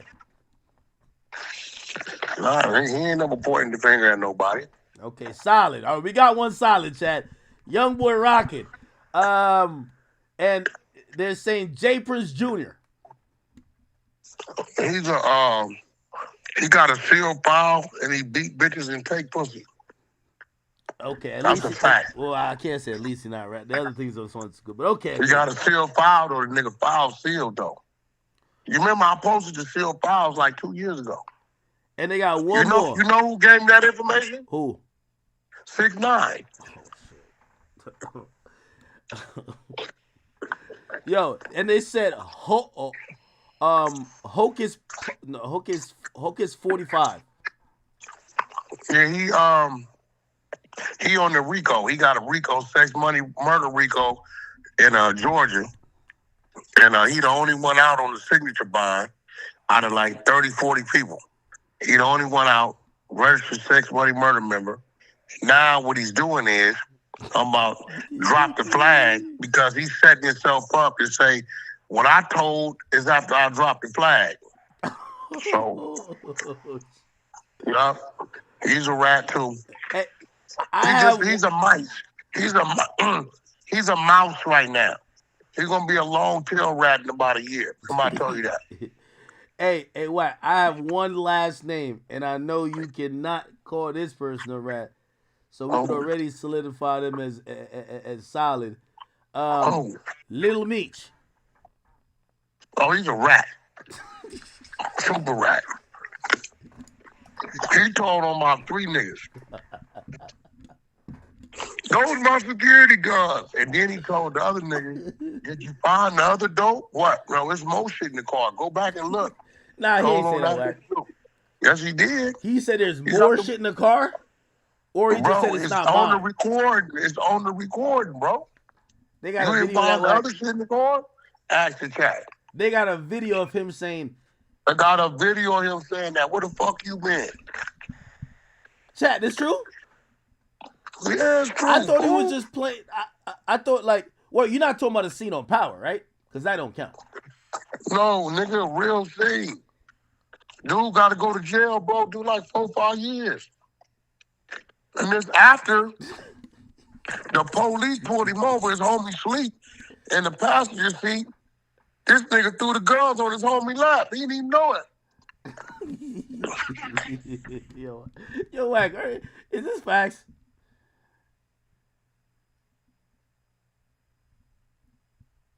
Oh man, someone was intercepted the call. It's real. What? Yeah, bro. Heck, listen. The world is one big cheese pot. Everybody tell it. So wait, if somebody you knew that, you know, they might have a light reputation in the streets, but nothing too crazy. If they got jammed up and you were their friend and they could get out of it telling, would you advise them to tell? Hell no.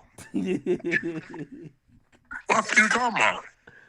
Because if everybody telling, it's like, if everybody wearing a COVID mask and you the only one not wearing a COVID mask, it kind of feels stupid. So if everybody telling, why not tell? Yo, Troy Ave voice, the streets is a myth. That's what it's going to. Damn. Niggas was saying Pooh Shiesty was going to bring the streets back, and I was agreeing. I ain't gonna lie. Nah. Listen, I fuck with Pooh Shiesty, but I'm going to tell you this. If he let Thanksgiving catch him, if he pulls a young thug and gets out, he's already starting off wrong. Pooh Shiesty buys a gold chain. We don't want to see that shit. Let us see Pooh Shiesty brought the football team new uniforms. Pooh Shiesty went and did something with the homeless shelter. We don't give a fuck about you. You already did that shit. You was at first base. Pooh Shiesty signed the Gucci. This, that for Memphis. Okay, boom, you had a hit. You got to first base, right? You tried to steal second a couple times. You got locked up. Now you back at home plate with the bat. You got to drop the music, bro. Niggas don't give a fuck about your gold chain. Niggas don't give a fuck about a car. Where the music? If he don't come with the music and he let Thanksgiving catch him, it's over with. Might be some problems, right? And so I hope somebody telling him this ain't 3-4 years ago. You got to come with it quick. Hey, you ever heard of Hoodoo Rich Pablo Juan or no? I heard of Zoe Osama. One of the hottest dudes in Cali right now, in Southern California. From 89th Street and Mary, 89 East Coast. Zoe Osama. Y'all need to go check him out. He's doing his shit. Hey, you know who fire too? Who that? What's the guy name again? EBK J-Bo. I heard him from out west. He locked up though. Nigga, he looking at 30 years. For real? That's over with. Nah, ain't no way. One thing I like about his music, he sound like he was rapping about real people, real situations. He's from Stockton, my nigga. He overweight. He looking at about 30. What? Yeah, True Car. Yeah, go pull True Car up. And you want to talk? We can talk about the cats out here doing something that's free. Wait. Yeah, EBKJ will up against it. I heard he just locked up for 6 months. Wait, how you get 30 years? No, he got out and went back already. Nigga like Arkansas, Tennessee, or some shit. Pull it up. EBKJ, bro. Nigga looking at like a 30 piece. Nigga from Stockton. Man, I was listening to his music. He give off Chicago energy like he was really doing shit. Oh, he hard. He hard. Chicago, my man, Kiddo Curry. It's some youngsters out there still grinding. Nigga, we got R&B coming back on the West. My man Tjay 23. He signed to Nick Cannon, incredible. My man Frisco Chuck over there, Tjay 23 over there. He got a single just came out. Incredible R&B coming back strong. Eric Bellinger just dropped a project. You know, there's shit going on out here. You know what I'm saying? My man Conscious, you know, that's dancehall, but his shit is still moving. There's shit going on. All right. Yeah. Documentary 3 coming top of the year. Documentary 3 on the way? Top of the year. Yeah. We had gotten 2.5, right? So it's now 3. Like 3 got to be a huge deal. Yes, 3. Yeah. Return to Blueface is coming November, December.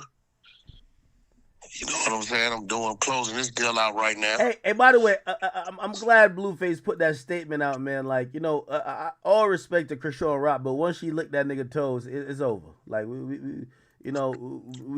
I don't know, bro. I represent Blueface. I represent Jonathan Porter. Yeah. I don't know nothing about nobody else. I knew the return to Blueface is coming. Music. He gonna have a boxing match with Swaggy P, ex-LA Lakers, probably about March. Reality show, fresh out of love. Why the hell would Swaggy P take that? Why would you want to fight a nigga coming out of prison that's all he's doing is squabbling? Man, Swaggy been in there training, my nigga. Swaggy ain't no punk here, West Coast nigga. It's a friendly fade. They gonna get out. We got the urban music side. We got the sports side. You know what I'm saying? Swaggy P said I would Gilbert Arenas every day. So it's gonna be a great fight. We got nothing but sports. November 7th, Caribbean Clash down in Hollandale, Florida. At the casino, November 7th. We got like 8 to 10 fights. Y'all come check it out. Nothing but sports to be on the Truth TV platform. Hey. Another thing I got to talk to you about. You know what I mean? Hey, so a lot of shit going on. When Kendrick gonna line it up with Drake? You know Drake down. Drake ready for that. Drake ready for what? The head up.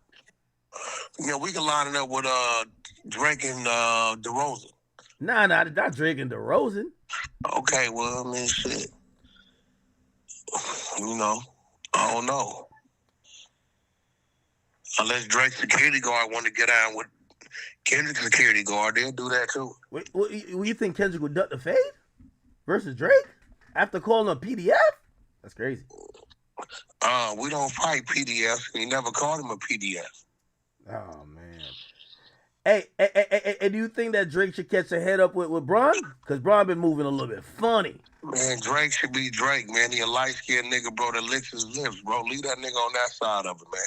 I'm trying to put that nigga in the middle of the street. Drake probably ain't never had a fight in his life, bro. Nah, that's not, if he catches a squad, but that's not street shit. That's just him being a man. Drake ain't probably never had a fight in his life, bro. Leave that nigga where you ain't hear what 600 Breezy said? They put hands, feet, and elbows on a rapper when they caught him out there on the West Coast. Drake ain't did shit. That's a group of niggas did it. At Coachella, no, they said Drake was putting belt to ass in the fight. They said Drake. Man, that's cap. Drake kind of like that. Hey, this not the grassy Drake. Man, listen, bro. Let Drake be Drake, bro. Drake been working out with his trainer. I heard, you know what I mean? We don't give a fuck about none of that shit, bro. That's cap. Let Drake be Drake. Ain't nobody saying he ain't a man. Ain't nobody saying he won't defend himself. But stop talking all that other type of shit with that man name. That ain't what he do, bro. Hey, has the West Coast adopted LeBron, man? Because LeBron is riding so heavy with the West Coast right now, man. I think he won a statue. LeBron is LeBron, bro. I mean, shit. LeBron, the oldest man in the NBA. Look, baby. See, outside on some dusty stairs.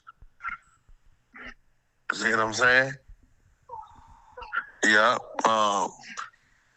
LeBron is LeBron. He's the oldest man in the NBA right now, right? 40, 41? Yeah, I think he's the oldest guy in the NBA right now. Jeez. What you think about Steph Curry wife? How she dogging him? Crazy. I mean, you know, I wouldn't normally comment on that, but you know what? Yeah, she out of line, bro. I've had a history with a couple out of line women that, you know, only God can separate me from, so thank God that they separate me. I'm not going to speak on his situation. The only reason why is because he came out and he told Killer Mike to mind his motherfucking business and don't speak on his wife. So when a man says that, even if you think he's in a situation that you think is bad for him, until he bump his head, you gotta let him rock. You gotta let him rock. He's bumping it now because she on a mission. Wait, what she do lately? What she do? What Aisha Curry do? Everybody said that she never wanted to be married. She never wanted to have any kids. All kind of crazy shit. Just talking crazy, bro. 4 kids later. She married, listen, bro, they got together, dude was 21. Next year, no, he was 20. The next year, he got drafted by the NBA. 2 years later, she married the nigga. So I don't know what the fuck going on. And, you know, Hell she claiming. No. Wait, she said that? I did not want to get married. I didn't want to have crazy. kids. I didn't want to get married. I didn't want to act. She going crazy, bro. No way. She said, what she say? She seeks the attention of other men. Well, let me ask you a question. Do you think that's just her or most women, and maybe she just said the quiet part out loud? Hey, bro, don't no man's wife openly say they seek the attention of other men, bro. What the fuck are you talking about? Act, this how your bitch got took. I don't got no chick. I mean, right now you don't, but when you did have one, she was seeking the attention of another man. That's definitely not a fact. How. Listen. Yeah, that ain't cool, bro. Like, what the hell you mean? Like, you can't take nothing that don't belong to me. Man, you don't need to be with that man. Why? You can't listen. Here's my motto. You can't take nothing that don't belong to me. Yeah, but you thought it belonged to you. No. If I was with somebody, she was publicly lusting for another dude publicly while we're together, like, yo, I want other niggas to like my. I think that was crazy when she said it earlier. So a couple years ago, she said that. Yeah, I don't know, bro. It's just kind of, and you know, Steph Curry, like the most non-confrontational dude in the league. Like R&B said, good guys come in last. I guess a woman be wanting a motherfucker to talk a little shit every now and then, put them through something. I don't know. It's kind of interesting because it feels like if she was with a nigga like Future, she would never say some shit like that, right? It's almost like he's too perfect of a guy. That's what I'm saying. I ain't gonna lie, like optically, and I don't know the ins and outs, so I don't want to caution myself because I don't want to speak on it. Because again, my motto is, I don't care what niggas think about people's relationship. If the nigga look happy, mind your fucking business. But I will say, part of what she's saying, like, kind of almost reeks of if that nigga was doing a little bit more cheating, she'd act in line. Like, it proves sometimes you might just have to go fuck another bitch. Like, real talk. Because, like, when you too much of the perfect guy, she over here thinking about everybody else but you. She need a nigga. Yo, put like this. I forgot which nigga say he like keeping a bitch stressed out. She don't look stressed out enough about Curry. She too safe. He need to go fuck one of the cheerleaders, fuck the girl in the front row. He need to be having 15 hoes like Stephon Diggs. I guarantee her ass would be on Spaces wilding out like Cardi B. She would have never, ever been on no podcast that comfortable to say he should have her ass stressed out. He should be fucking Molly Querim from ESPN. He should be fucking Taylor Rooks. He should be fucking the 3 chicks who always be staring at the stars in the front row. he should be fucking 3 cheerleaders on some Dwight Howard shit. Yeah. He should keep this chick stressed out. She got too much time on her hands. She talking crazy. I don't have them type of problems. If R&B told you, I'm not gonna lie, Wack, I love you, but there's something about The Rock that when that nigga is on the screen is irresistible. Could you line up a meet and greet as a fan? Bro, my woman is a grown ass woman, bro. Not a kid, bro. A grown woman who understands she with a grown ass man, bro. That's kid shit, bro. I wonder why this girl does this shit. Yeah, you know what it is? I think she suffers from main character syndrome.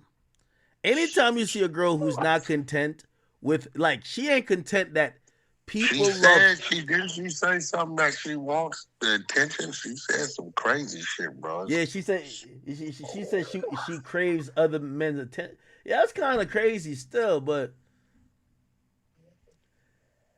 Well, what do you think it is about Steph Curry then? Because at some time when they get home and it's all quiet, do you think he ever says to her like I love you and everything, but bitch, shut the fuck up when we in public? Like, stop saying this dumb shit. Or do you think he doesn't at this point in time, it don't even matter.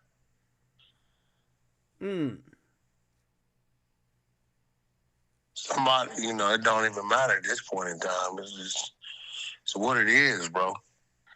A lack of respect is disrespect. You know what I'm saying? So. But love is a powerful thing, man. I think that's his high school sweetheart. And also, here's the thing, too. This is what I've also noticed. I've noticed this.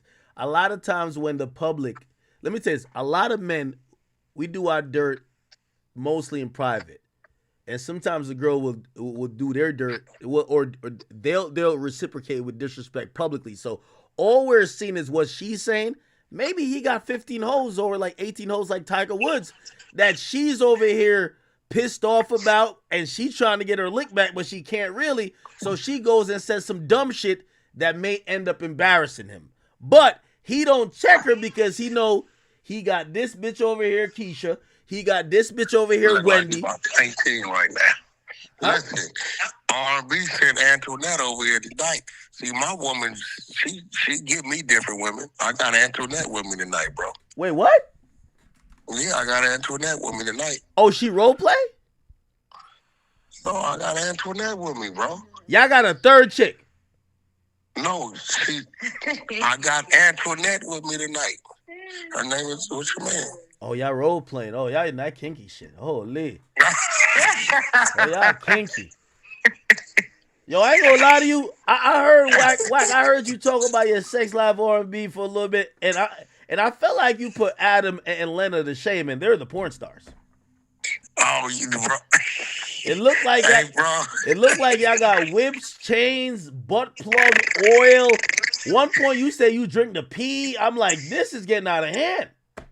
Oh no, I just it wasn't no wipes, bro, so I had to clean her up. We was on the side of the road in Mississippi by the cotton fields. Damn. She had to go, bro, so I had to hold her up. I didn't have no problem holding them teeth, so she got ass. So I had to, once she was done, bro, I couldn't let her just sit back in the car, bro. I had to get her right, get her fresh. Why? Keep it a bean. Keep it a bean. Because we all men, and walk away from R&B real quick. Walk away from her. Don't you ever be like, man, I'm tired of this same box. I need some new shit. Hell no. Hey, listen, this shit feel like something different every day. This shit's incredible. Damn. Like, I'm with my woman all day, every day. And you never be like, man, I need some new box. Listen, she asked me one day, you don't get tired, you up on you keep me with you all day. I don't get never. Boy, this shit right here is different. So you never, ever, ever, you never be like, oh, I need some new box. Never. R&B, you gotta bring him. You gotta bring him a little threesome. That boy deserves a threesome. I got a million places I could go. What do I tell you? We leaving at 2:00. We're leaving at 1 o'clock. We got to go to Orlando. We got to go here. We got to go there. We got to go to Miami. We got to go here. When men is on that, they're going to go by, they're going to find a reason to boo by themselves. And act, I never deprive him if he, I mean, we've gone there. We've gone there. Listen, man, listen, man, I got unlimited. Oh, shit. 6, 7, 8, 9, 10 times a day. And if he decides he wants some box, we better pick it out together. That's how we operate. Yeah, but So are you going to be mad at him if you see, you know what I mean, Wack going Incredible Hulk on the new chick? Keep it a bean.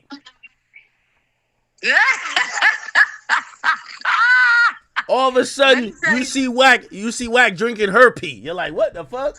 Oh no, see, that's off limits. You can't do all of that. I wouldn't do that. He can beat it up. I have no problem, but she has to listen. Act. She has to perform. She got to make me come like 3 and 4 times. And listen, I will kick back with popcorn and watch him devour her. It's a treat at that point. I'm good. I ain't gonna lie, Wack, you found you a winner, man. How did you find R&B? We got to figure out the sauce. Is it a dating app? Like, I told you got to let us do your show. I met R&B on Clubhouse. For real? Yeah, I met R&B on Clubhouse. Okay, which room though? Because when I went on Clubhouse, there was moaning rooms, and I was like, I don't know if I want to meet a girl here. There was some moaning rooms back then. Like all of us, I go to the room, all I heard was it was a bunch of hippopotamus moaning. I'm like, what the fuck? And I seen Joe Budden in there tipping them chicks. I'm like, Joe, what are you doing? I just sent you the demo. When I'm done, I got to send it. You got to put it up on the page when it actually get done. I'm about to go up under the pen again at the needle. What? I just sent you the demo. It ain't done yet. I'm about to go up under the pen again. Wait. Oh, you getting tattoo? I'm about to go back up under the needle. I just sent you the demo. You not getting that, Wack. You lying like hell. Yeah, what you mean? R&B, you seen what this nigga sent me? Yeah. So Wack is gonna tattoo your face on his chest. That's bone in her face. Yeah, that's everything. That's everything about her. Wait. So you have his face on your back, and Wack's gonna tattoo your face on his chest. I mean, that's more than her face. That's her face, her name, her sign. You know, the music notes to represent her name. That's all kind of shit, bro. When is this happening? Because I want to see this. End of the month. For real? Yeah. How many sessions is it going to take? I think he said like 2, 3. Damn, that's probably about 12 hours. Wait. Okay. Like, first of all, y'all doing a lot of commitment stuff with tattoos, this and third. Would y'all consider, marriage or additional kids? I think you both have kids, right? Hold on, bro. Listen, shout out to Joe the jeweler. You know Joe, the one just did the time. You know Joe, right? The one just did the time? Yeah. All right, well, shout out to Joe. Joe just got done designing the ring. And you know what it is when the nigga and designing the ring. That's how you know it ain't cap. Hold on, you know it ain't cap because you're going to see the molds. And as you see, what I just sent you, Wack is not playing. You're going to actually see that ring in the cap. Yo, that's where that cap Wack, from. you really have like a mock-up of a ring. Bro, it's designed. A custom ring? Yeah, definitely for R&B. This couldn't be for nobody else. No, that's her sign. That's the music notes. Her sign. She's a Scorpio. I got the Scorpio holding the diamond. You know what I'm saying? Yeah. What? Can I ask you one question? And it's a question that probably I could use your answer to help me. Wait, how old are you? 48. Okay. How come you find this level of love and it took you 48 years? 45. Okay, 45. Okay, 45. I would have thought you'd have found this level of love maybe before, Why do you think you found it now? You Or gotta remember, why you I didn't don't find it come with from- anybody else? Look, you got to remember, I don't come from the dating world. I was with my kid's mother from 14 to 44. 30 years. I got a son that's 31. You got to think about it. So I wasn't in the dating world. So between me in the streets, committed to that, doing time, right, and rebuild once I got out the penitentiary, I only had like a year off before I met R&B. Separated in 2021, met R&B 2022 on Clubhouse. Chased her around for 9 months, and then I baited her in to come to the studio to see me after 9 months. And I showed her around the studio and asked her if she wanted to see my office. Had one of them nice, big, comfortable couches, and took her straight down. Took the penitentiary test. She could have blew the whistle on me. Oh, shit. Wack could be registering right now, but she didn't tell.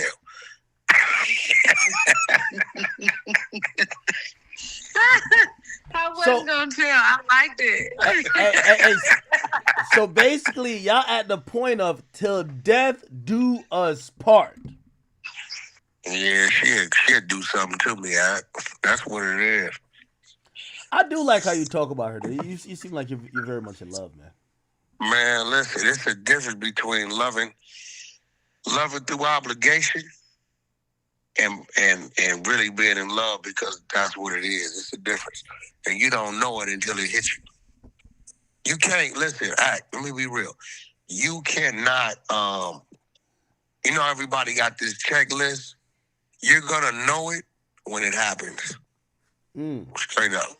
You're going to know it when it happens. You can't force it. You're going to know it when it happens. How jealous are all those other women on Clubhouse? Because I would imagine they all want you on there. Be honest. I don't know. Shit. I don't pay them no attention like that. I don't know. Ooh, they gave me hell, I ain't gonna. For real? They gave me hell. When I tell you I've been through it in them Clubhouse streets messing with him, everybody was auditioning. Yeah. I mean, they was peacocking. I've crashed out so many times dealing with Clubhouse, I can't even count. I had to tame this beast, Act. He was a piece of work, Act. He was having his way on Clubhouse. He was. And I literally... Wack, you were taking him down? Oh, wow. I deboed my way in. I was like, you got me twisted. Listen, I had to put that collar around his neck and train this beast, okay? I only know about one person on Clubhouse, but I think she was trying to... I think Wack left her in a hotel or something like that, and she tried to make Wack look crazy, but we saw through it. The women was in the cut, Act. They were in the cut. They was waiting. Listen, if he called them at 3 o'clock in the morning, they was jumping up, taking them calls, Act. Damn. She crazy. Wack is off the market, man. For everybody on Clubhouse, it's over, man. Marquito, yo, listen. Act, we gotta have Act come down and do the catch a pass. Oh yeah, that'd be. He gotta come do catch a pass. We need to put together a show for Act. I'm telling you, Act is a catch. This nigga Act is like, Act don't got no kids.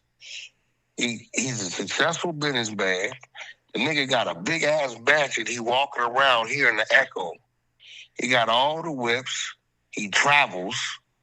And he really needs somebody that can plug into him and assist him in keeping all this shit in order. You know what I'm saying? I feel like you gonna hook me up with an Ayesha Curry, man. No. That wouldn't happen. That definitely wouldn't happen. At all. Fuck, no, I wouldn't do you like that, bro. That's crazy. Hey, you gotta remember, I'll buy you our friendship. I'll do you like that. You might not talk to me ever. Yeah, Ayesha Curry coming out saying all that.